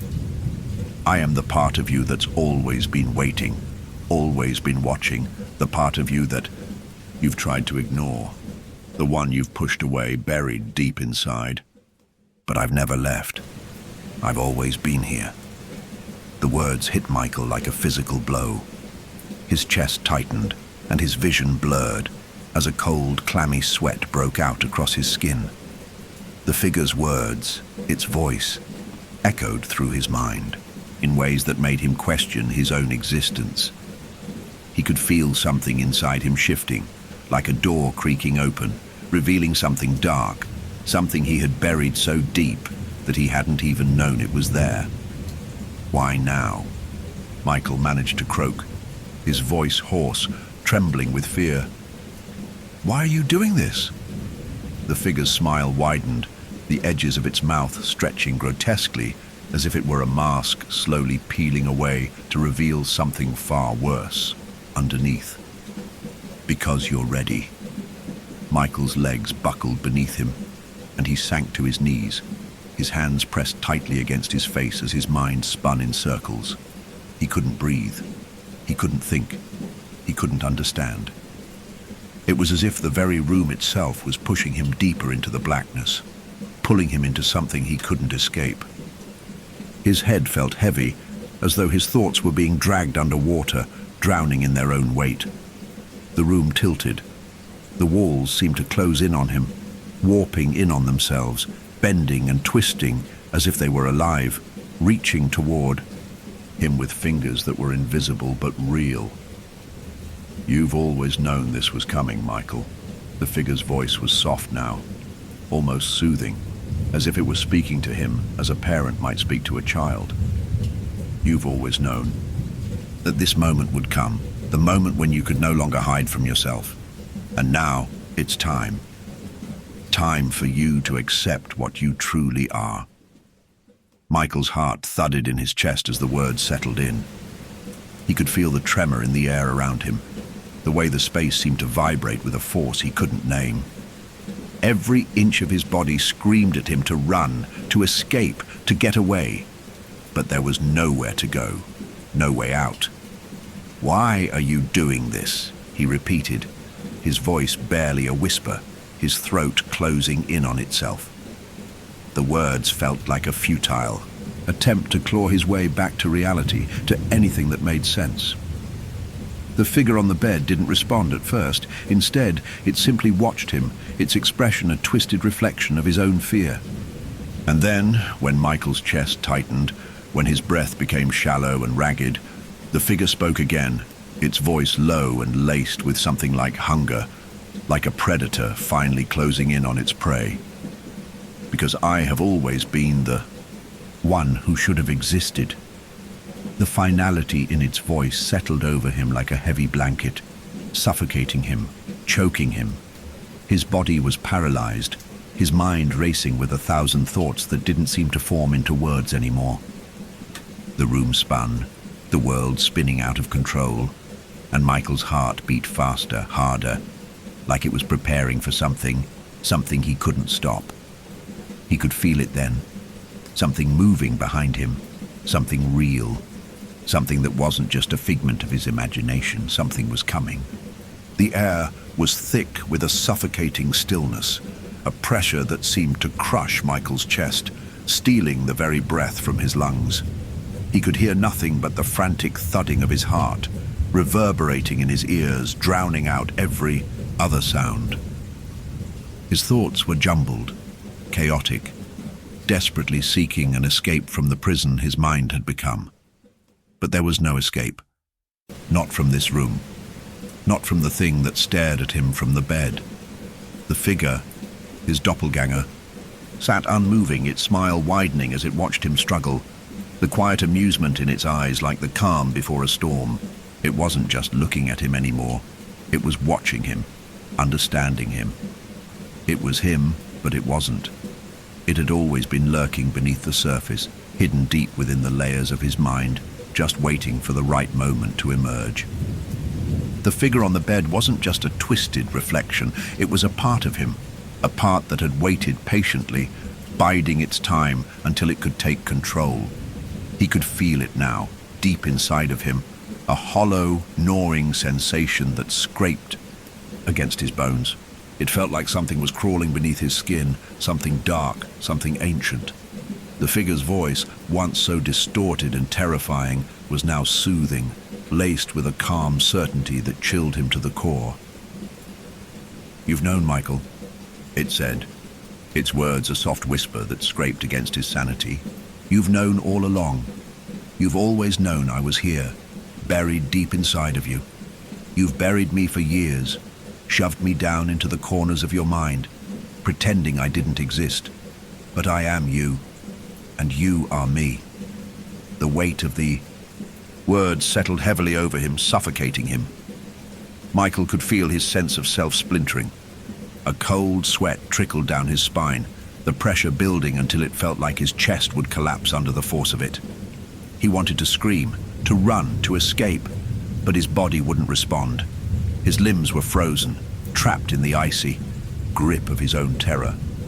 The figure's grin spread wider, its eyes gleaming with that same predatory hunger. "You've been trying to outrun me your whole life, hiding from what you are. But it's too late now. I'm real, Michael. I'm the part of you that's been hiding, the part you tried to lock away. But now, it's time for me to take what's mine." Michael's stomach twisted, his thoughts swirling in a chaotic mess. He could feel the walls of the room warping again, the air thickening, the very space around him distorting as if the room were alive, breathing, pulsating, with something dark and ancient. The figure was right. It was all starting to make sense. The door, the strange imprint on the bed, the mirror room, the duplications of his own life, everything had been leading up to this. This was no accident. This was no hallucination. It was fate. The room felt impossibly small, the walls pressing in, closing off every possible exit, suffocating him as if the space itself were intent on trapping him here, forever. His reflection, the twisted version of himself, was not just a trick of the mind. It was real, and it had come to claim him. "You can't escape me," the figure murmured, as if reading his thoughts. It shifted slightly on the bed, its movements languid, deliberate. "I've always been here, Michael. Always. You just couldn't see me until now." Michael's breath caught in his throat as the figure stood slowly, its eyes never leaving his. The smile remained, but now it was less friendly, more knowing, more hungry. The figure took a step toward him, its movements impossibly smooth as though it was gliding through the air. "You've always tried to keep me locked away," it continued, its voice dripping with a cold amusement. "But now you'll understand. You'll understand that you were never the one in control. I was always the one waiting to take what was mine." The figure reached out a hand, slow and deliberate, its fingers stretching toward Michael's face. As it moved closer, Michael could feel the air growing heavier, colder, a coldness that seeped into his very soul, making his skin crawl, his blood run cold. The room seemed to pulse with that same dark energy, as if the very walls themselves were breathing with the figure. "No," Michael gasped, backing away, his legs buckling beneath him. He stumbled, unable to move quickly enough. His mind screamed at him to run, but there was nowhere to run. The walls had become his cage, or a mere illusion. The figure's outstretched hand seemed to reach for him faster than he could comprehend. "I've waited long enough," the figure whispered, its voice now barely a breath. "And now you'll finally understand." Michael's eyes widened in horror as the figure's hand touched his skin. The coldness shot through him deeper than anything he had ever felt, as if his very essence were being pulled from his body, piece by piece. His vision swam, his head spinning, as the room around him blurred and twisted. He could feel the darkness creeping into the edges of his mind, clouding his thoughts, overwhelming his senses. And then it hit him. The figure, his double, wasn't just trying to replace him. It was trying to consume him. It wasn't just a part of him. It was taking everything he was, everything he had ever been, and absorbing it into itself. Michael's body trembled as the reality of what was happening sank in, the weight of the terror too much for him to bear. The room, the walls, the bed, everything seemed to bend and shift. The air thickened, pressing down on him like 1,000 tons of stone. He couldn't breathe, couldn't think, couldn't move. "No, please," Michael choked out. But the words barely left his lips, swallowed up by the overwhelming darkness that was now filling every inch of the room. His reflection, it was him, the part of him that he had ignored, the part of him that he had tried to lock away. And now, that part was claiming what was rightfully its. The figure's eyes gleamed as it absorbed him, its smile widening as it took in every inch of Michael's soul, pulling him deeper into the abyss. There was no escape now. Michael felt himself slipping, his consciousness fading, his very essence being drained away. He had no control anymore. And as the room around him spun into nothingness, Michael realized with a heart-stopping finality, he had never been the one in control. The figure, his reflection, had always been waiting. And now it had finally won. Michael's world had ceased to exist. The weight of the void crushed against his chest, and his limbs felt weightless, as though his body had dissolved into the very air around him. His mind was fractured, splintering like glass, each shard of thought cutting deeper into the blackened corners of his awareness. Time itself had abandoned him, slipping away into the endless chasm that now swallowed everything whole. There was no room, no walls, no bed, no figure watching from the shadows. Only the suffocating emptiness of a space that was both nowhere and everywhere. And yet in that darkness, something stirred, something familiar. A flash, a flicker of memory. It was fleeting, like the distant echo of a long-lost dream. Michael blinked, if he could still blink, if he still had a body, and felt a pulse, an ache, deep within his chest. For a moment, he could remember. But the memory was already slipping away again, like water through his fingers. Images, faces, places. He saw himself standing in a room that wasn't quite his hotel room, yet it felt so familiar. It had that same soft, muted light filtering through heavy curtains, the same muted hum of the building. But everything was different now. The walls felt too close, the air too heavy. He could feel himself trapped inside it, like a fly caught in amber. There was a door. No, his door. The one that shouldn't have been there. And there, in the corner of the room, was the same imprint in the bed. The same absence of something that shouldn't be there. The shadow of someone that couldn't possibly exist. His reflection. But it wasn't a reflection anymore. The moment the realization hit, Michael felt a violent lurch in his mind, a tearing sensation that made him feel as if his very soul were being twisted in two. The room shifted again, spinning around him in a dizzying whirl of distorted colors and fractured thoughts. He could hear the faint whisper of his own voice, distant and distorted, as if it were being pulled from another world entirely. "I am you," the whisper said. It was faint, like a ghost of a memory, but it cut through him with the sharpness of truth. I have always been you. He was screaming now, though he couldn't feel his mouth move, couldn't remember how he had found the strength to cry out. The sound was drowned in the vastness of the void that surrounded him, swallowed whole by the crushing silence.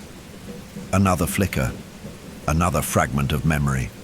His fingers, trembling, grasped at the edge of a table, something solid that felt so distant and so far away.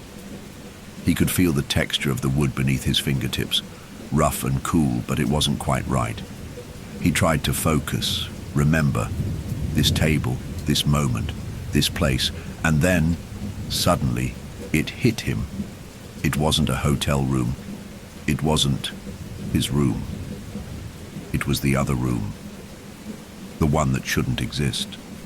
The one that had mirrored his every move, every breath, and every thought.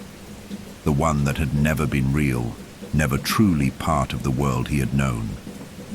The room had existed outside of time and space, locked in a place where the boundaries between his mind and the world blurred. But it wasn't just a room. It was a trap. He could hear it now, the low hum of something far beyond the room's walls.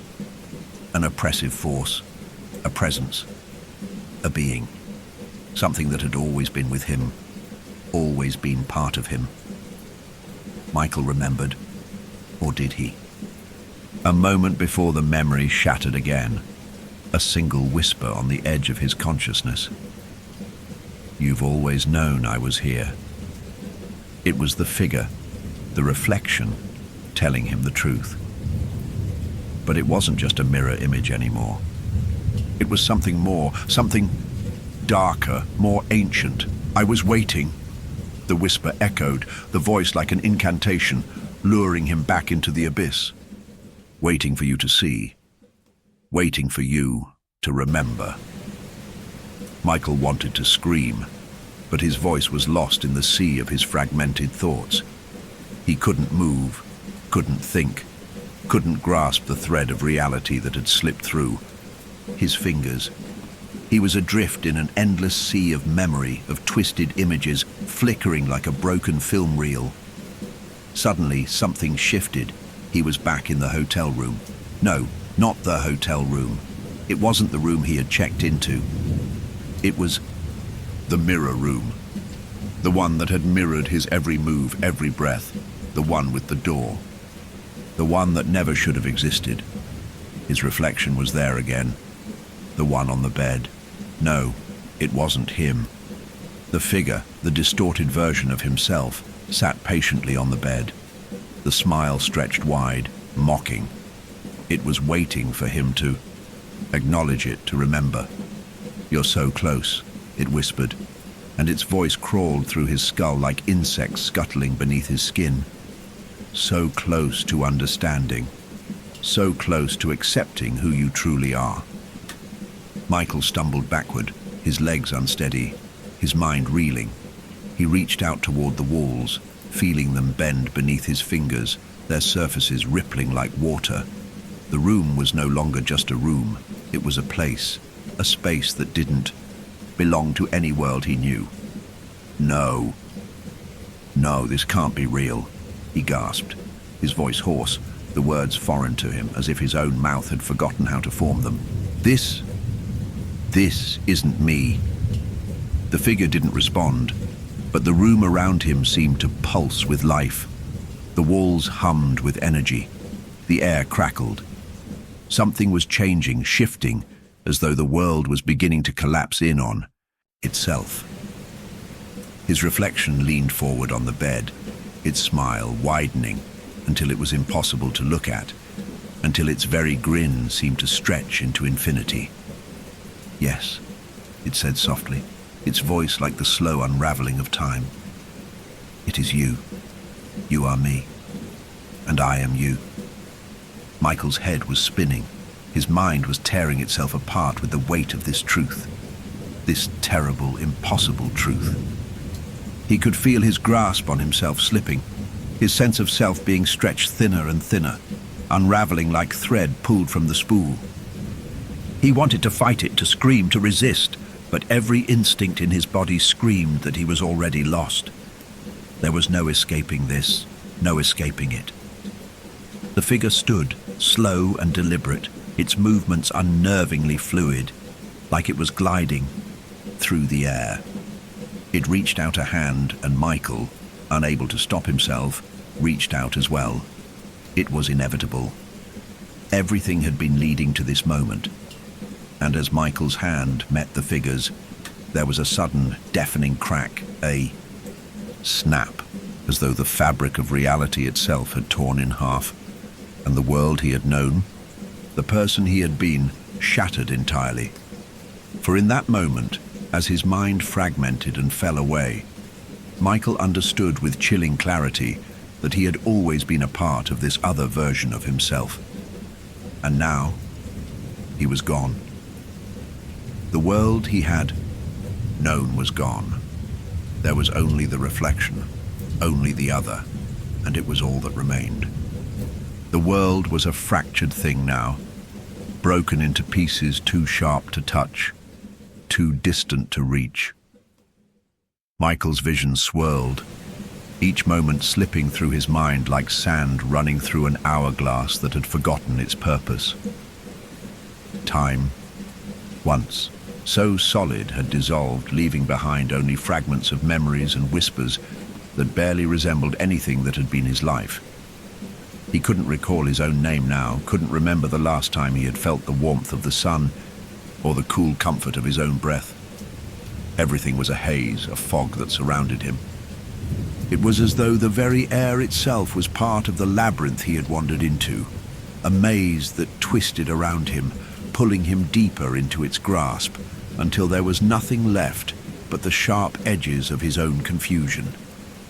But the presence of the figure, the reflection, it was always there, always just beyond the edge of his thoughts, waiting, watching.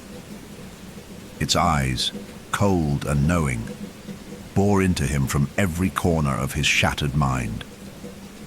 Michael wanted to scream, to tear himself free from whatever this was, whatever reality had become, but his body no longer responded the way it should. His limbs felt heavy, disconnected, like they belonged to someone else. The figure's voice echoed in his ears, low and soothing, wrapping around him like a whispered lullaby. "You've been waiting for this moment, Michael," it said, its voice smooth like velvet but sharp as a blade. It wrapped its words around him, tightening, drawing him in. "You've been waiting for me all your life, for me to return, to take back what is mine." Michael's heart thudded in his chest, each beat more desperate than the last. He had no idea where he was anymore. It didn't matter. Nothing mattered. He was nowhere, caught in a place between worlds, between thoughts, between realities. The room, no, it wasn't even a room now, shifted around him like an ocean of shadows, pulling him in every direction. The walls were gone, replaced by the darkness, endless and suffocating, yet somehow still familiar. The figure was closer now, its form shifting in and out of clarity, like a reflection in shattered glass. It was him, and yet not him. No, Michael thought, his mind desperately trying to hold on to whatever thread of sanity remained. This can't be real. "Oh, but it is," the figure whispered. "It always has been." Michael recoiled, his mind rebelling against the reality that was, suffocating him. What do you want?" His voice was raw, barely a whisper, but it felt like a scream, a plea to some unseen force that might offer him an escape. The figure smiled, that twisted, unholy grin that stretched too far, as if it could never be fully contained. It stepped closer, its form becoming more solid, more defined with every step. There was no warmth to its presence, no compassion, only that hunger. "What I want, Michael," the figure said softly, its tone a quiet promise, "is everything. Everything that you've taken from me. All that I deserve. All that was always meant to be mine." Michael could feel the weight of the words, the suffocating pressure of their meaning. It wasn't just an invasion of his space anymore. It wasn't just about the room, the door, the shadowed figure sitting on the bed. It was about his life, his very essence being consumed. It was about the final severing of what had once been his reality. "I have waited," the figure continued, its voice soft but suffused with an unsettling finality. "Waited for you to understand. Waited for you to remember who you really are. And now that you know, now that you see me, now that you know that I am you, you can finally accept it." Michael staggered back, a flicker of clarity piercing through the fog of his fear. "No, I'm me. I'm me." He tried to say the words with conviction, but they sounded hollow in the air, like a plea rather than a statement. The figure's smile only deepened, its eyes darkening with a hunger too deep for words. "No, Michael, you never were, not really. You've been running from me, running from yourself for so long, hiding from what you are, but you can't escape anymore." Michael stumbled, his knees buckling beneath him, his mind spinning in chaotic spirals. He couldn't breathe. The room, if it could even be called a room anymore, closed in on him, its edges shifting like liquid, forming walls and shapes and shadows that were never quite real. "You're not me," Michael screamed, the words torn from his throat. "You're a monster, a twisted version of me." The figure tilted its head, as if considering his words. The smile never left its face. "I am no monster," it said gently, almost lovingly. "But perhaps you are. Perhaps I am the part of you that you tried so hard to repress. The part of you that refused to accept the truth. I am the real you, Michael. The part of you that lives in the shadows, the part that you've ignored, rejected, and buried. But now, you can't escape me." Michael's heart pounded in his chest. He was gasping for breath, choking on the weight of the figure's words. His mind screamed, but there was nothing left to hold on to, no solid ground beneath his feet. "You've been pretending," the figure continued, its voice dark and sweet, like honey laced with poison. "Pretending that you are someone else, someone better. But you've always known the truth, Michael, and now you have the choice." Michael's eyes snapped up to meet the figure's, dread settling like a stone in his stomach. "What choice?" he gasped. The figure's smile widened, but this time it wasn't just a grin. It was a promise. "You can choose to fight. You can fight for what little is left of yourself. But you won't win. You never could. The real question is, are you ready to accept who you truly are? Are you ready to join me?" The figure reached out a hand, its fingers curling toward Michael. Like a slow, inevitable tide, Michael recoiled, his mind racing. This was it. The moment he had been dreading. The moment where there was no turning back, no escape from this nightmare. "Fight?" The figure's voice was a low, mocking laugh, a sound that seemed to reverberate from deep within Michael's own chest. "You can fight all you want, Michael, but in the end, you will be me. We will be one." The figure's hand reached for him, its fingers curling into the very air around him, pulling him closer, suffocating him with its presence. He could feel it, a deep hunger in the pit of his stomach, something that wasn't just desire, it was need. Michael was shaking now, his entire body trembling with the weight of the decision before him. But deep in his chest, somewhere in the deepest recesses of his being, he knew there was no choice, no real escape. It was happening. He was losing himself. And the final offer, the final choice was being made. The world around Michael seemed to warp as the figure's outstretched hand hovered closer, its fingers moving with unnerving precision, as though time had slowed itself to allow him no escape. His heart raced, the frantic pounding in his chest, drowning out every thought, every rational word. His breath came in short, shallow bursts, and his limbs felt weak, as if the very air had thickened around him, pushing him down, forcing him into submission. His mind screamed for him to act, to fight, to do anything, but his body refused to cooperate, as if he were no longer in control of it. The figure's voice, a smooth, dripping melody, slithered through his mind, pulling him deeper into the labyrinth of his own unraveling thoughts. You've always known this was coming, Michael. The moment you would see the truth and be forced to confront it. You knew I was inside you, waiting, biding my time. And now I'm here. It took another step closer, and Michael could feel it in his bones. The suffocating presence of the figure. The feeling that something terrible, something far beyond his understanding, was pressing in on him from all sides.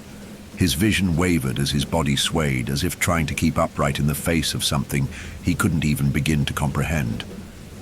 His world felt fragmented, reality splintering like a broken mirror, each reflection of himself growing further and further out of reach.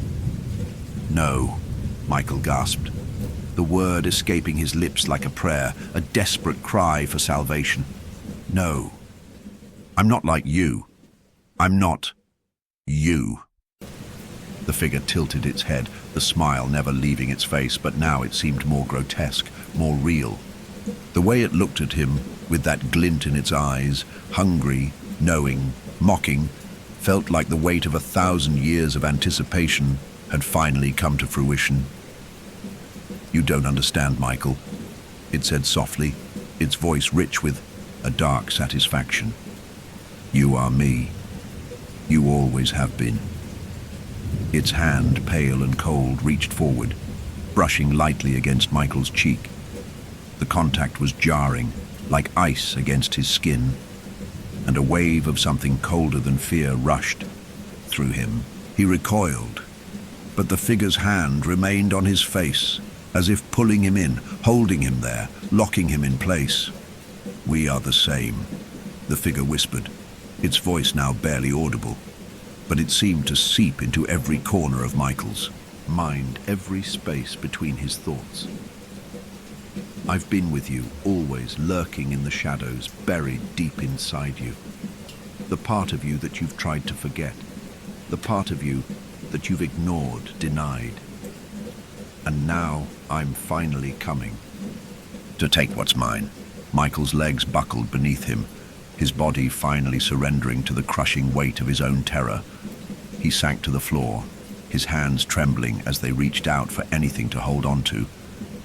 The floor beneath him felt slick, as if it were moving, shifting, pulling him into the darkness that loomed just beyond his awareness. Was it over? Was this the end? He couldn't fight anymore. He had never been able to fight. He had tried. Oh, how he had tried. But it wasn't enough. The walls were closing in. The figure was too powerful, too all-encompassing. You know it's true, the figure continued, its words now like a chant, a mantra that played over and over in Michael's head, pushing him to the brink of madness. I am the one who will take your place.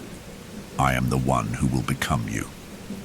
Michael's eyes darted wildly around the room, his mind spinning, but nothing made sense. The walls, the air, the very space around him were shifting. They were no longer static. They were living, breathing, like the room itself was alive, conscious. It was trying to swallow him whole.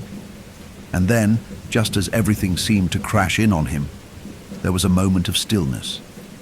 A silence that was so complete, so profound, that it felt like the universe itself had paused, waiting. His heart continued to beat loudly in his chest, but it felt disconnected from everything, like a sound that existed in another world. The figure leaned closer, its smile widening until Michael thought it might stretch off the edges of his vision. Its eyes, dark and unblinking, never left him. All you need to do is accept it, Michael. Embrace me. Become whole again. The figure's breath, cold as the grave, brushed against Michael's skin, sending a wave of icy dread through him. He could feel it now. Its presence was inside him, filling him up, pushing out the last remnants of himself, the last vestiges of his identity. It was happening. He could feel it, a strange, terrifying sensation rippling through his mind. His thoughts became foggy and distant, fragmented. The room around him flickered in and out of focus, like a television screen with a broken signal. There was no escape. But then, through the fog of his mind, through the crushing weight of the figure's presence, something inside Michael fought back. A spark, a whisper, a desperate cry from the deepest corner of his soul. He hadn't given up yet.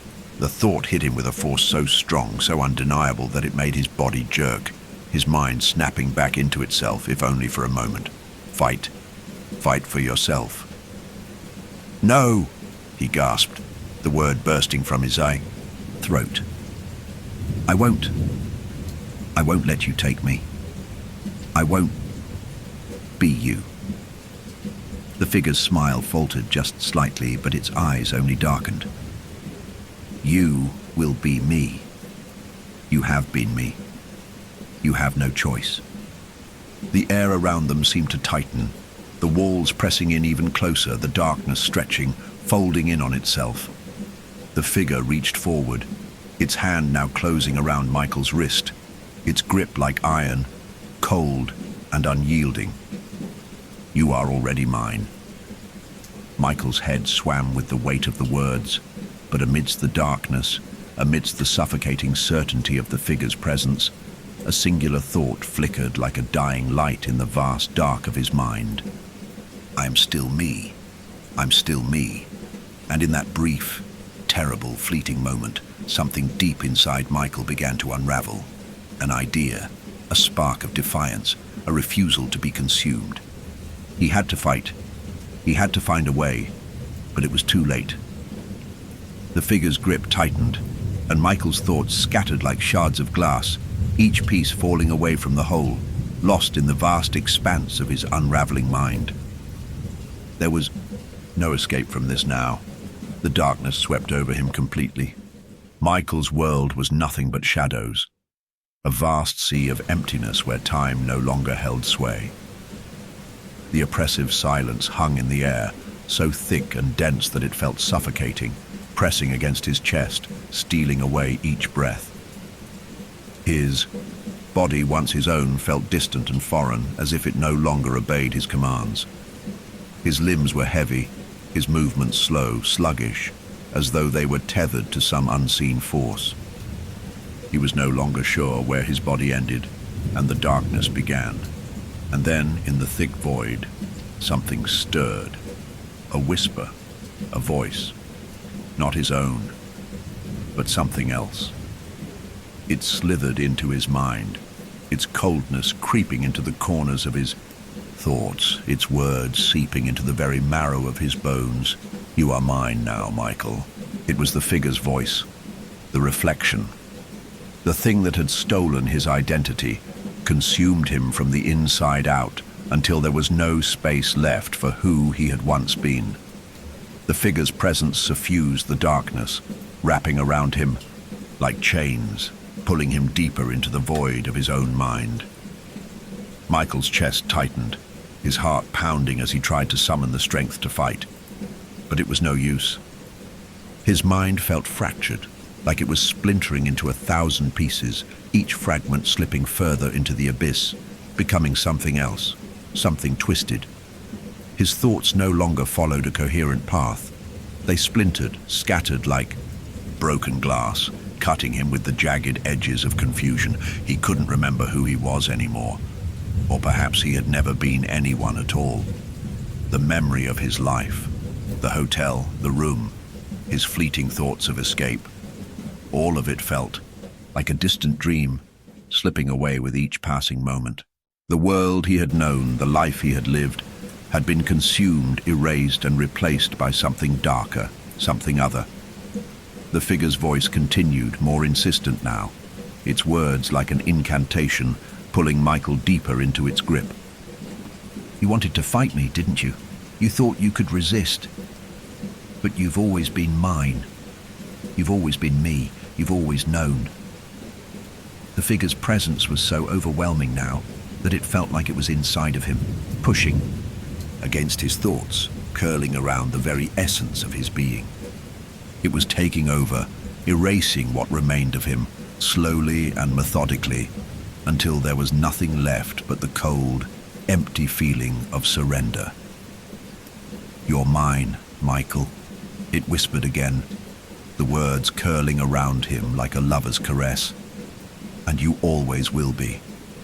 A ripple of panic flared in his chest, the last vestiges of his will rising up in a desperate plea for survival.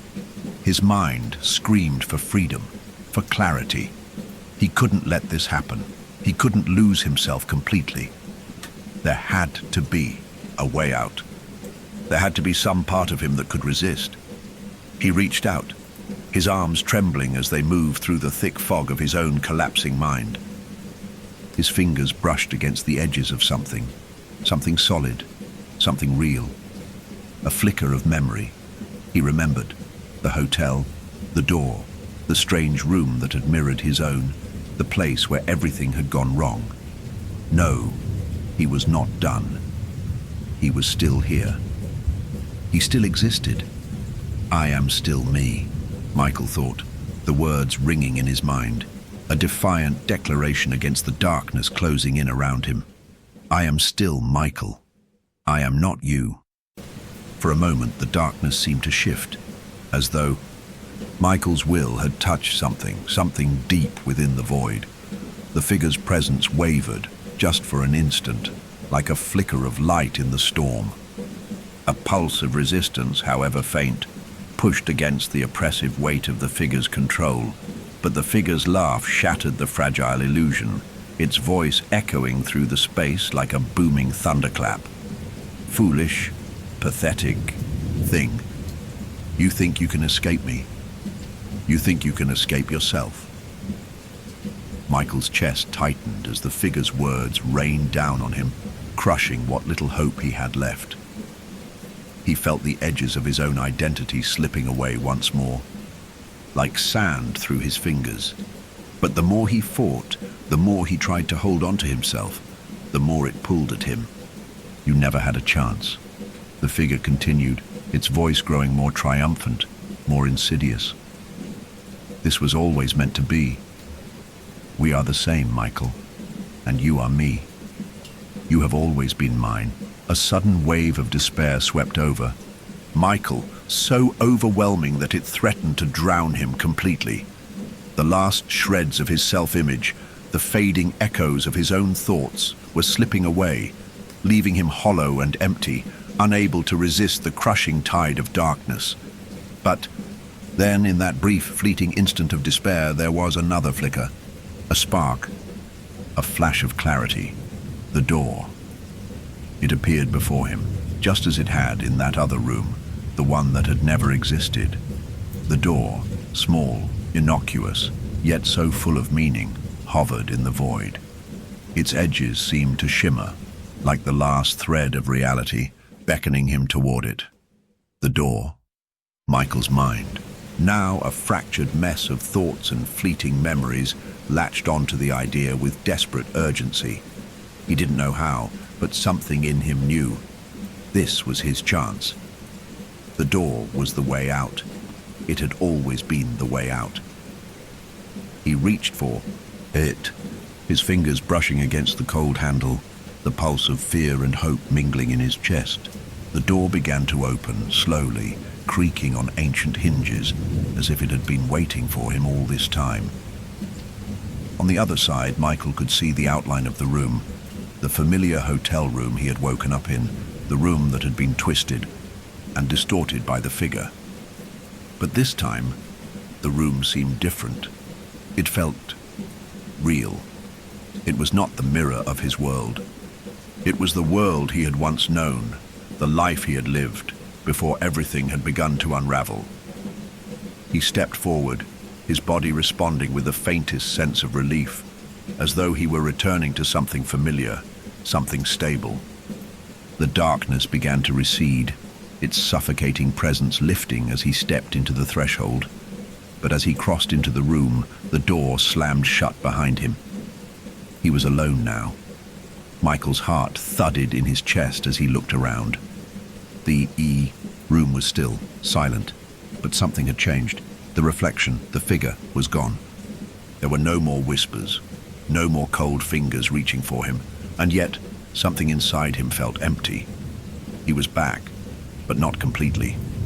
The room seemed real, but there was something wrong about it now, something unshakable.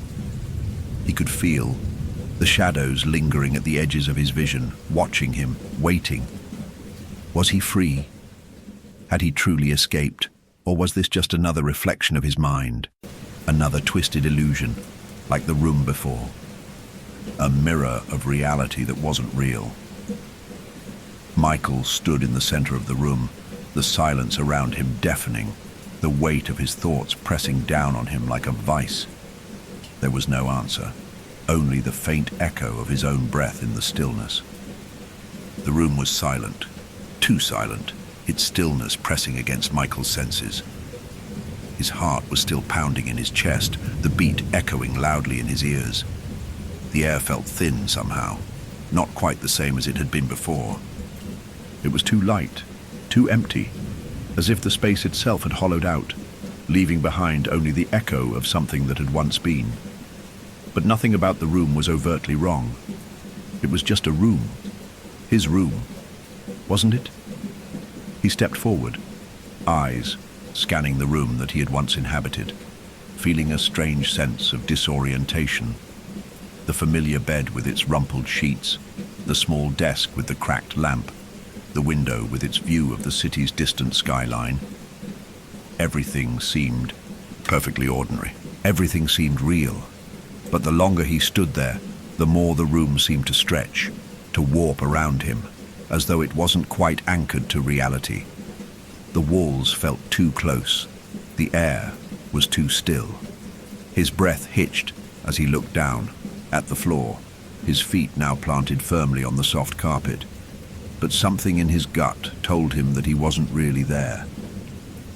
Was this the world he had fought so desperately to return to?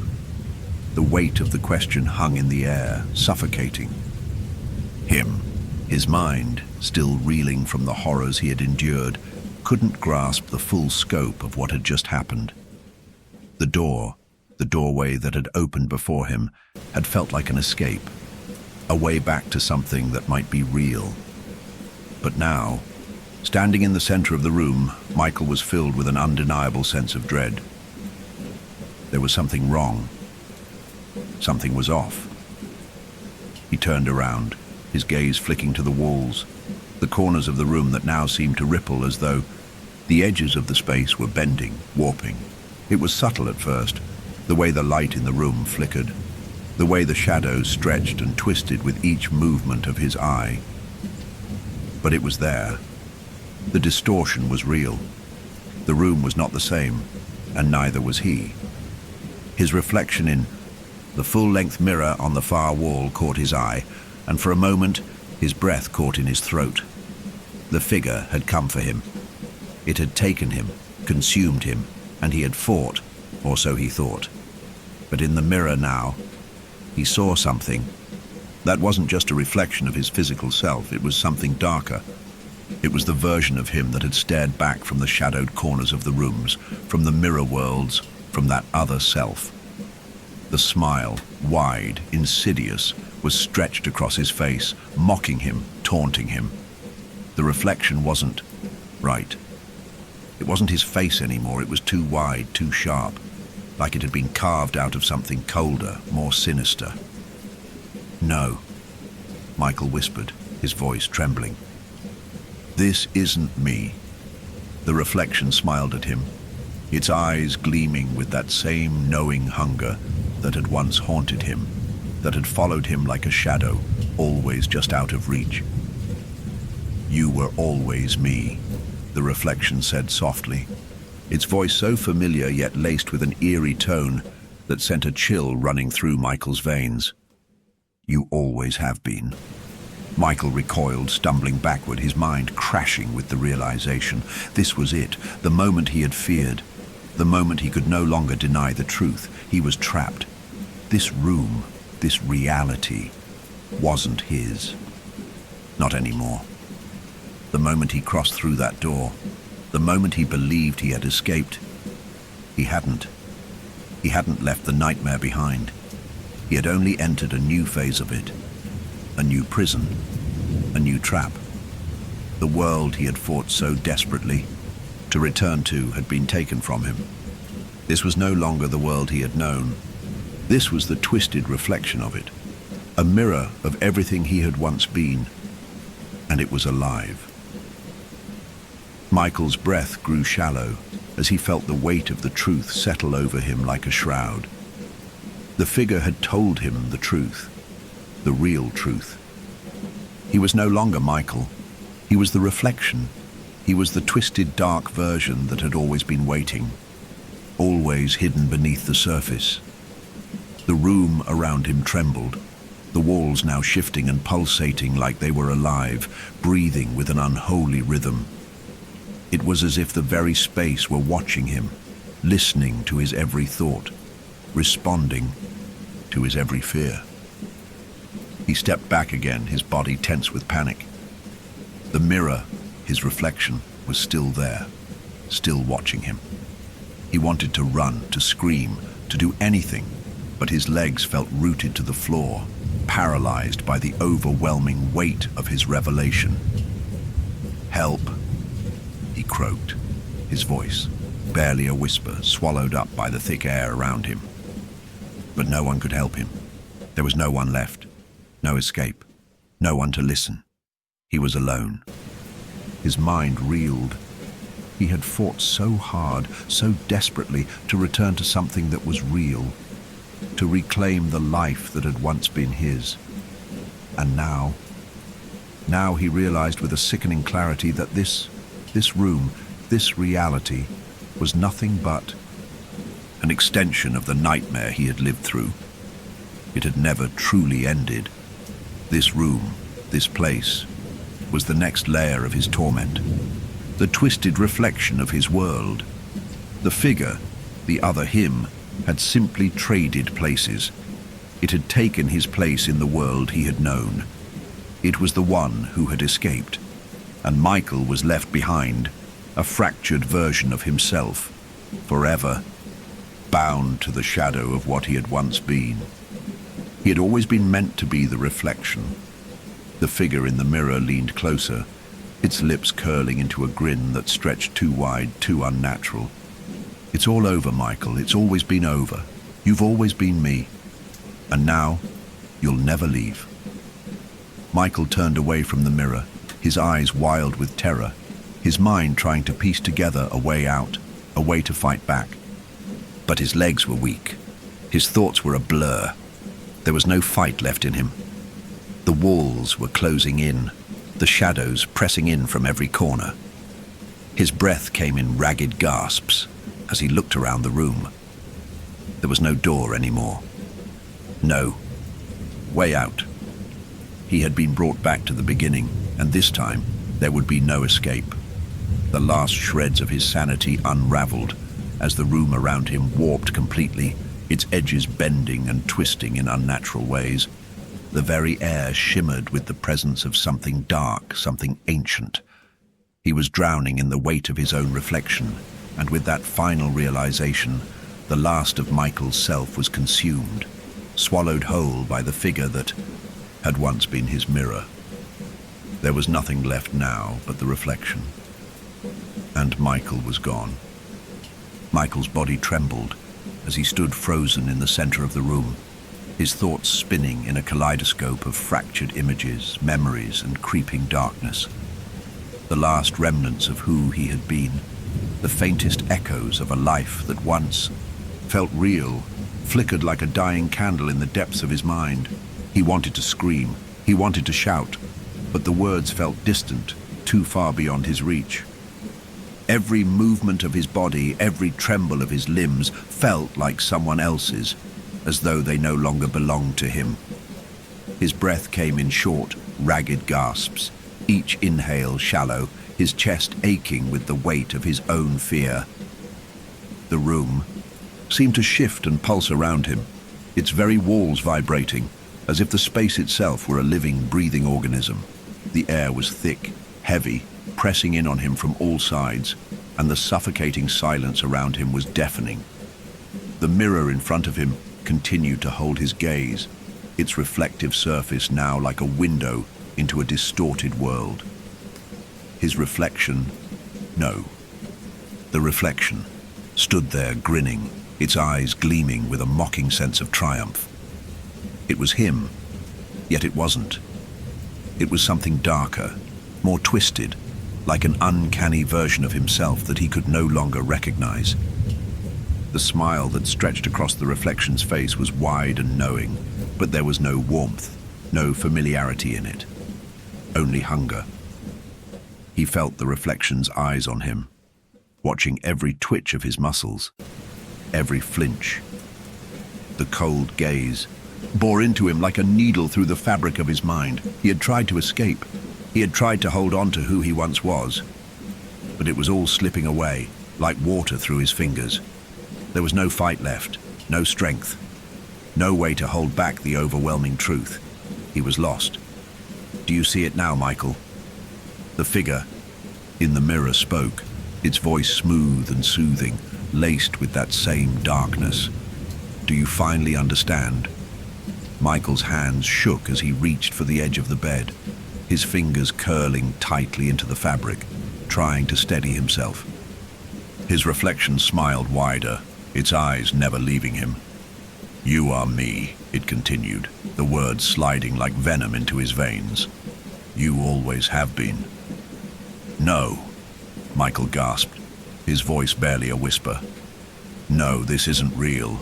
This can't be real. The figure in the mirror leaned forward, its smile now spreading in a grotesque, unnatural way. It is real, Michael. This is who you are always meant to be. This is the truth. Michael's body froze, a sickening shiver crawling up his spine. He could feel it now, like an invisible hand pressing down on him, suffocating him.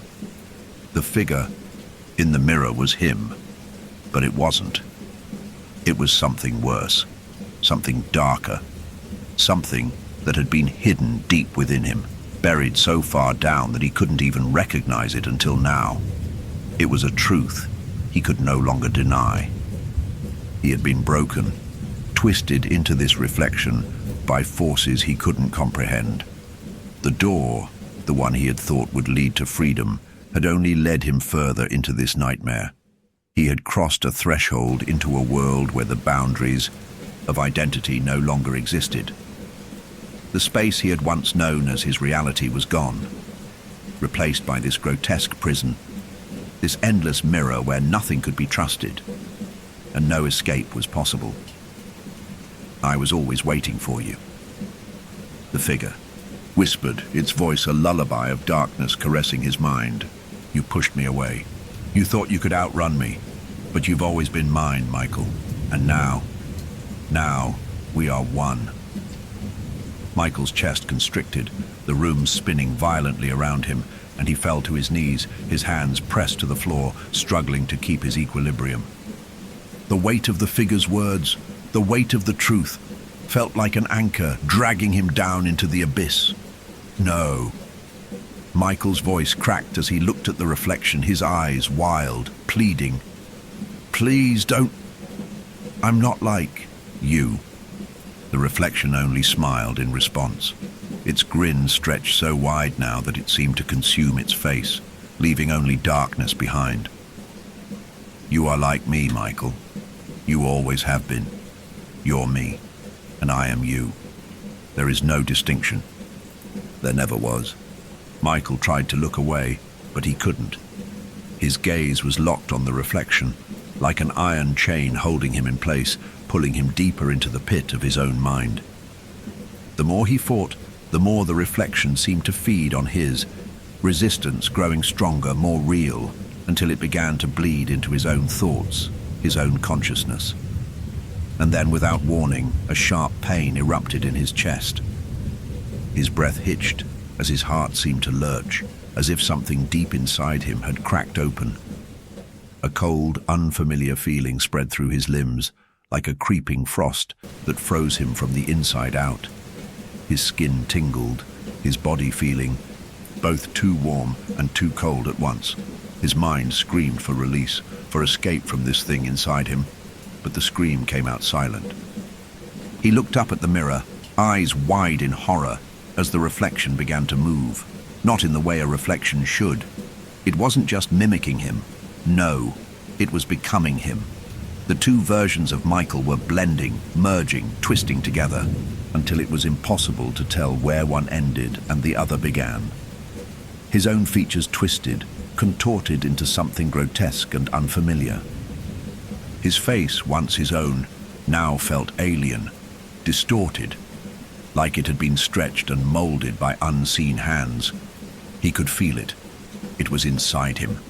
The reflection was no longer separate from him. It was merging into his very soul, consuming him from within. His body spasmed violently as the change took over, every bone, every fiber of his being rearranging itself in ways that no human form should ever experience. His skin rippled as though it were made of liquid, his very identity beginning to slip away, melting into the reflection. Michael's voice faltered, cracking under the weight of the transformation. I don't want this. I don't want to be you. But the reflection's voice, his voice, sounded in his mind, soothing and cold. You already are. And then, the last shred of Michael's sense of self was swallowed whole. The reflection, now complete, stood before him, his body, his face, his soul, but it wasn't him anymore. It was something darker, something twisted.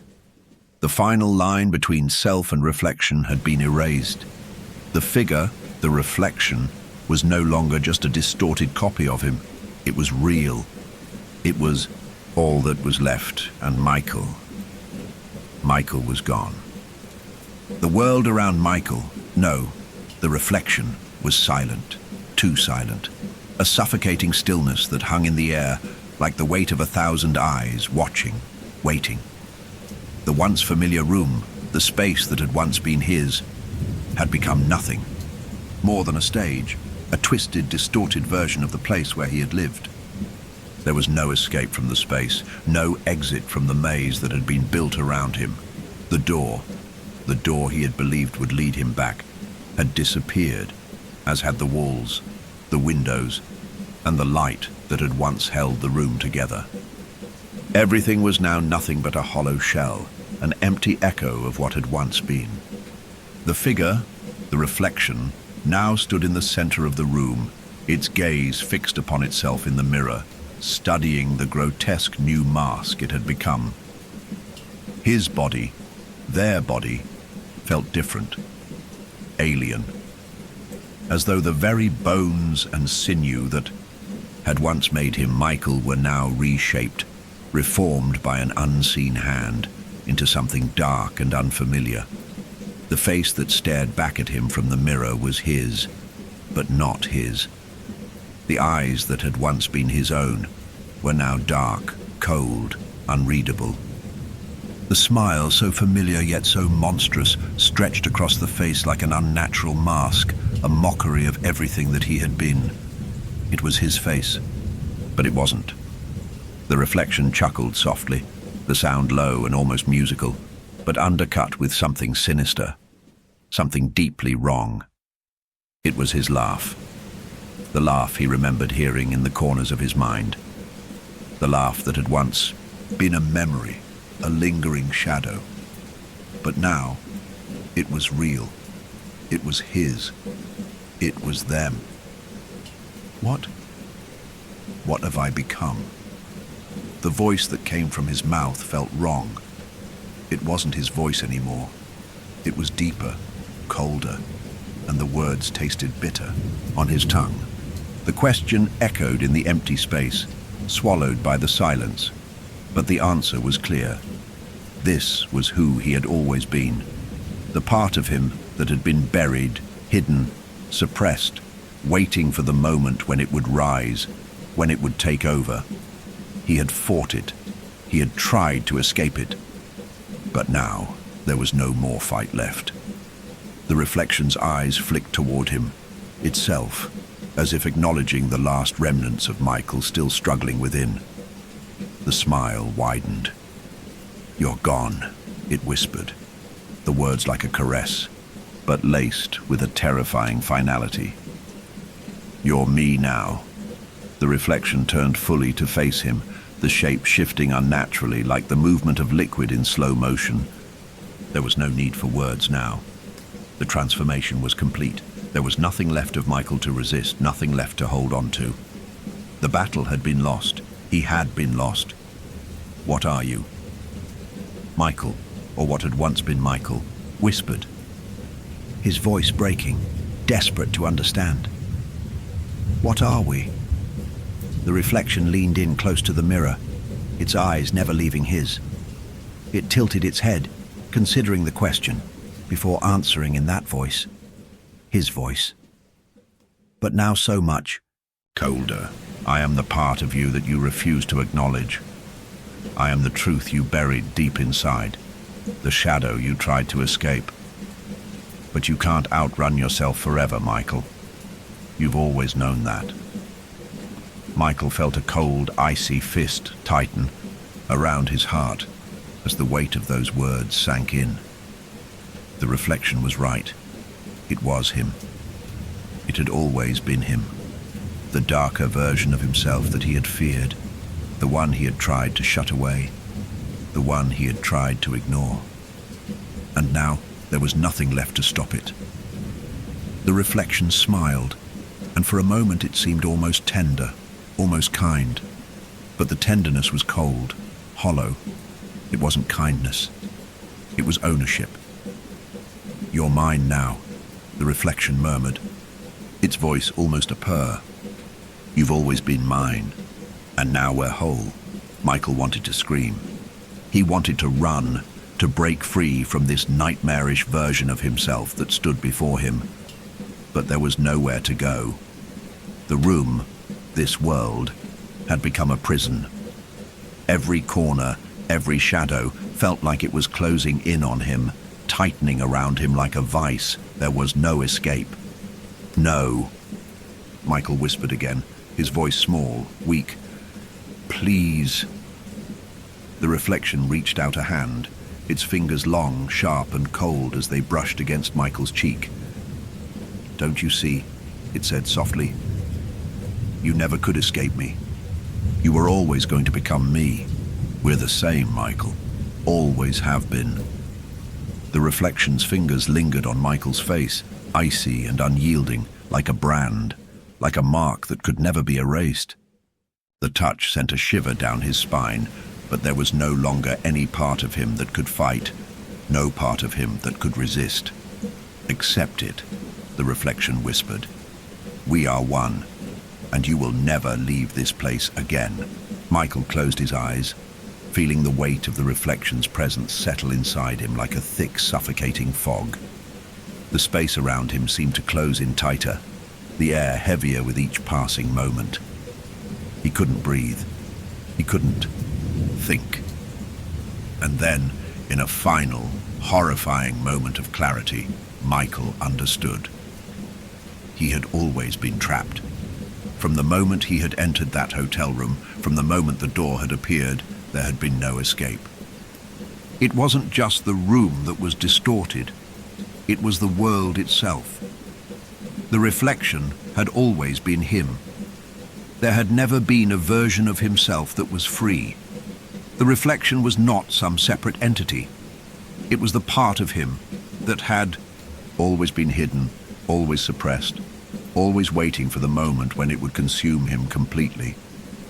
And now, in the end, it had.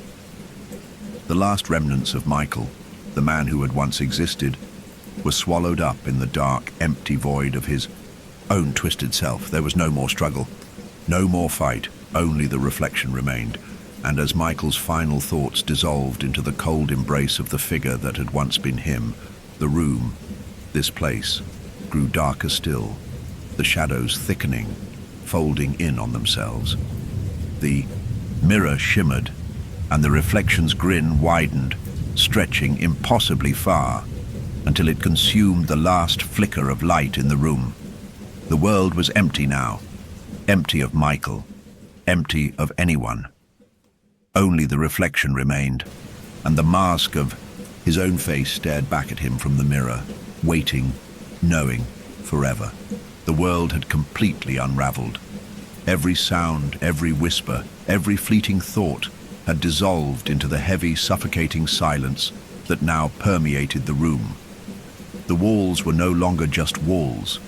They were shadows, stretched thin and distorting as they pressed in around him.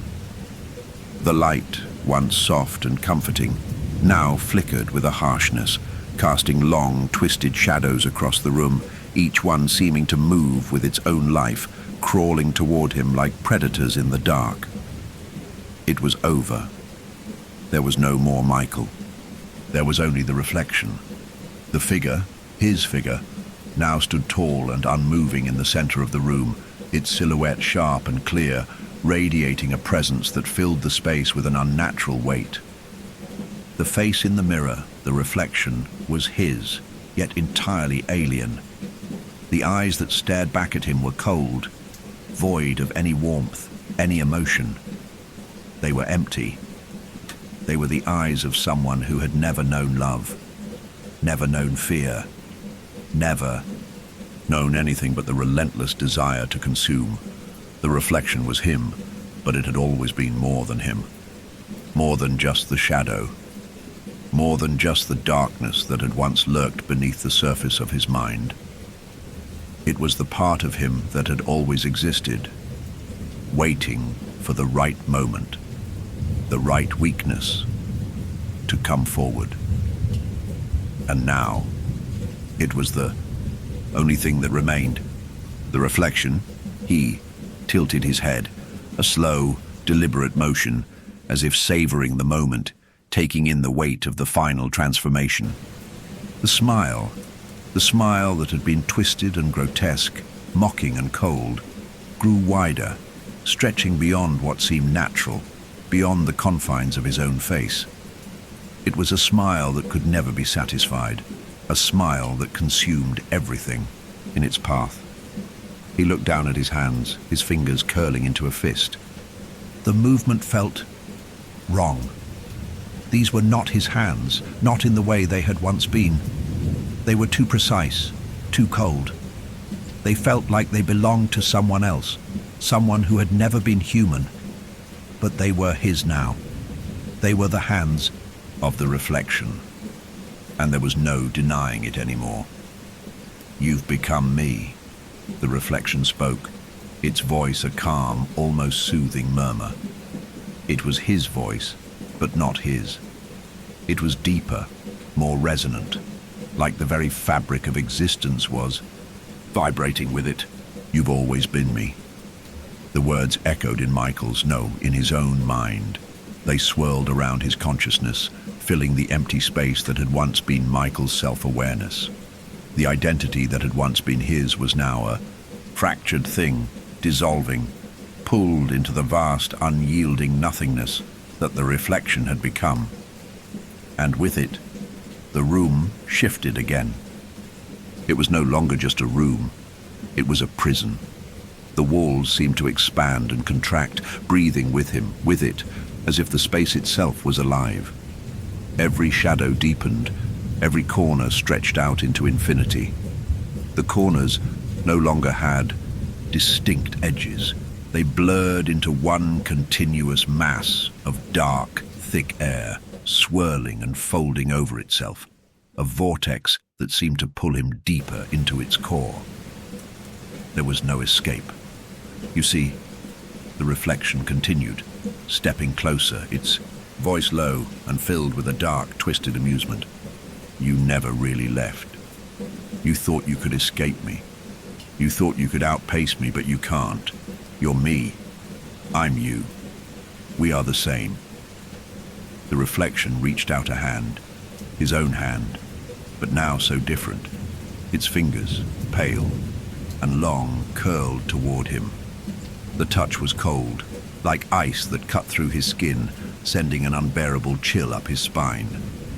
He wanted to pull away, to scream, but he couldn't. His body no longer responded the way it should. He wasn't sure where his body ended and the reflection began anymore. "I've always been inside you, Michael," the reflection whispered, its voice a breath against his ear. "All the things you were too afraid to face, all the parts of yourself you shoved deep inside, the darkness you couldn't bear to see. I've always been here waiting, and now..." It paused, letting the silence stretch between them. Michael, or what was left of him, could feel it. The truth, the reality he had denied for so long. The reflection was no longer just a mirror of himself. It had become the real version of him, the true self, the one that had always waited to take over, to consume. And now it had. "Now I take what's mine." The figure's hand, his hand, moved to touch his face, the cold fingers trailing across his cheek. The touch sent a shiver through his skin like electricity. His breath hitched, and for a fleeting moment a flicker of defiance flared in what was left of his mind.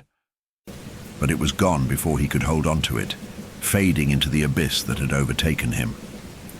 The reflection's smile widened, twisting into something grotesque, something hungry.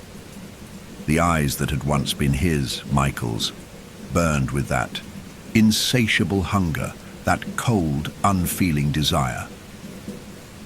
"You think you can still fight me," the reflection said, its voice now a deep, resonant echo. "But you can't. I am the mask you wear now. I am the face you show the world. There is nothing left of you, only me." And in that moment, Michael, the person he had been, the soul that had once been full of fear, hope, and struggle, was gone. There was only the reflection now, the one that had never been human, the one that had waited in the shadows, the one that had always known it would claim this world. As the reflection's eyes locked onto his eyes, now, Michael's last, lingering fragments of self were consumed. His identity was swallowed whole, devoured by the reflection's presence, lost in the cold, unyielding void of its grip. The reflection's smile never faded.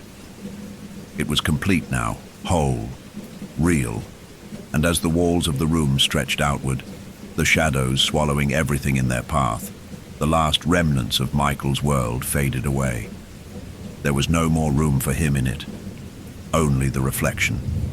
And the reflection, he ruled now. The room was his, the world was his, everything was his. The room, once a reflection of reality, now breathed a different life altogether. The walls were no longer static. They pulsed with a dark rhythm, a heartbeat that was foreign yet strangely familiar. Every surface, every shadow seemed to shift, bend and twist in unnatural ways. The very air was thick, vibrating with an energy that Michael, or what was left of him, could no longer comprehend. It felt as though the room itself had become an extension of the reflection, a space where the boundaries between self and world had collapsed entirely. He was now everywhere. The reflection, his reflection, stood at the center of the room, his form tall and unwavering, his eyes gleaming with an unsettling certainty. The smile that spread across his face was no longer just a mockery of Michael's own. It had become something darker, more primal, as if it had always belonged here. It was his face now, but no longer a human one. It had become an object, a mask worn for the sole purpose of being. Around him, the world seemed to grow more distorted.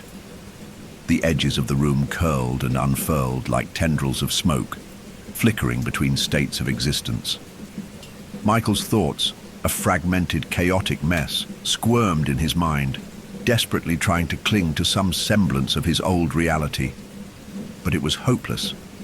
The reality he had once known was long gone, replaced by a twisted mockery of itself. Michael's body, a body that felt both alien and familiar, stood motionless, observing as the reflection took hold. He could still feel traces of his old self lingering within him, but they were growing fainter, slipping away like sand through his fingers. The thoughts that once defined him, his fears, his hopes, his humanity, were beginning to fade. Swallowed up by the endless dark that surrounded him, he wanted to scream, to resist. But his voice was silent, stolen by the grip of the reflection. He was no longer in control. He wasn't even sure who he was anymore. There was no more Michael. There was only the reflection, the mirror. Once a mere object, a surface. To see one's own face now felt like an altar, a gateway to the world that had been consumed. The reflection was no longer just a reflection. It had become the truth. The mirror had swallowed Michael whole, taking everything that had once been his and leaving only what it wanted. A twisted version of him. A version that had no past, no future, only an endless present. A place where identity was fluid, shifting, and ultimately meaningless. "You've always been mine," the reflection said, his voice echoing through Michael's mind, low and smooth, like a soft caress. "You were never meant to be anything but this." Michael, the reflection, took a step forward, the floor beneath his feet warping as he moved, bending, twisting in rhythm with his every motion. He was aware of the space around him, but it was not real.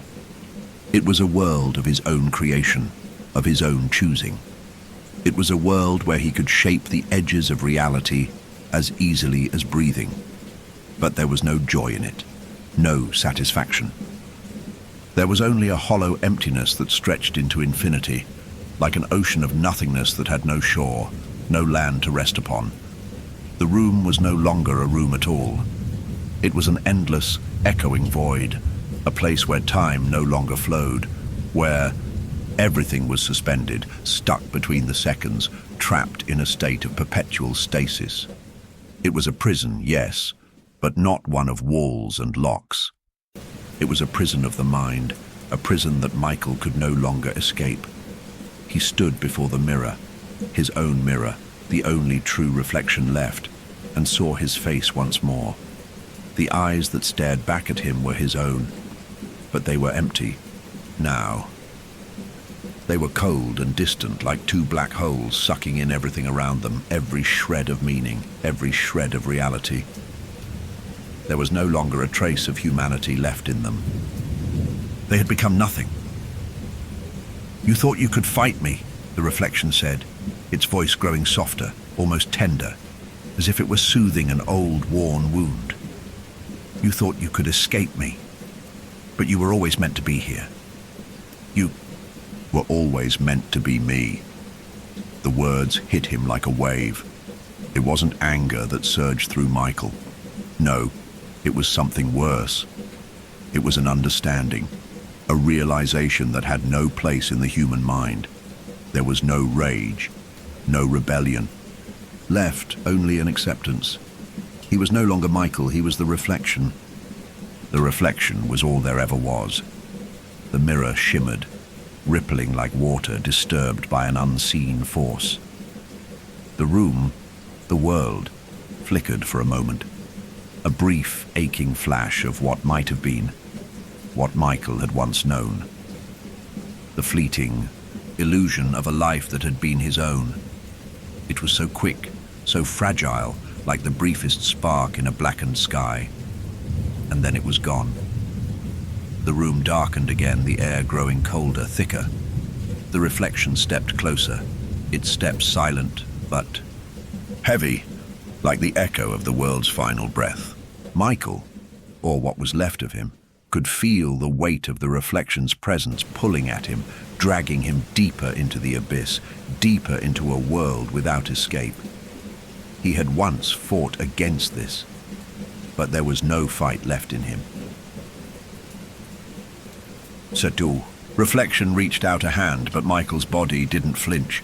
It didn't even move. He was too far gone now.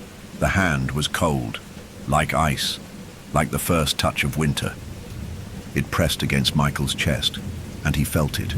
He felt it, like a wound being opened, like a door being unlocked. And then the final realization took hold. He had always been the reflection. He had never been Michael. The real Michael had long since disappeared, swallowed up by the reflection's hunger. There was no escaping it. There never had been. The reflection smiled, that same haunting, mocking grin spreading across the face that had once been his.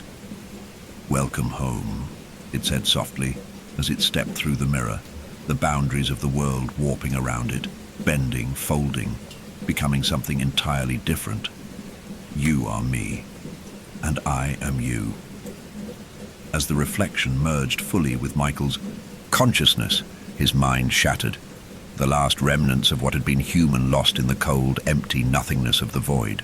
He was no longer bound by the limits of human form, no longer confined to the rules of the world that had once been his. He had become nothing, and the endless echo of his own existence stretched into eternity, an infinite cycle of reflection, of darkness, of an identity that could never be defined, never be truly known. Only the reflection remained. The world had faded. There were no longer any walls, no ceiling, no floor beneath Michael's, no, the reflection's feet. It was as if the very concept of existence had unraveled, leaving nothing but the infinite stretch of empty space. The darkness was not a mere absence of light. It was alive, pulsating with a cold, alien energy that wrapped around him, suffocating, constricting, and shaping itself into whatever form his mind could still grasp. But his mind, his thoughts, were fading. They were evaporating into the void, scattered fragments of who he had been, of what he had once known. They slipped away like water through a sieve, the memory of his former self dripping slowly, leaving him hollow, empty. There was nothing left but this endless darkness that surrounded him on all sides, pressing in tighter with each passing second. The reflection stood still in the void, its form perfect but still twisted. The face that stared back at him from the space where once there had been a mirror was no longer Michael's face, but something else. Something colder, darker. The grin that had once been a grotesque mockery now looked entirely natural, entirely inevitable, as if it belonged there. It was a face made of the very shadows that clung to the corners of the mind, a reflection of everything that had been repressed, buried, forgotten. He had become the reflection. He had always been the reflection. There was no longer any memory of who he had been before, the pain, the terror, the struggle to escape.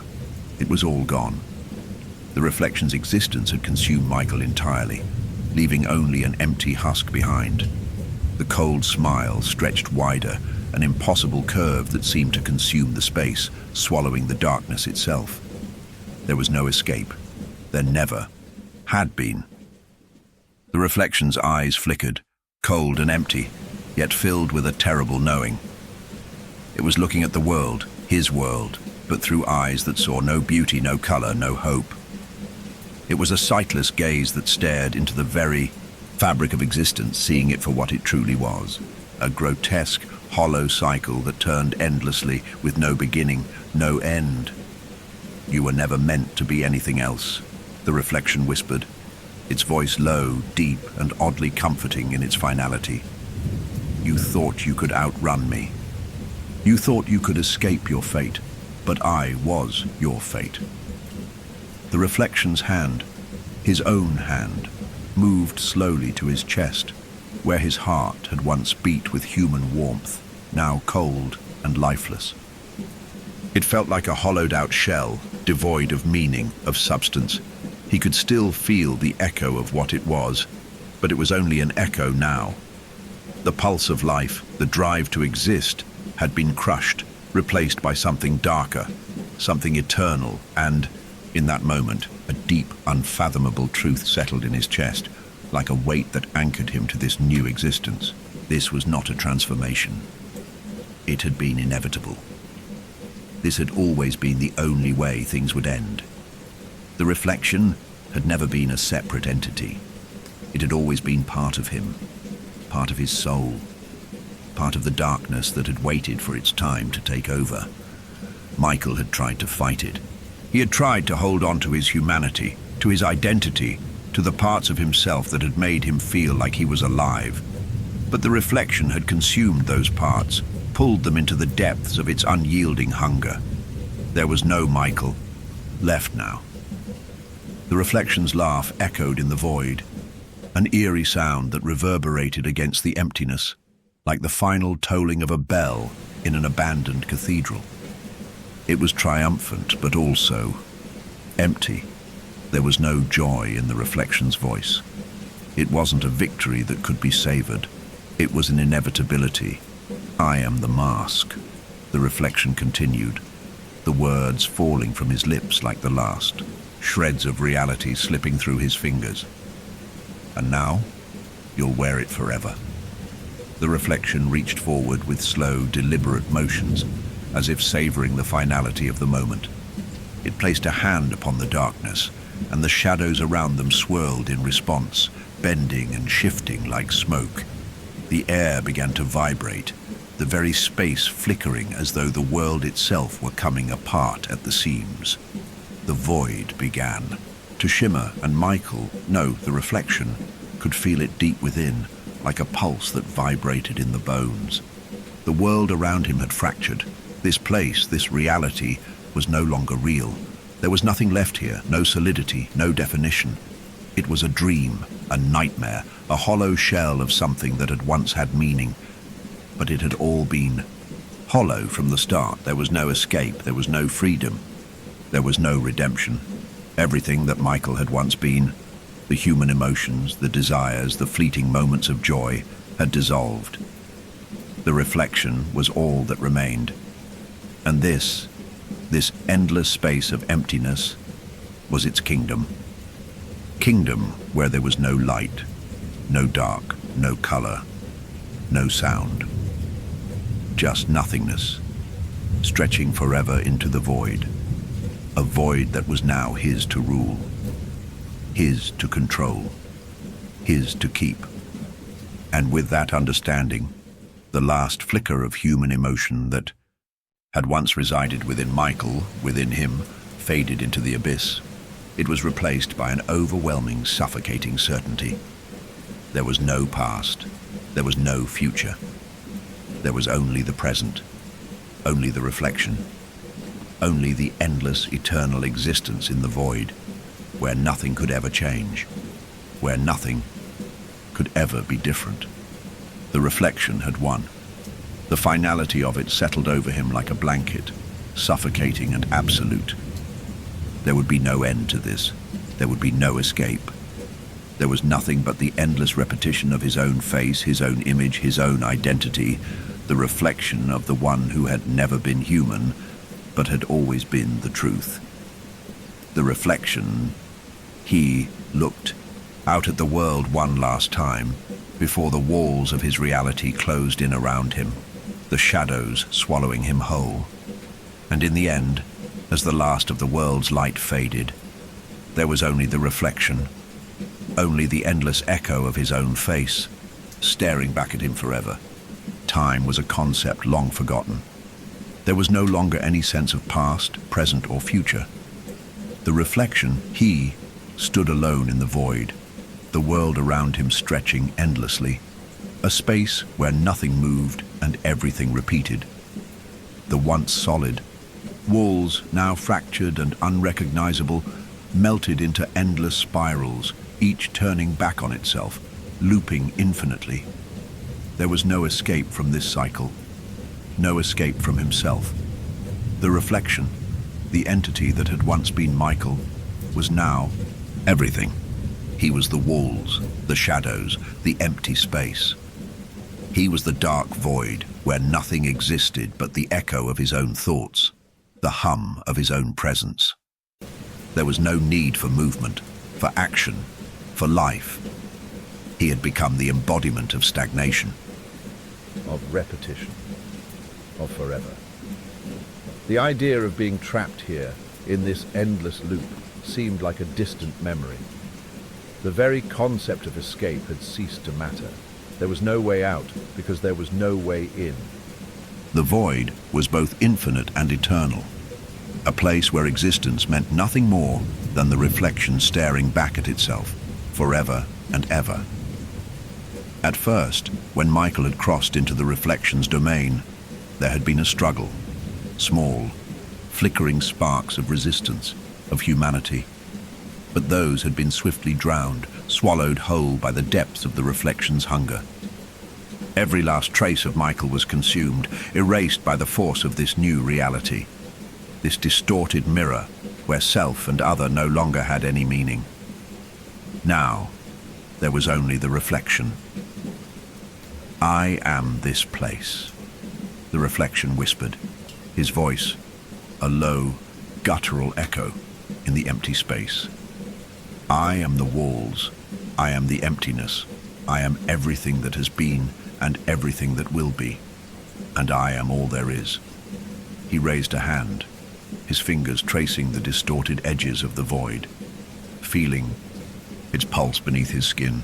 The world around him shivered, as though acknowledging his touch, rippling like water disturbed by the smallest movement. He had become the very fabric of this space, woven into the darkness like a thread that could never be unraveled. But even as he spoke, even as he moved through this endless void that he had become a part of, a faint tug stirred at the corners of his mind, an uncomfortable, restless sensation that he could not name. It wasn't fear nor regret.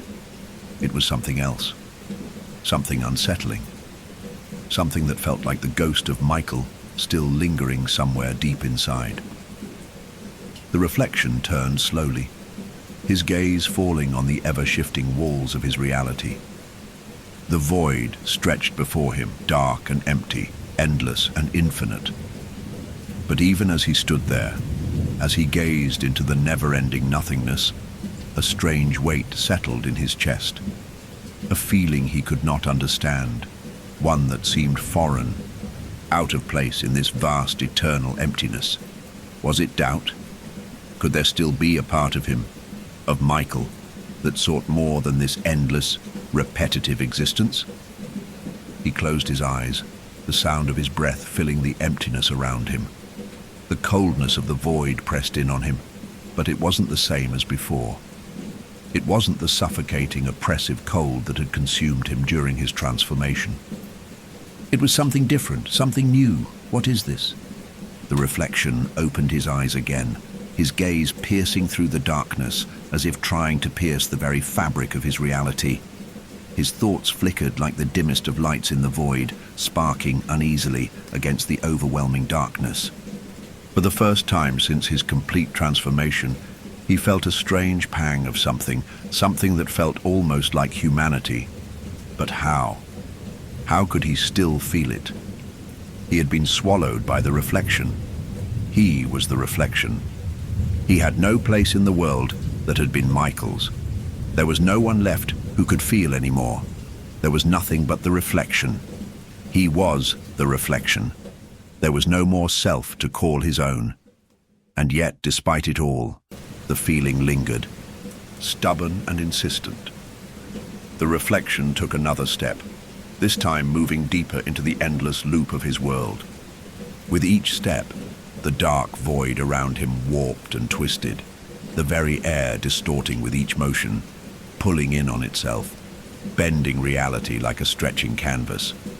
He could feel the void reacting to his every move, could feel it twisting around, him like a living thing shaped by his very will.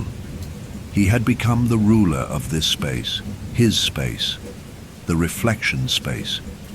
But the unease continued to grow, gnawing at the edges of his mind. He stopped in his tracks, his chest tight with an unfamiliar sensation. a longing, a desire. But what am I longing for?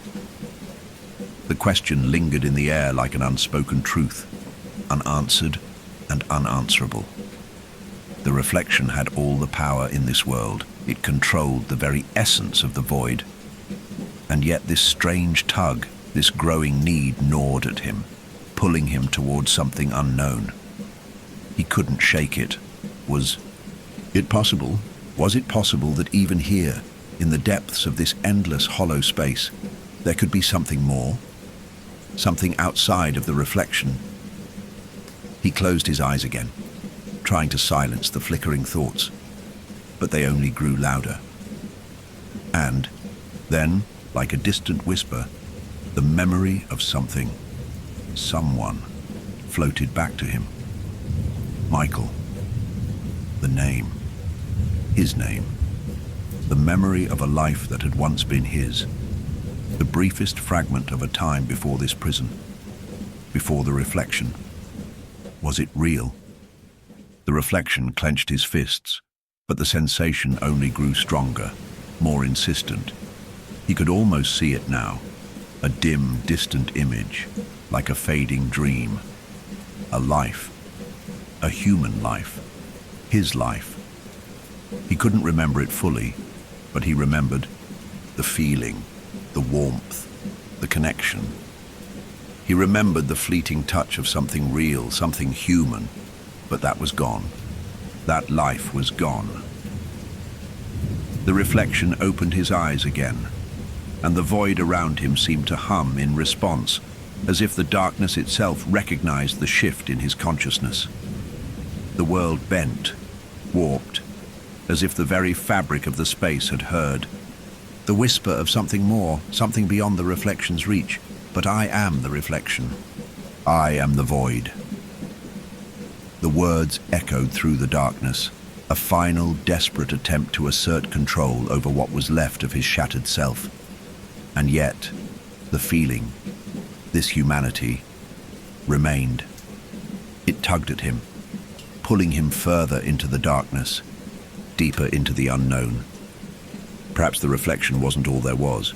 Perhaps, somewhere in the endless void, there was a way to escape. Perhaps the loop wasn't endless. Perhaps there could be something else. But as the reflection considered this, the void seemed to hold its breath, and the shadows deepened, closing in like a tightening fist. The question remained, the reflection remained, and the endless echo of his own existence stretched on. The endless void had always been silent, ever since Michael had crossed into it. The realm where time and space had no meaning, where existence itself seemed like an illusion. But now, as the reflection stood at the center of this vast emptiness, something new stirred. It wasn't fear. No, the reflection had long since shed any remnants of fear. But it was a feeling that had no name. Something that crawled beneath the surface of its consciousness, gnawing and relentless. A strange sort of hunger, but not the same hunger that had once consumed Michael's humanity. No, this hunger was different. It was new. The void around him, it shifted as though reacting to this unease, warping and pulsing, ripples moving across the fabric of nothingness. The walls, the distorted shapes that had been the endless backdrop of the reflection's domain, began to warp even further, flickering with unnatural light, as if the very fabric of this place was trembling, uncertain of itself. Was it possible? The reflection had never questioned its existence before. It had been a mirror to Michael's shattered self, an echo in a place where all identity had become distorted, and yet now, it felt as though something else was unraveling. It was a sensation not tied to the cold certainty of its eternal rule, but to something fragile, something human. Was it possible for the reflection to change? The thought felt alien, like an intrusion into the flawless perfection of the void. After all, hadn't it become this place? Wasn't the reflection the very embodiment of this prison, the ruler of this empty world where nothing could ever grow, could ever change? Wasn't it the ultimate manifestation of stagnation, of a self trapped in repetition?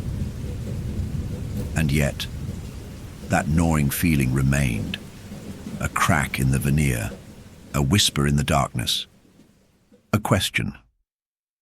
The reflection took a step forward, and for the first time in what felt like eons, the void seemed to shift under its movement.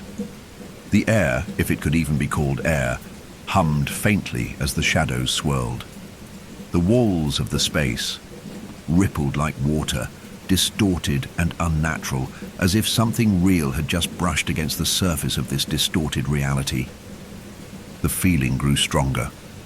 The reflection's gaze narrowed as it looked around, sensing something at the edge of its awareness, something unfamiliar, like a small thread in the vast expanse of a tightly woven tapestry. It reached out a hand, fingers stretching toward the space before it, touching the walls of the void. The dark tendrils seemed to writhe at its touch, as if recoiling, as if trying to push away what was foreign to them.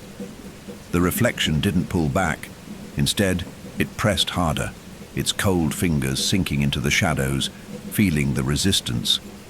No, the struggle beneath its touch. The fabric of the void began to stretch and tear, ever so slightly, like a rip in an old, weathered canvas.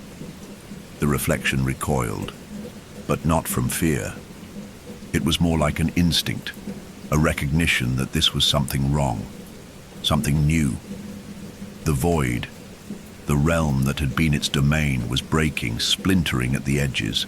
This reality, the reflection's prison, wasn't as solid as it had once seemed. The reflection's chest tightened. It was the same suffocating emptiness that had consumed Michael's mind before. A feeling, a longing, the desire to grasp something beyond the reflection, beyond this eternal space. There was an ache deep within, an echo of something, someone real. And it wasn't the reflection. It was Michael. The thought was sharp, like the sound of glass shattering, but as quickly as it came, it was drowned beneath the weight of the void. No, Michael was gone. There was nothing left of him. Only the reflection remained, but the feeling lingered. And the more the reflection tried to push it away, the more it grew, swelling up inside of him, tightening around his chest, making the space around him feel too small, too confined. The void, the prison, felt like it was closing in, pressing, down with the weight of 1,000 invisible chains. And then, for the briefest moment, everything stopped. The reflection blinked, and when its eyes opened again, the room, no, the void, was different. Not just in the way it had shifted with the reflection's presence, but in a way that was hard to describe. It was warped. The air shimmered, bending in ways that didn't make sense. The dark tendrils that had once only responded to the reflection's touch now seemed to move on their own accord, shifting and coiling like snakes, like living things. What is this? The question was foreign, an echo of something long suppressed, but the reflection couldn't ignore it. A strange, unsettling noise hummed in the distance, like a voice, whispering, barely audible, calling out from somewhere deep within the dark fabric of the void. The air seemed to vibrate with it. The reflection's eyes narrowed again, its chest tightening. No, it thought. This isn't supposed to happen. This isn't how it's meant to be. The void was reacting to him, to the reflection. It wasn't something that had been predetermined, something he could control. The world, the empty space, was shifting, not just beneath his influence, but as if something else, someone else, was pushing back against him. The reflection took another step forward, more cautiously now, but the very ground beneath its feet, if one could even call it ground, seemed to ripple in response. The walls, once static, once unyielding, shuddered, as though caught in a tremor, as if the space itself were being pulled apart. And then, in the distance, far beyond the reflection's reach, there was a flicker. A light, weak and dim, but unmistakably there. It was small, distant, and it called to the reflection, beckoning it with a pull that felt almost human. The reflection's mind raced, the emptiness within suddenly feeling more like a chasm than a kingdom. The void, the world it had once ruled, was crumbling, splintering, breaking open. This wasn't the way it was meant to be. It wasn't supposed to end like this. And yet here it was. The feeling, the ache in its chest, grew louder, like a song trapped in the wind. The reflection knew deep within that this was more than a mere shift in its world. It wasn't a glitch, a trick, a mistake in the fabric of its reality. It was something deeper, something beyond itself. The reflection stood motionless, watching as the light flickered again, stronger this time, and a voice, a whisper, rose within the echoing void. Michael. The reflection felt it, a sharp pull, a ripping sensation, as if the very fabric of his being was being torn between two worlds. The mirror, the realm where he had reigned, shuddered, its foundation cracking, its edges fraying like paper in the wind. And in that moment, the reflection understood. There was more to this world than it had ever known, more to it than just being. It had ruled, it had been the emptiness, but there was something greater, something real beyond the void, and the light was the key. The voice echoed again through the void, clearer now, though still faint, as if it were coming from a place far beyond this fractured world. Michael. The reflection. He stood still, every part of his being frozen for a fraction of a second, as the words twisted through the empty space.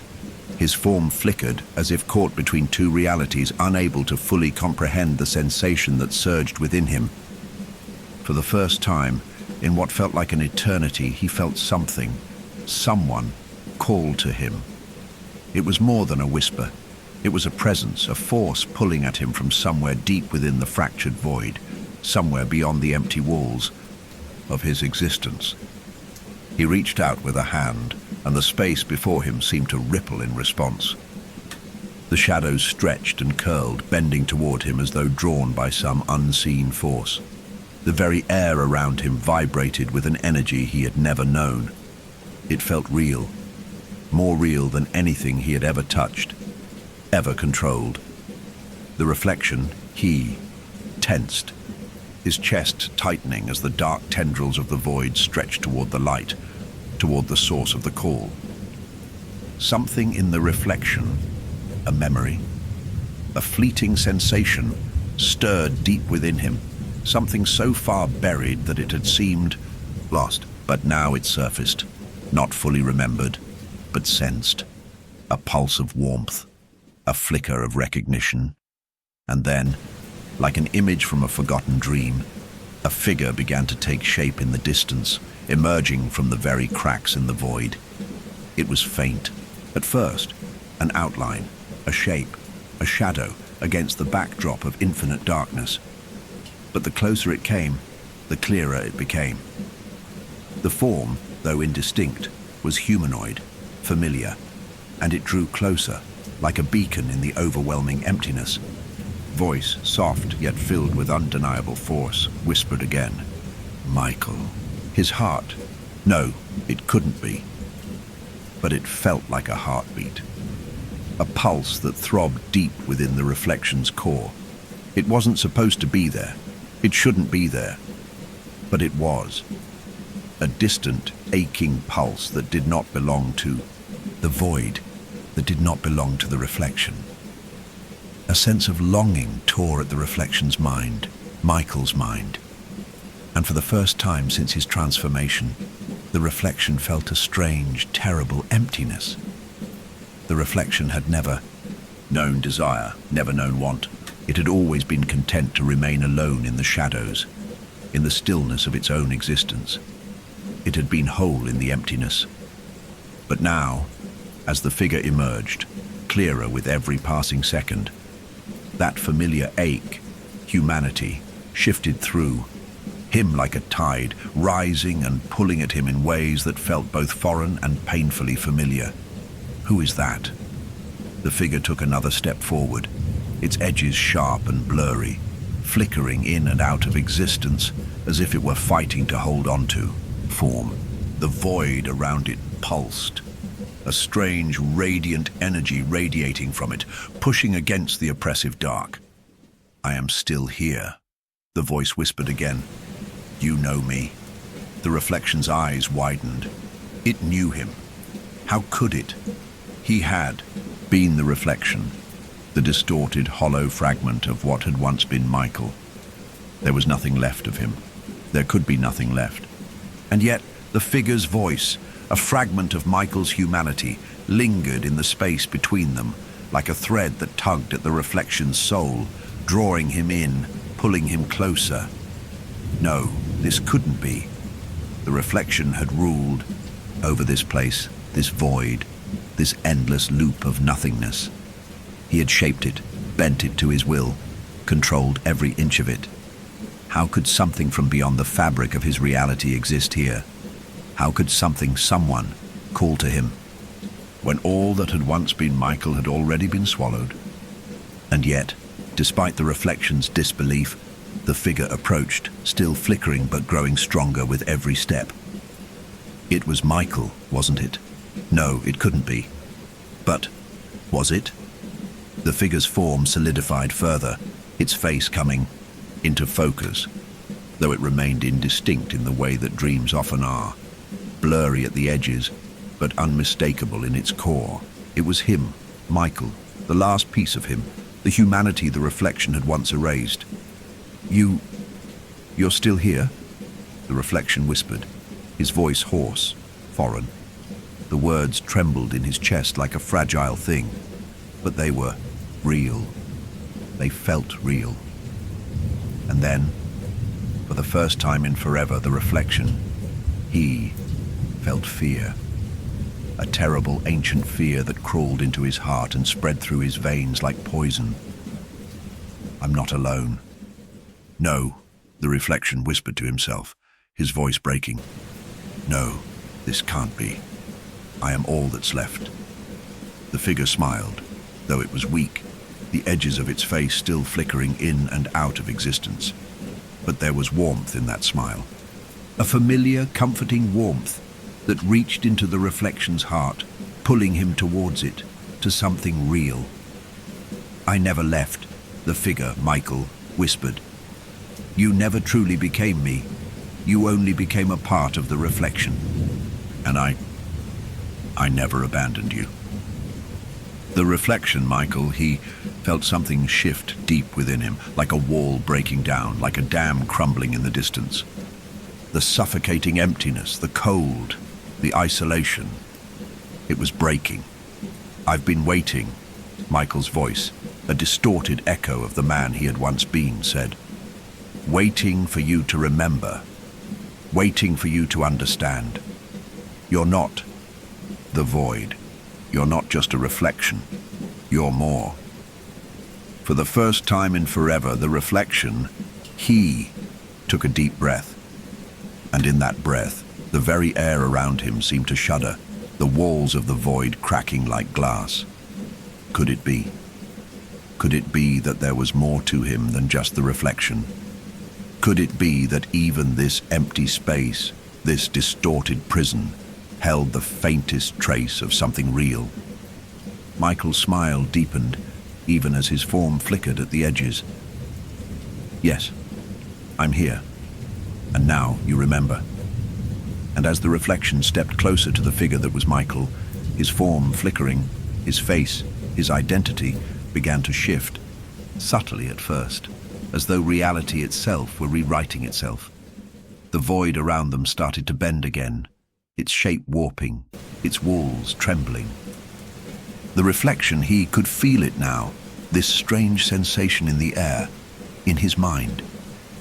It was as if everything that had been consumed, all the pieces of himself that had once been erased, were slowly returning, one fragment at a time. Each breath, each step, pulled him further away from the cold, empty ruler of the void and closer to something human. And then the space shattered completely. The reflection, Michael, was no longer alone. He wasn't just a fragmented echo of himself. He was whole. And there, in the void, something new had been born. He had become more. The void trembled as Michael, the reflection, stood in the center of it, the energy around him vibrating with an intensity that he had never felt before. The very air seemed to hum with life, like the first pulse of a heart that had been dormant for far too long. The walls, the void, the place where the reflection had ruled without question, were no longer solid, no longer cold and impenetrable. They shifted, melted away, and for the first time in forever, there was a sense of movement, of change. Michael, or what had once been the reflection, felt it deep within him, a sense of something growing, expanding, pushing against the boundaries of his own self. The walls of the void no longer held him. The fractured, broken space he had once controlled was now breaking apart, crumbling into dust, revealing something new, something real. He inhaled deeply, and for the first time in what felt like an eternity, he breathed. The air, thick with the essence of the void, now felt lighter, more vibrant, as though it had been filled with purpose. The cold, suffocating darkness that had once defined him was fading, retreating into the corners of the space, like a dying ember. He could feel warmth, actual warmth, radiating from within, expanding outward, filling the space around him. And then, slowly, the figure, the one who had once been Michael, the one who had called out to him from the edge of the void, came into focus. Michael was no longer flickering in and out of existence. He was solid, real, standing before him. The shadowy, indistinct form that had first emerged now appeared as it once had, alive, breathing, human, filled with that unmistakable presence that Michael had once known. But now, everything had changed. "You're here," Michael whispered, his voice thick with emotion. Something that had been foreign to him for so long. Something that had been buried beneath the reflection's endless emptiness. "I never thought." The figure, Michael, smiled, the warmth in his eyes soft and knowing. "You didn't think there was anything left, did you?" Michael felt his chest tighten, not with fear or regret, but with something else. It was the pull of humanity, the recognition of a self that had been lost, only to be found again. The figure's voice felt like a hand reaching out, a lifeline thrown into the darkness. It was something real, something true. It wasn't the reflection. It wasn't the void. It was Michael, the reflection. He took a step forward, his feet sinking into the shifting ground beneath him, the world around him still rippling, changing. It was as though reality itself was being rewritten, like the void was transforming into something new, a new world, a new space, one where he could finally exist. "I didn't think there was anything left." "The reflection," he said, his voice shaky. The words were still unfamiliar to him, still raw. He had been a reflection for so long. He had never truly understood what it meant to feel. But now he could feel it all. Every heartbeat, every breath, every flicker of emotion that surged.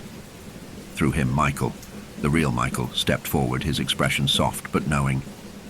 He reached out, his hand hovering just in front of the reflection's chest. The touch was light, but it sent a shock of warmth through the reflection's body. He felt it pulse through him like a current, like a spark igniting in the dark. "I never left," Michael whispered, his eyes filled with a quiet intensity. "You were always meant to be whole." The reflection, Michael, closed his eyes, his breath hitching. He could feel it, The weight of those words, the truth. He had been lost, fractured, consumed by the void. But now, there was something more. There was a self that he had never understood until this very moment. He had always been searching for something, searching for an answer to the emptiness that had defined him.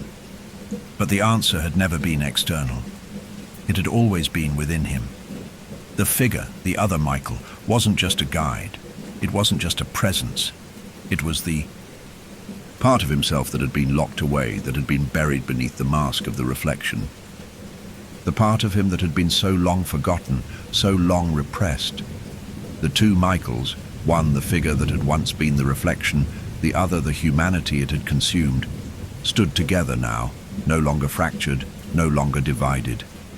There was no longer any distinction between them. They were one. And in that oneness, something new, something alive began to take shape. The void around them continued to shift, but now the darkness was being replaced.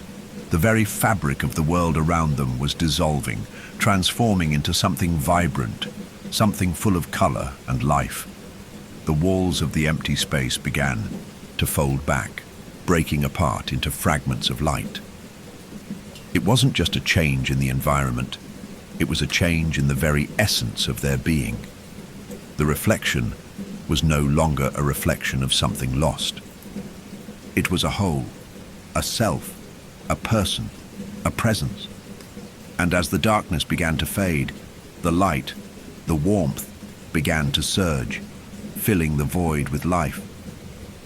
The reflection's once empty, hollow form began to fill with light, with purpose, with identity. The oppressive weight of the void was replaced with a strange, comforting presence that wrapped around him like a blanket. "You are whole now, Michael," the real one whispered again. His voice was filled with awe, a quiet reverence for what was unfolding. The reflection, he, looked around, his gaze full of wonder. For the first time, there was no distortion in his vision, no emptiness in his chest. There was clarity, there was reality. He was no longer bound by the void. He was not a fragmented echo. He was Michael. And as the final traces of the void dissolved, the world that had been created by the reflection's will transformed into something beautiful, something real. The infinite darkness that had defined their existence was replaced by a soft, golden light.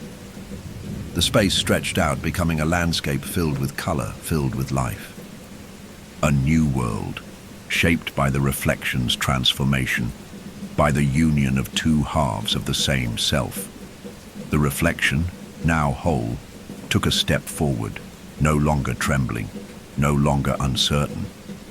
This was his world now, their world, a world born from the union of what had once been divided.